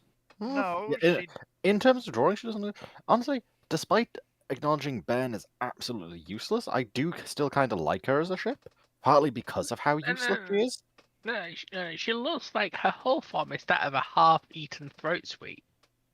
Well, but in terms you'll understand, it reminds me of Aqua from Konosuba. And in the arrangement, oh, for God's sake, not that overblown. You just like laughing at it. Not that overblown goddess with delusions of grandeur and ideas far above her station. Well, you've Welcome seen to Bairn. Konosuba. Excuse me? I'm more cultured than you might Excuse me. realize. Excuse Well, me. it's like nicest way. Hmm. It's like he really does like all the ship girl questions because he does actually know the stuff. He just pretends he doesn't know because he thinks that makes him look cool. But I'm still trying to get over the concept of the Hosh of the burn looking good on paper. Well, no, think about it. As a first design for a carrier, it looks all right, but well, in reality, no. It has 3 different sizes of lift. Exactly. We can test all different aircraft. It's a good idea on paper. Why don't you just build the largest lift as your only lift? I.e., Because you put in 3 of the largest This lift is that you have designed. This is exactly why I say looks good on paper, but It in reality, doesn't look good on paper, though. I can point that out to you and say, Yes. oh, so this way we can test all these different aircrafts. Newsflash, if you can fit if a aircraft is smaller than another aircraft, and Okay, you Paul. build a lift to take the larger aircraft, it will also take the smaller aircraft. here's I'm the just thing, putting Ruinov. it out there. Then we, I yeah, but may thing is be then, the dumb American cousin here, no, but no, you're thinking about it from a completely logical and well thought out engineering perspective, yes, I am. No, you're thinking about it without also all the competing interests that go into ship designs. Again, when I say good on paper, I mean good on paper from what the designers in the French Navy actually accepted she was going to be. But again, in reality, she's rubbish. And for what looks rubbish on paper but was good in real life, If you say now that is- if you say the Hosh, you and I are gonna have real fun. Using prophylactic kits as an integral part of mine fuses. No. Good. Good would Hosh doesn't come into good. Hosh is mediocre. But That's optimistic. no, it's accurate. If we're gonna talk Can we about, please do a status a state of life check on Fleet? I think he might have been abducted by an alien body snatcher. very quickly, Can we a proof of life, please? we get someone agreed there? on this. I And- managed to get you to agree to that point. You can't backtrack on it now. Anyway, I still think in regard- hearing Fleet actually say this, I think this is actually worrying me more than anything. Can we please do a check that I've got Fleet's it. okay? Rubbish on paper, good in real life. Honestly, Has he been kidnapped? This is how he tells the world he's been kidnapped. The only way that the way I tell the world is I've been kidnapped is it would be bashing Hosh with extreme prejudice. But rubbish on paper, good in real life. The problem that I've got is rubbish on paper, good in real life would have to be. The only thing I can, because the problem is things that are rubbish on paper usually don't get to the real life part. But the only thing I can think of that would possibly cover that would be the M-class submarines of the Royal Navy and possibly the I-400s for the same reason. It's an idea that looks insane on paper, but in reality was reasonably well executed and worked relatively well. That's the only thing I can think of.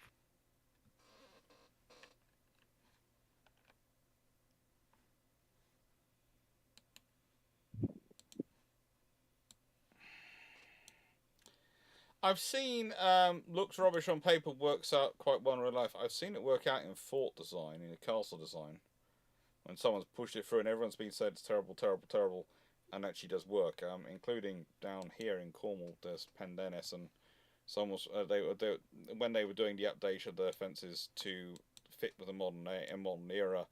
At one point, when building the big earthen banks and star forts, they didn't build a proper star fort design. People thought, oh, that's terrible. It needs to be a better star fort.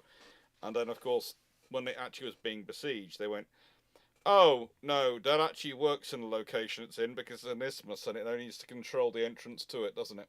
Yep. It worked. Next question, which we have, which is the Colorado versus basically Nelrod 16-inch. I think it's horses for courses, if I'm going to be completely honest with you. Yes, the 16-inch guns on the Nelsons and the Rodneys are 45 caliber weapons, and the 16-inch 50 is. Oh, hang on, no, 50 was for the South Dakotas, I think. I don't know if the Colorados carried it.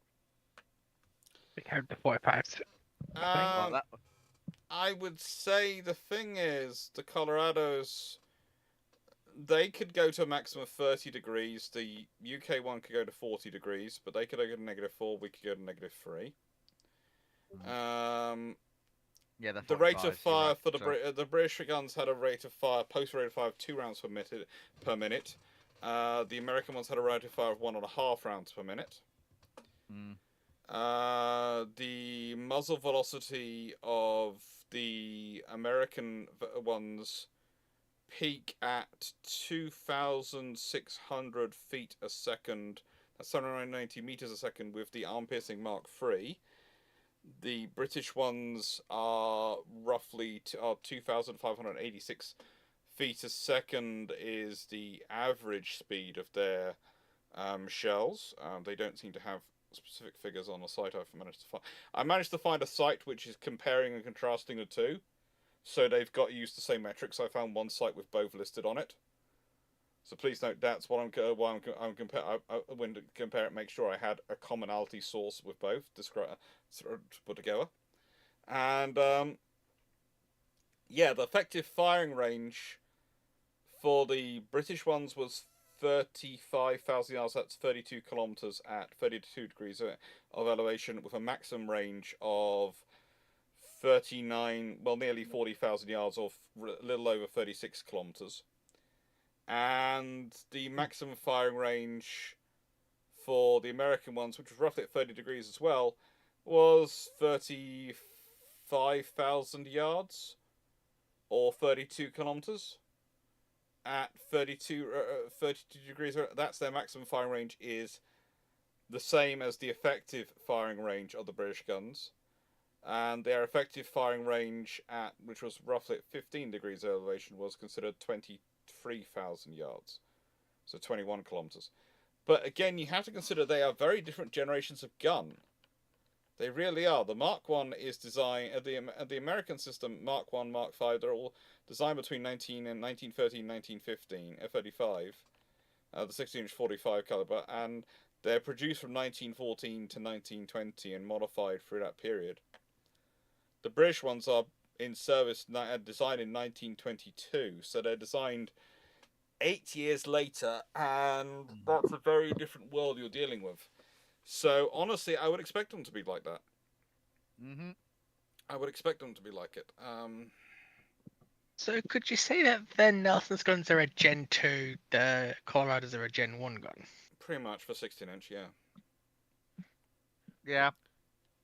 It's the classic thing is you're dealing with those sort of things that they can't. Fairy Swordfish was not rubbish on paper. That's the thing, Darkstar. The Fairy Swordfish, when it was first entered service as a design, was not rubbish on paper. What? Darkstar's put Fairy Swordfish, a rubbish design on paper, a slow biplane, just as everyone is moving to monocoque planes. When it's coming to it worked. when it's That's what it was meant first for. being looked at organized in 1933, it is not rubbish on paper. The thing is, it fits with that period. The thing is, its successor aircraft is delayed, so it's in service for longer. And it works well. So the thing is, the Swordfish looks bad when you look back, but when they were designing it, it looked good on paper. It fitted with the world it was in. And honestly, even excluding stuff like Bismarck, it did perform very well for what was the rest of it. Mm-hmm. It's one of those things of there are a lot of stuff looking back that says it's terrible, but when you look at it at its period when it's designed, it fits in with what's being built, and when you look at its performance and capabilities, you're sort of going, I'm not really surprised. Plus, what it's built for, it does really, really well. What it's built for. Yeah, Dr. Clarke, are you saying that are you saying that we should only judge people in the past by the information that they had available to them at the time? That would make sense. But that doesn't mesh with me ideologically. I just need to hop in and say bye. Take care, Foxo. Because Exactly. we need to go for the last couple of minutes and you keep interrupting me. Yeah, I know, No. but that's because we didn't want you to go. Means he can keep you here. Yeah. Yeah, I don't think you, Dragon. Yes, I Um, know. oh, I was sleeping on the couch. Uh, Dragon needs to go. I thought Dragon needs to go feed you. That's a fair point. Have you eaten today, Foxham? yes, I will investigate this more.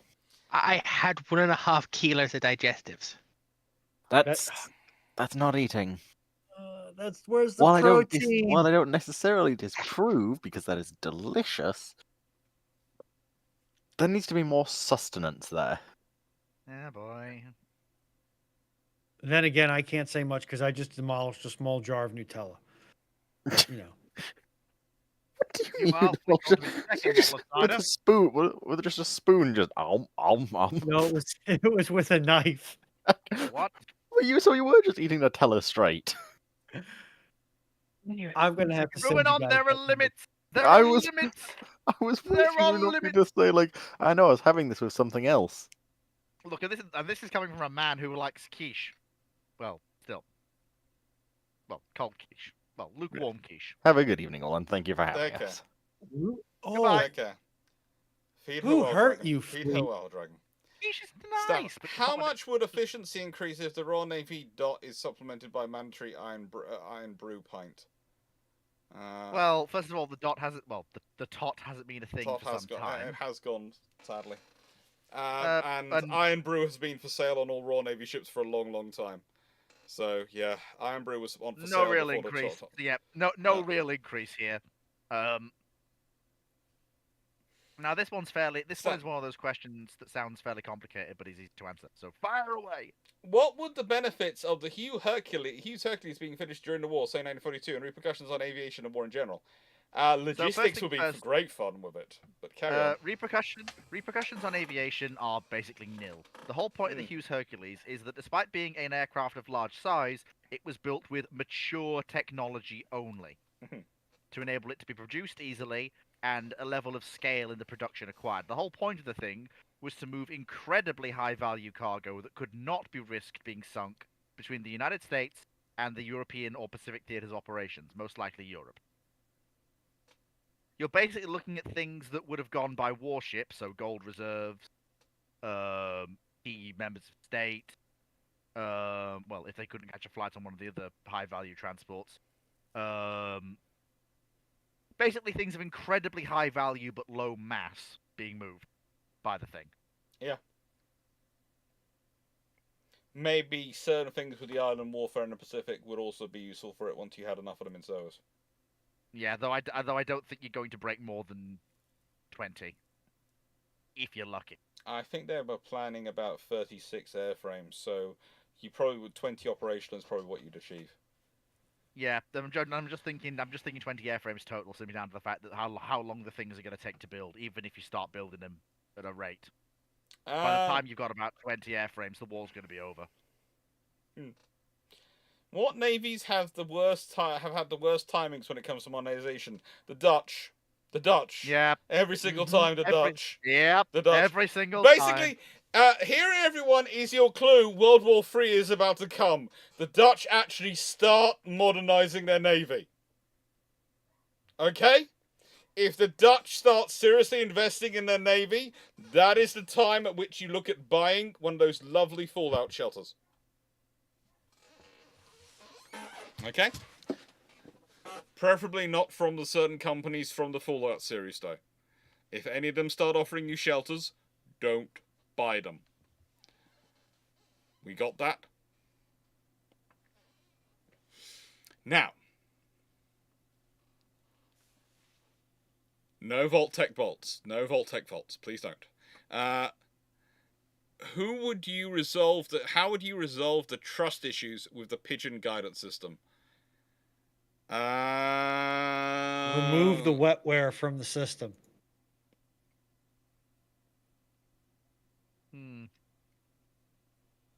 I don't know. Make sure all the controllers were pigeon fanciers. I think that's the name for that's the correct name for pigeon enthusiasts, isn't it? Pigeon fanciers. I seem to remember. But the trouble is, then they won't want to use their best pigeons for it because they'll think they're all for racing. and they won't want it. I don't know. I really don't know.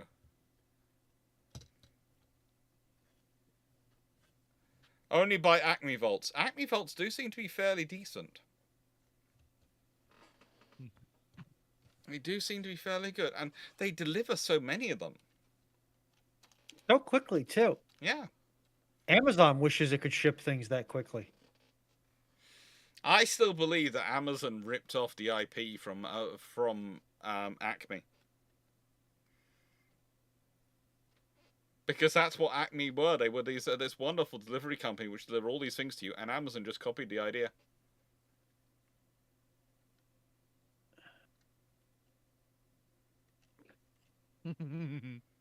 Oh, dearie me. So, yeah, I'm not sure how to resolve the trust issues. Let's do queue release, see if there's anything on Twitch. Nothing on Twitch. We have got some questions coming in. Steve C., Molnia, and Fenris. Atlas survival bunkers for the win. When were the Dutch actually early for a war? Well, the Anglo-Dutch wars, they were early sometimes. But basically, that's the last time they were actually successful in any war. I think by the Fourth Anglo-Dutch War, they were basically getting stomped. But they did quite well in the earlier ones. Steve, when were the Dutch early for a war? The many Anglo-Dutch wars we fought. Yeah. Those, and the expansion of the Dutch East Indies. Like, they really went hard on that. Like, seriously. They were good. They got there so early that they were a modern arts masterpiece in terms of how quickly they dominated the area. The Dutch East Indies went from minor holdings to the entire archipelago in the space of about 80 years in the late 18th and early 19th century. You know, this week is not only the fifth anniversary of the channel. I'm only 110 away from 15,000 subscribers. I still have to get to 20,000 subscribers by Christmas to win the bet for my mum, but you know.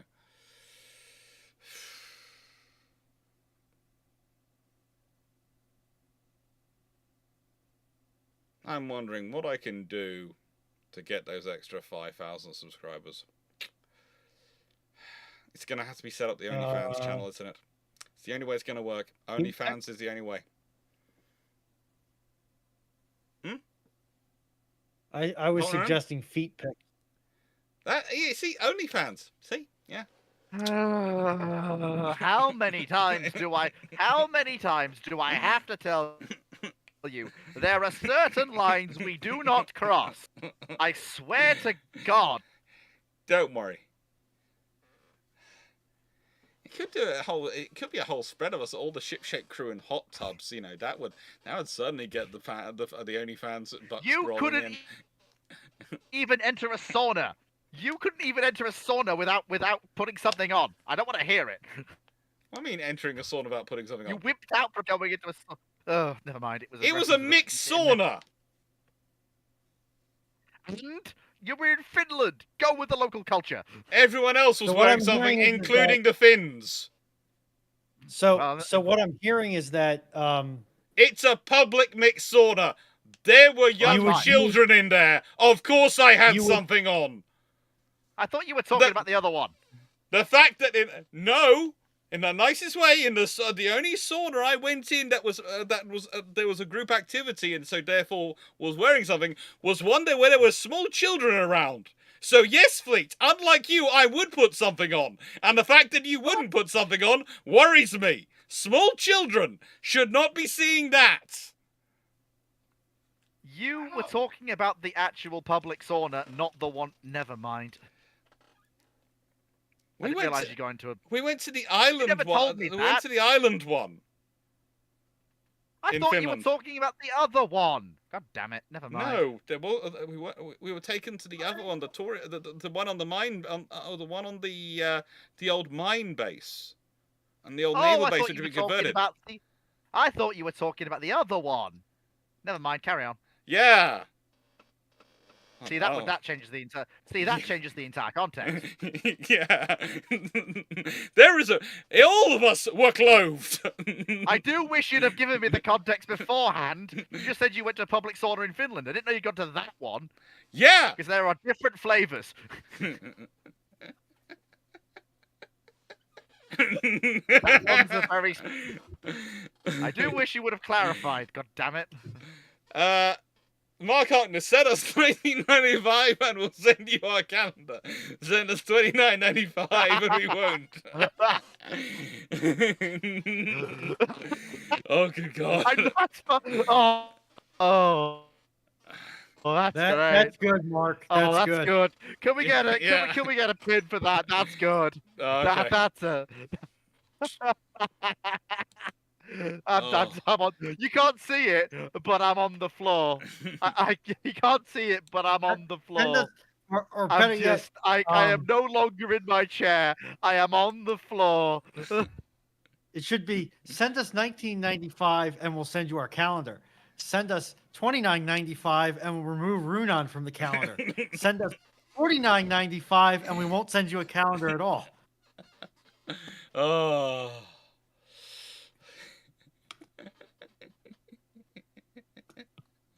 Oh. Oh. Oh, we have fun. We We do. have fun. Oh, we got some we questions. have fun We've got here. some questions yeah, in. we just. We've got some questions in. This is probably a good thing. All right. Before we get COS into oblivion, yeah, I think it's a good thing. Right. So, Wally Coty is a product tester. Why do you think he gets everything without secure credit? Yeah, Acme. Quite simply, the man is the best advertisement for Acme products that you could ever possibly see. Or more accurately, the man is the best advertiser for why not to buy Acme products, so all of Acme's rivals give him a blank check. Krista, where would you put heavy frigates like US Constitution on Razes on the battlecruiser spectrum? You fundamental. They're on the cruiser spectrum. I'm not sure I'd put them on the battlecruiser spectrum. Because the thing is, there's... It's basically once you get to... the trouble is you don't really have a battle cruiser sort of scenario. There are... it's more of a 64. If there's a battle cruiser in that period, it's the 64. If you think about how they're used. Versus the 74 and the 80 gun third rate ship line. The 64s are more the... If there's something in the Age of Sail which is battle cruiser like in its operational parameters, it's more the 64s. It's the Agamemnons and the Africas which are more... The heavy frigates, they are good, but... Yeah, they see a 64 coming, they know to get out of there. Whereas they are more... So they're more like the 8-inch, 9.2-inch gun cruisers. Maybe the Deutschland class sort of scenario. Okay? Or the Alaskas. The Alaskas are a very good cruiser. A true battle cruiser equivalent from the same time period would scare the bejesus out of them. Yeah. Because that's like saying, what happens if you take an Alaska up against an Iowa? Iowa's usually going to win that one 9.9 times out of 10. Yeah, pretty much. Oh, I have a thing for this. Sorry, for the question after this one. Okay. I have a thing for this. John UK, why did the Kriegsmarine have such a hard time developing or deploying the 12.5 centimeter, the 125mm as a dual-purpose weapon? Because really they were trying to go for perfect. Yeah, and also it wasn't, and also the 125mm wasn't really a caliber that the German armaments industry really dealt with prior to developing No. it in the 30s. Like 105, yeah. 150, yep. 155, just about. 130, yeah. 125, no. Honestly, you have to ask why the frigate they didn't just try and do it at the 130. Yeah. Honestly, honestly, a long-barreled 105 would have been better. Yeah, it's just it's once again the German armaments industry in the run up to World War II. If you have a choice between good enough or trying for perfect and failing miserably, it's always the latter option. Because honestly, Dr. Clarke, we should be glad they weren't. I suppose we should be glad they weren't competent because, well. Yeah, we should be glad. We are glad in some ways, but also it does mean I spend half my life having to explain to people why they weren't. So. Yeah. Very quickly, Fleet has its 130,000 ton battleship design incoming. Oh, good lord. Oh no. Oh, you possibly have guessed what is coming. Do you want to read the question out? Does it look like that What ship? sort of cursed battleship would you design on 130,000 tons? This! Because that is 130,000 tons. Because of that, and it is cursed. Why does it have a dirigible? It's a long story. It has Ignore 12 that. 20-inch guns. It has 12 10-inch guns. It has 10 3-inch guns. It has 8 quad pom-poms. 10 20mm close-in weapon systems. An 18-inch Why armored do you have belt. pom-pom and 20 mic CIWS? A trial speed of 29 knots. When was this supposed to be built in? Which period?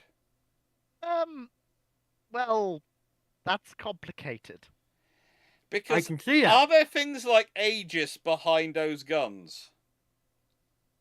Yes. So this was designed. This was designed before you and I had our conversation about what happens to radar when it's that close to guns. Yep. This is why it's cursed, because it breaks basically all of the rules of proper ship design. Oh, and let's not talk about the 24-inch physics. submerged, and let's not talk about the 24-inch submerged torpedo tubes. On Yeah, the broadside. Kraken. Yeah. Kraken. 130,000 tons. Lee, can we lock you in a nice room? Well, thing is, this was designed for me and made by a very excellent artist. At a time before I knew a lot about ship design. It's basically it sort of runs in parallel to the Red Fleet timeline, funnily enough. It's not a Red Fleet timeline ship, but it's sort of that same level of experience.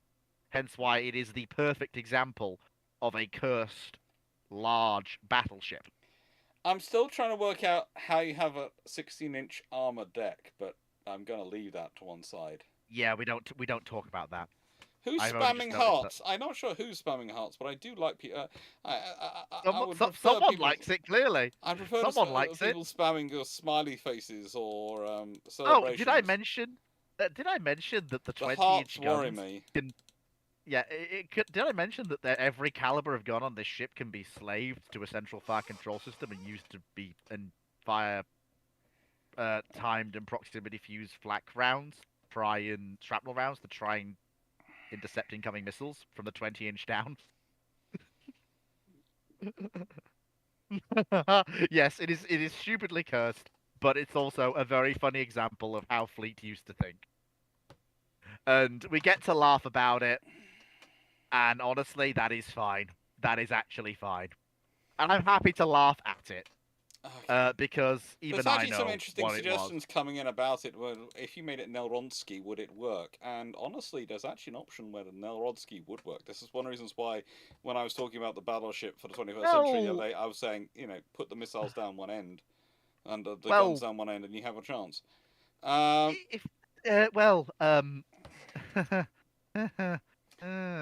don't want to go. I don't like that laugh, Lee. That suggests there is a Nelrodsky ready to go, so we'll leave that to one side.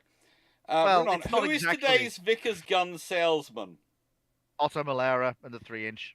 Yeah, well, I'm not so sure Otto Malera and the 3-inch. They're definitely a universal salesman, but they're actually selling something which is good quality. Something 14-inch looks good on paper as an idea, but actually in reality, when you look at it, when you're building it and operating it, going, why have we got a 14-inch? I would say the honest question I have at the moment with certain companies and certain things that are being sold, the biggest problem I have going around in terms of who is selling something which sounds good on paper but isn't good, I worry about in reality, is how do I put this politely without getting into a lot of trouble? Those people who are selling the concepts of battlefield hot rods, where you take, let's say, an airframe from one design tree and you map into it equipment from other design trees, and you make a battlefield hot rod. And more we're seeing that this causes issues. So it's when you decide, I want a MiG-29 WT, Western Tech. And that can produce a very interesting aircraft. It can also produce, depending on who's doing it, an aircraft which is frankly a widowmaker.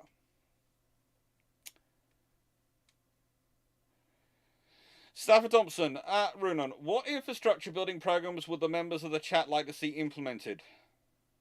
Soon enough, you can benefit from them. I am going to parse this question as you could build this project and complete it within the members of the panel's lifetime. Approvals do not count, because often it takes longer to get a project approved and funded than it does to actually take it from groundbreaking to completion. Basically, in the UK, it'd be almost easier to get yourself elected as Prime Minister, with it as a part of your electoral mandate, force it through the House of Commons in a vote, and then implement it, than it would to go through the conventional implementation process. And the U.S. is not that much farther behind. Convert all the extant coal plants to nuclear boilers. Okay. Fleet?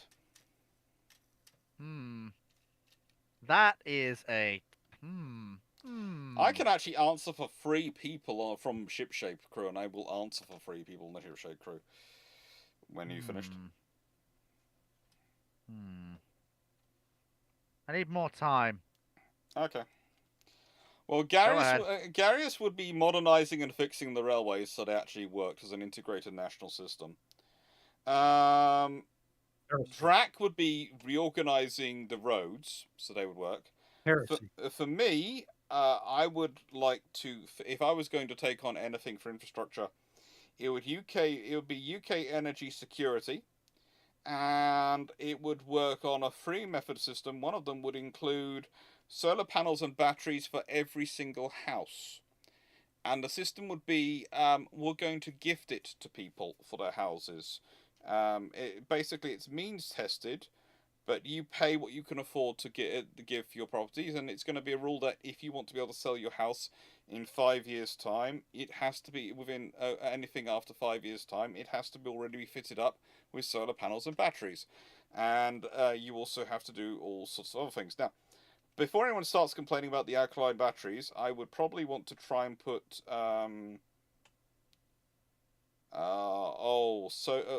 basically sand batteries. That's one of the systems we can use, silicon batteries. But you know, we'll see what we can do with that, rather than the other sort of the more interesting battery systems. And it would take a lot of scaling up and infrastructure to implement. But along with that, I would also want to fix the national grid to make sure it was energy independent, that it had enough power sources to work. But the reason I would want every house to have its own independent solar panels and its own batteries is I would believe, my view is to try and make implement at every level of the point, every level of the power supply, resilience and production. So every level for the local and your own individual house, you have your own battery which can last you for a couple of days, and you have your own solar power system, and maybe you have a wind system as well. And then, you know, move up and we have that implemented on a national level. So we have multiple redundancy. So basically, the UK would be energy secure. And after that, I then would turn around and fix, probably to make sure that there was a national water grid as well as a national power grid. Right. Yeah. So Garius, you said, wanted to rebuild the railway networks and rework them. Yep. He can have half. The rest I'm privatizing and turning into proper private companies, a la the old Great Four. Heck, even before the Great Four, because everything went wrong after they nationalized it. I think he was planning on turning them over. I think his broad plan is to turn them all into TFL. Oh my God, no! I'm sorry. if I have to start a railway civil war to prevent him doing exactly that, then I will. I will. Because that is I'm the- going to look forward to this plane flight because I'm going to put you two next to each other, and then That I'm going is to the tell you that. worst. That is the worst way to rework the UK's railway system I can possibly think of. It will be beautiful. The conversation will go on for hours. Oh, we're never gonna get anywhere. I'm gonna lose it. Yuki, yes. Take a lot of the extant coal plants, rip out the coal-fired boilers, and replace them with small modular reactors. There's a pilot program in Wisconsin for it. And I think it's an excellent idea. It's a lot cheaper than building up a full ground-up nuke plant. We could do it here in the And- UK as well, although it'd be a slightly more complex job given our, well, occasional. Could be Yes, done, though. interestingness. But there's a pilot program in Wisconsin for exactly that. I think it is one of those. I think it's one of the investment programs that we could run that would have a long-term positive impact to be quite useful. And Knight 6831's got a point. Not all houses can take solar panels, but most houses can. I think he's slightly optimistic with the amount of It would be storage. reviewed. I think he's being slightly optimistic with the average amount of storage you could fit into your average single-family home. But it is still a good enough idea, especially if you have infrastructure that includes pumped hydro storage or similar. And It is definitely doable. You'll also in this way you'll put enough resilience into the system that it's going to sound strange, but you can almost target the houses or areas where there are houses which can't support it, and go right then. So we know these if there's a crisis or emergency, you know which houses can support it, which houses can't. Yeah, there are houses in the 1960s or earlier which can support it. Trust me. Your house might not be able to, but there are lots of. In the UK, there are lots of houses which are built. This house is a 1930s bungalow. I'm in, and it can. Yeah, we've had it surveyed. So no. To be honest, Knight, I would trust a lot of the houses built in the 60s or earlier, the roofs to support the solar load more so than I would some of the newer houses. Yeah, the big trouble in the UK housing stock for implementing solar panels has actually turned out to be 1980s built houses. We'll leave that to one side. Yeah, because a lot of the older houses tend to be made out of, at least in the US, tend to be made out of older growth timber, which means that their structural integrity is a lot higher solely on the strength of the materials. Nice to everyone. The question wasn't how would we pay for it. The question was what would we do if we could do it? What infrastructure building program would the members of the chat like to see implemented? As for paying for it, well, I'd have to work out how the tax plan and things would work through, but that wasn't the question. Yeah, the question was if we could do it, what would we do?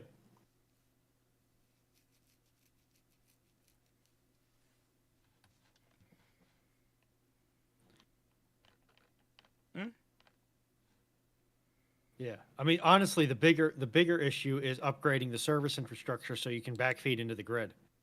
You'll have some homes which are facing east-west, or the roof ridges are facing east-west, which are not useful. You want a roof ridge that faces north-south. Yeah. Yes, Steve, but typically your roof trusses are timber frame. Yeah. Typically. And that's where the rubber meets the road. For that load. But you'd want houses where the ridge line runs east to west and not north to south, so you have a south-facing roof slope. But otherwise, it's that, and then the service equipment, and the service equipment is going to be the biggest, honestly, in some ways, the biggest question mark for a retrofit.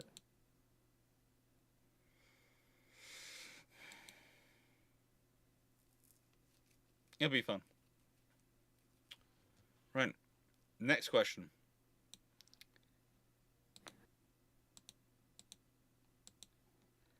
If the short Sea Cat 2 missiles adopted by the Royal Navy, this is from 1901, how much does it complicate logistics to have two different models of Sea Cat? You probably upgrade all the original Sea Cats to the short Sea Cat 2.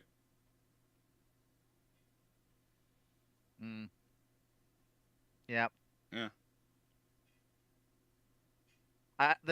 Honestly, I'm getting quite mixed. There's a lot of questions I actually know the answer for, Yeah, pretty much. That's good. That is good. which is the next one. I'm just mildly surprised we didn't get more about Heathrow. Yeah. Why did the Soviets glad we'd be here all night. Why did the Soviets pick the 180mm for its cruisers? Simply put, it was a modern large gun that had been iterated on during the period they weren't building large warships. Mhm. The reason for this is that they had a tranche of turreted railway guns they built in the 20s and 30s. And adapting that gun to fit on cruisers was exceptionally easy. Yep. It was a long-barreled weapon with good ballistics. Wait a minute. Knight, I need you to explain to me how semi-detached housing will be the problem. Can we not go back and go forwards, please? We're a history channel. We love going back. Well, I think probably semi-detached housing is they're worried about when you have roofs which are connected across, and you have multiple people. The roof is shared, but honestly, to an extent, you could. There are ways you could set up maybe it would be a shared array, feeding into two different power systems. But you could do sort of something like that. It would have to be how the specifics of its implementation would depend upon circumstance. But there are things which could be done.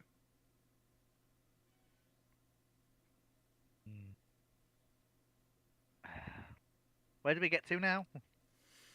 Alex, if Fu made it a nail rod and put the radar to the rear, is it less cursed? Yes. There is From there is one 20-inch vessel that I asked Sea Dollars to make for me. Yeah. And well, politely and with the deepest possible sympathy, I might minorly, tiny bit, have asked him to resurrect a very famous name from British naval history for this pair of ship. Which one? Yeah.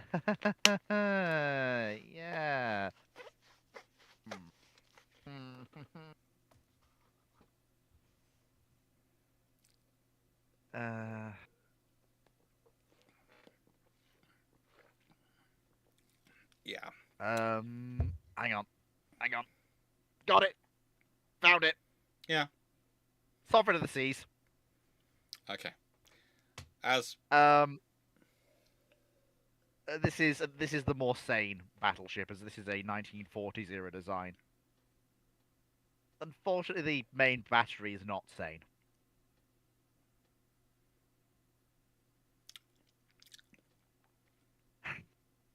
Quad 20-inch. You can blame Sea Dollars for that one. You see, this is what happens when I give that man free rein to design a ship. He goes off the rails, not me. Yes, but you approve his design, so I'm still holding you responsible. It was a nice thought experiment. The ultimate end state of ships based off the NG3 designs. That thing is going to have an absolutely ginormous citadel. Yeah. Why do you think it's 130,000 tons? Castana, it's not semi-detached, it's flats that become the problem.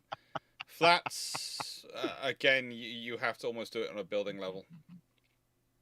Flats are, if by flat you mean apartments. Yeah. I'm seeing Dr. have- Clarke's face. I can't. I've broken him. I've finally done it. No. I get no, Fleet. I get the crown for that one when I asked if he'd rather have Maltas or Victory. Anyway,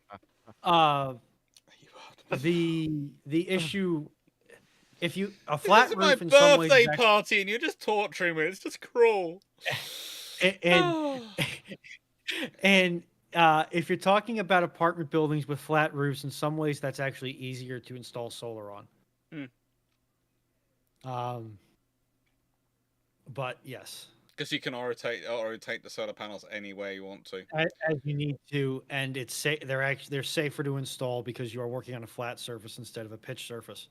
Also, And you I've can also seen, put a lot of the equipment on the roof instead of on the ground. yeah, and it can make life a little bit easier. Also, there is always the option that someone put forward an nursery for flats where they could actually just mount the solar panels on the wall, on the actual building's wall.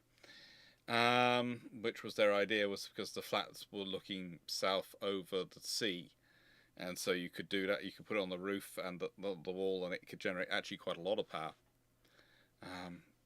Not sure if they actually implemented that in the end, but they did work it out quite well. Shira, you could use the submerged torpedo tubes as gun blast proof harpoon tomahawk launchers. Well, slight problem. The universe this ship was built for, the nation that it was built for, which is funnily enough where my name comes from. The name came first rather than it was a nation states nation. That's where I got my name. I kind of came up with a rather silly rule that we don't use missiles at all. Is that why all of your missile launchers' rear areas are set up to torch the superstructure and broil the crew inside? What missile launchers? There are none.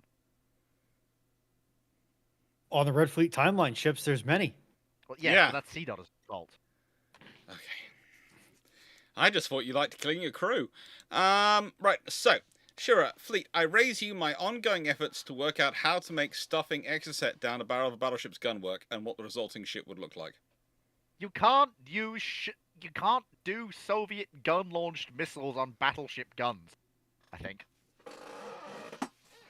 Watch me. I'd rather not. Watch me. No, I don't think I will. Watch. For it to be effective on the ranges you need for ships, you would need to be looking at least a 22 to 24 inch barrel.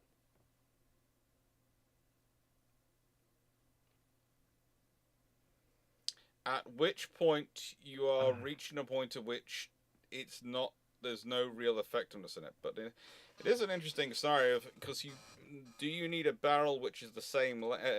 Again, you don't need a 24-inch 50 if you're launching a missile. You need probably something which can launch a missile out of it. It's going to be. You need something which is about 300 inches, 300 plus inches long. So if it's 24 inches diameter, that's almost a 24-inch 12. It's almost a 12 caliber rather than a 45. If you do want to have something which is a longer, you could be talking quite happily a 40. But then that's going to be, let's say it's 24 inches, it's 40. That's going to be some region of 960 inches long, which by my calculations, and I do admit this is rough calculations, that's 30 feet long, isn't it? Possible. I've been off kilter, but it's possible. So, no. Is it 30 feet long? 960 divide by 12. Maths going in at 5. That's 5 in every 60. It's 5 foot for every 60 inches. That's 900 is 3 300s each 300 inches. 25. So that's actually no. That's wrong. That's 80 foot long. It's probably longer than you need. That's longer than you need. But that's basically going to give you a system which by you could launch Tomahawk cruise missiles from it.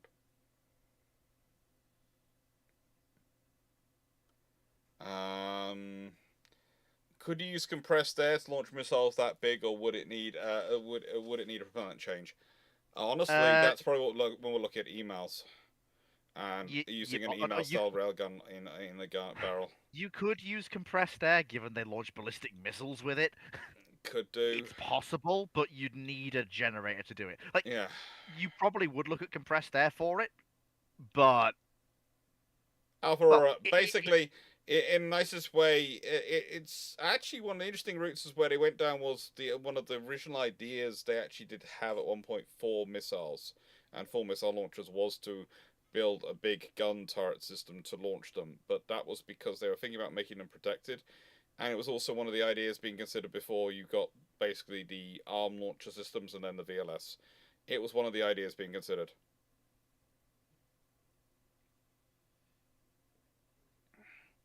It would be big. It would be very big. I mean, to be fair, Alpha Aurora, having a railgun or coil gun initial launch missile is actually a really good idea because, well, you can go really far with that if you can make a missile which can sustain the ultra high Gs it's going to pull during the initial launch. You know, initial velocity, Mach 3, Mach 4, and then it has a sustainable rocket motor in the tail end that can extend its range out by several thousand kilometers.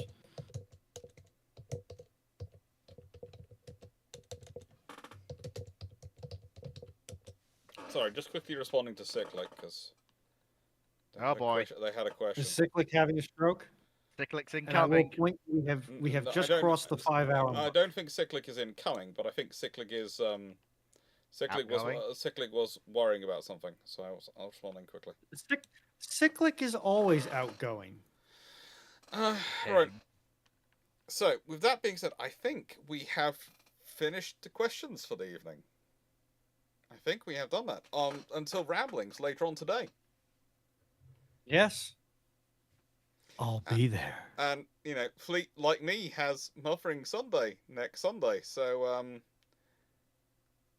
yeah. I won't be there because I'm an American and I have another 2 months yet. Whilst Bruships will be running, I'm not sure what's going to happen with the Twitch stream. And I just started Japan for Ultimate Android Dreadnought because, well, I finished Britain and apparently I won. Yeah, you did. You conquered the world. That's why do you think I play Rule the Waves? I'm not in it to conquer the world. I'm in it to build a fleet with realistic challenges, rather than a constantly ballooning budget that gets ridiculous. Look, my fleet was not ridiculous. Just because I had 600 destroyers.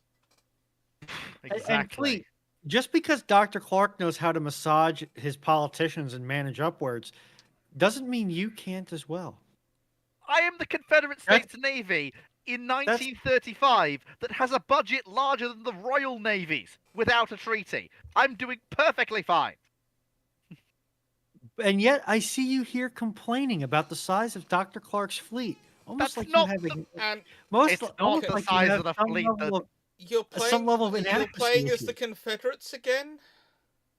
Yes, Confederates like I again? said, Again? What do you mean his again? jacket is getting awfully gray tinged. What do you mean Yeah. again? Very, What very do you mean great. again? There is no again. This is the look. It was voted for out of the options of Spain, the Qing, and I believe Spain, the Qing, and the CSA. The people wanted the CSA, so they got the CSA.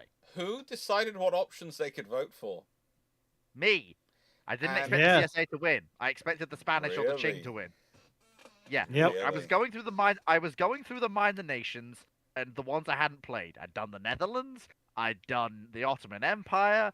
I'd done Russia. Well, Russia wasn't really a minor, but it kind of curtailed 20 years before it should do because I pieced out of the Great War, but the prestige cost was too high. And, well, yeah, you also reacted. You were there, Dr. Clarke, for the end of that one. Mm-hmm.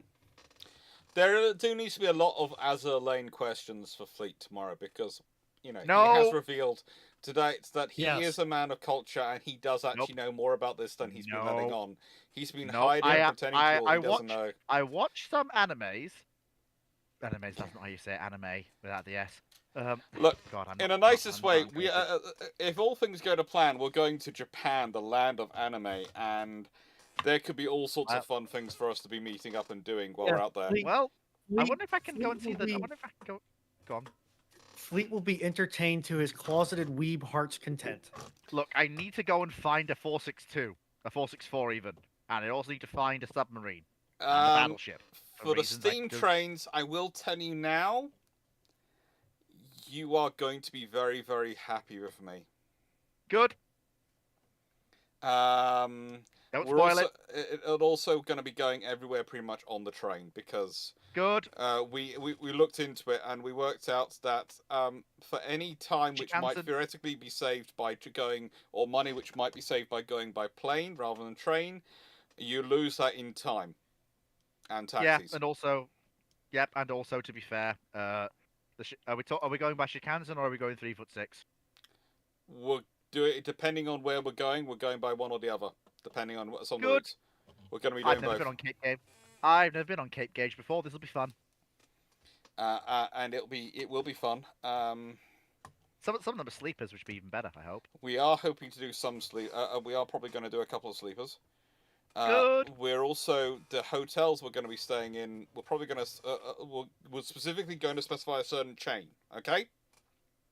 That's fine. And there's going to be a reason we're all booking into that chain, and we're going to make sure everyone books in that because they will take your bags from one chain to another chain, so you don't have to take your bags on the train with you. And your bags will be waiting for you by the time you arrive, as long as you're staying within that chain. If we're doing that, can I trust you to make the reservations for me, please? I'm not comfortable doing it myself. We are But I've not been abroad like this. My plan is to try and get. Last time, Garius very kindly booked all the train tickets for us when we were going to Sweden, and basically the time we're going to this time, I think we're going to try and get all the train tickets and all the hotels booked in advance with one person handling the bookings to make sure they're all booked in. That's fine with me. I Pretty just sure need to make sure that everything is... they'll all be booked in. And if I thought it would work and we could do a group booking of the flights, we'll do a group booking of flights. That will work for everyone but Drac, who probably will be coming from a different direction. But everyone else will try and group book. Well, I mean, the thing is we can group book the flight from Helsinki, but Drac's just got to meet us at Helsinki. No, Drac's literally coming from the Pacific coast of America. Oh, right then. Poor him. So he's coming via Hawaii. Oh, that's a shame. I was looking forward to having a chat with Drac on a long flight. Never mind. Oh, don't worry. You'll be able to do that on the way back. He'll be on the same flight as us back. Well, that'll be fun. Yeah, just my advice is don't. I love Drac, but his ability he will do one of two things. He will either manage to rig it right, because he always likes to do this, trying to trick when he's getting it, and will manage to get the very cheap upgrade to business class or something after booking the cheapest economy ticket when he approaches the gate, because they have the spare seats, and he'll do it. Mm-hmm.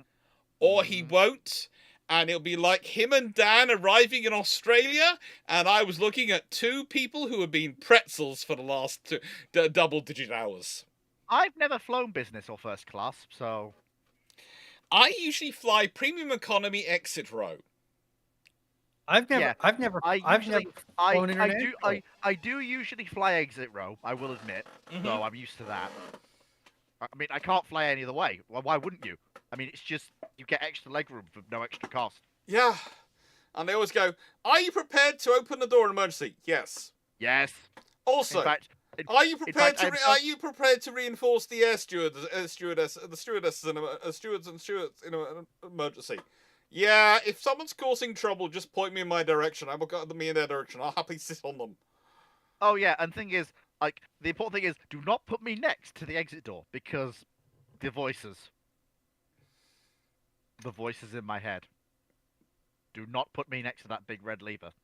Are you saying that the voices in your head want you to rejoin with Hosh and Holy Matrimony? No, they want me to pull the lever, because it's right there, and it's big, and it's red. Pull the lever, Fleet. Oh, You Lord. have no idea how much I had to fight the voices flying to and from Finland. Hold the lever, fleet. No, I am not pulling the lever. Okay, Hold the well, make lever, sure fleet. you and I are both aisle row seats then. That's fine with me. Hold the lever, fleet. I swear to Fleet. God, Ruinon, I'm going to yeet you off a 5-story cliff. Good. Either Good. that, or I'm breaking out a Fleet Classic. I'm having your spine. I'll get the sharpened trowel out, and I will have your spine. It's a Fleet Classic. It's a Fleet Classic. I don't use it very often, but on this particular occasion, I will dust off the old sharpened trowel, and your spine will be added to the collection. Remember, fleet. I've asked the apprentices to throw me through a 4-story plate glass window. Your threats mean nothing to me. Bold of you to assume it's not a promise. What is a threat but a promise with negative connotation to the receiver? No. Poseidon, only people who have annoyed me get yeeted. No, I'm not pulling the lever. Pull the lever, fleet. Stop it. Do it. Stop it. Even the Canadian is agreeing with me.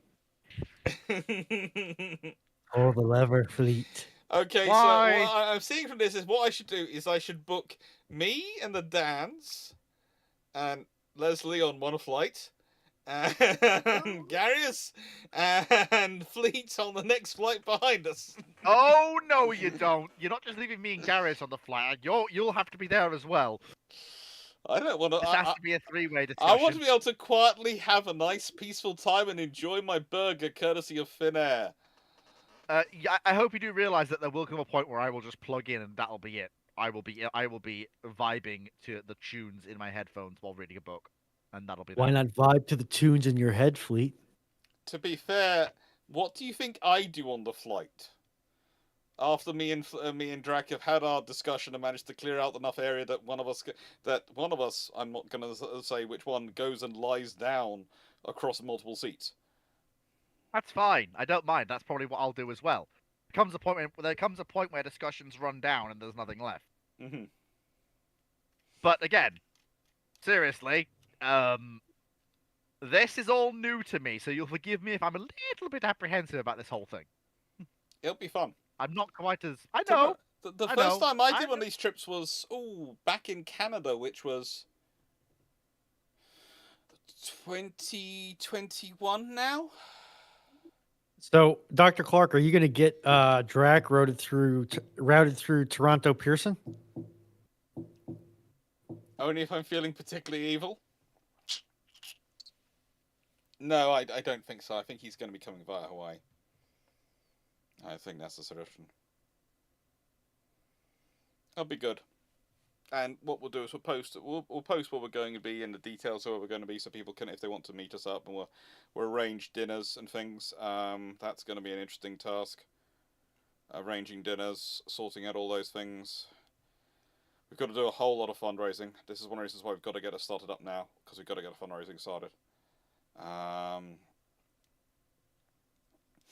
And we've got to fundraise. This is not going to be a cheap trip in any stretch of imagination. It's going to be a very worthwhile trip from point of view of history and opening it up, and hopefully reaching more people. But it's going to be expensive. We know that it's going to be expensive. Oh, 2022. So 2022 was Naval History, another one. So yeah, I was doing a year. So it's even later than I thought, because 2022, 2023 was Australia. Mm-hmm. I just 2024 was the Scandinavia. Nordics. Yep. Have I told you how lucky I feel that this is happening to me? I keep saying it, but I don't think I've said it enough. Hey, Fleet, at least you actually produce naval history content instead of me, who just makes a bot that doesn't want to work anymore. Oh, how do you think Foxo and Dragon feel? They're freaking out right now. I know. They keep telling me they're freaking out. Why are they freaking out? Because they're also being dragged in. Basically, if the plan goes to plan comes to fully ahead for the next 2 years after that, which are going to be the Mediterranean and the Baltics too, and we're hoping to do those in conjunction with some cruise lines. Yeah, we'll take even more people, because the thing is, the cruises the thing is, they're going to be publicly available cruises, etc., and we're going to arrange it so that some of us are going to be going as speakers, and we'll get speaker rates and for a certain number of people aboard for the tournament, but also we will get a thing of we'll be able to give out to people who want to join us on the trip. Yeah, this is a code. It gets you money off the cruise. Book on the cruise. So they're not gonna. It's going to be an opportunity for literally to go cruising with the Shipshape crew. Now, here's the question: will the cruise? Yeah, the Japanese rail pass is a definite thing we're going to be sorting out. Will the cruise lines make sure they stock Iron Brew for you? They both the lines already do. Okay. But they offer various other things. These are not small lines that are offering it. Yep. Not small lines at all. We're in discussions with. I assume the payment is just free holiday. Yeah, that's basically it. Figured as much. We get regardless of we basically will get our accommodation, our food, and our flights paid for. Is the sort of discussion we're having, and in return we have to give talks, etc., and things while we're on the ships, and probably do a little bit of social media advertising for them with their line, which again we're not really fussed by, because honestly, if we're having a good time, it's king of. If we were having a bad time, we'd say, but if we're having a good time, looking at their very reputable lines, which I have had friends who've already done this job with things with, etc., so I know they're good. I have no qualms about saying how good they are. I really don't. I've had this conversation with people who go, well, aren't you selling out? And I go, not really. I get a free holiday. Why are you complaining on my behalf? It's only selling out if you are modifying your review in a counterfactual manner. Yeah, if it's a case of, in a nice way, if they're giving us a little time, and it's fine. And the thing is, they want us to do it's kind of like the stuff we're going to be doing. I'm quite happy to do with the Japanese tourist board, etc., and things, because it's the train pass coming up, and I'm trying to talk to people that and see what I can do. And if I can do something which will help them and encourage them, because one of the reasons we're going out and doing these trips, these museums, is we want to encourage people to go and visit those museums. So, if people want to, if it's like when we were in Finland, we did a lot of stuff talking about how great Finland was. And the reason we were doing that was in a nice way. The Finnish Tourist Board and the Finnish Ministry of Defence were absolutely spectacular in making sure we were connected to places we needed to go. And we worked out very quickly that, okay, well, they're being very helpful, and yes, they're going above and beyond, but it's not just purely out of the goodness of their hearts. There is a sort of a little bit of a quid pro quo going on here, and it didn't bother us because, again, we were having a lovely time in Finland, and we were quite happy to say that. It doesn't affect. It encourages us to say something nice about something we were already going to say some nice things about. We're not worried with that.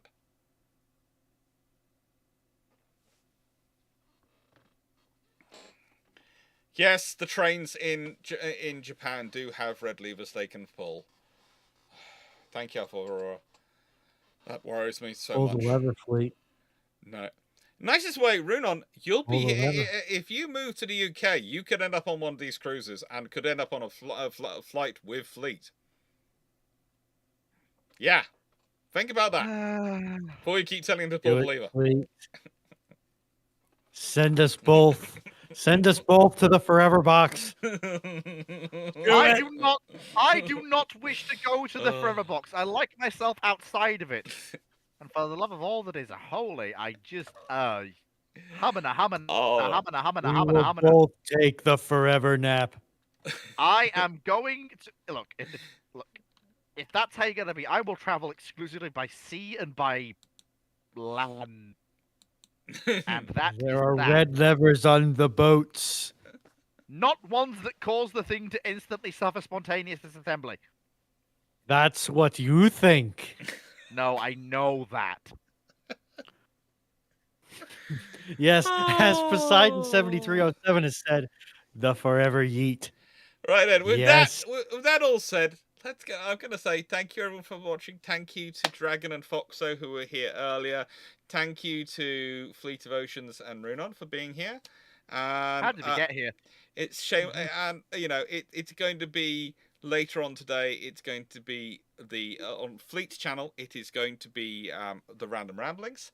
I'll look forward to As it being always on that. is. And that's going to be fun. That runs from 5 o'clock to 8 o'clock UK time. I'm half tempted to poke the Drac.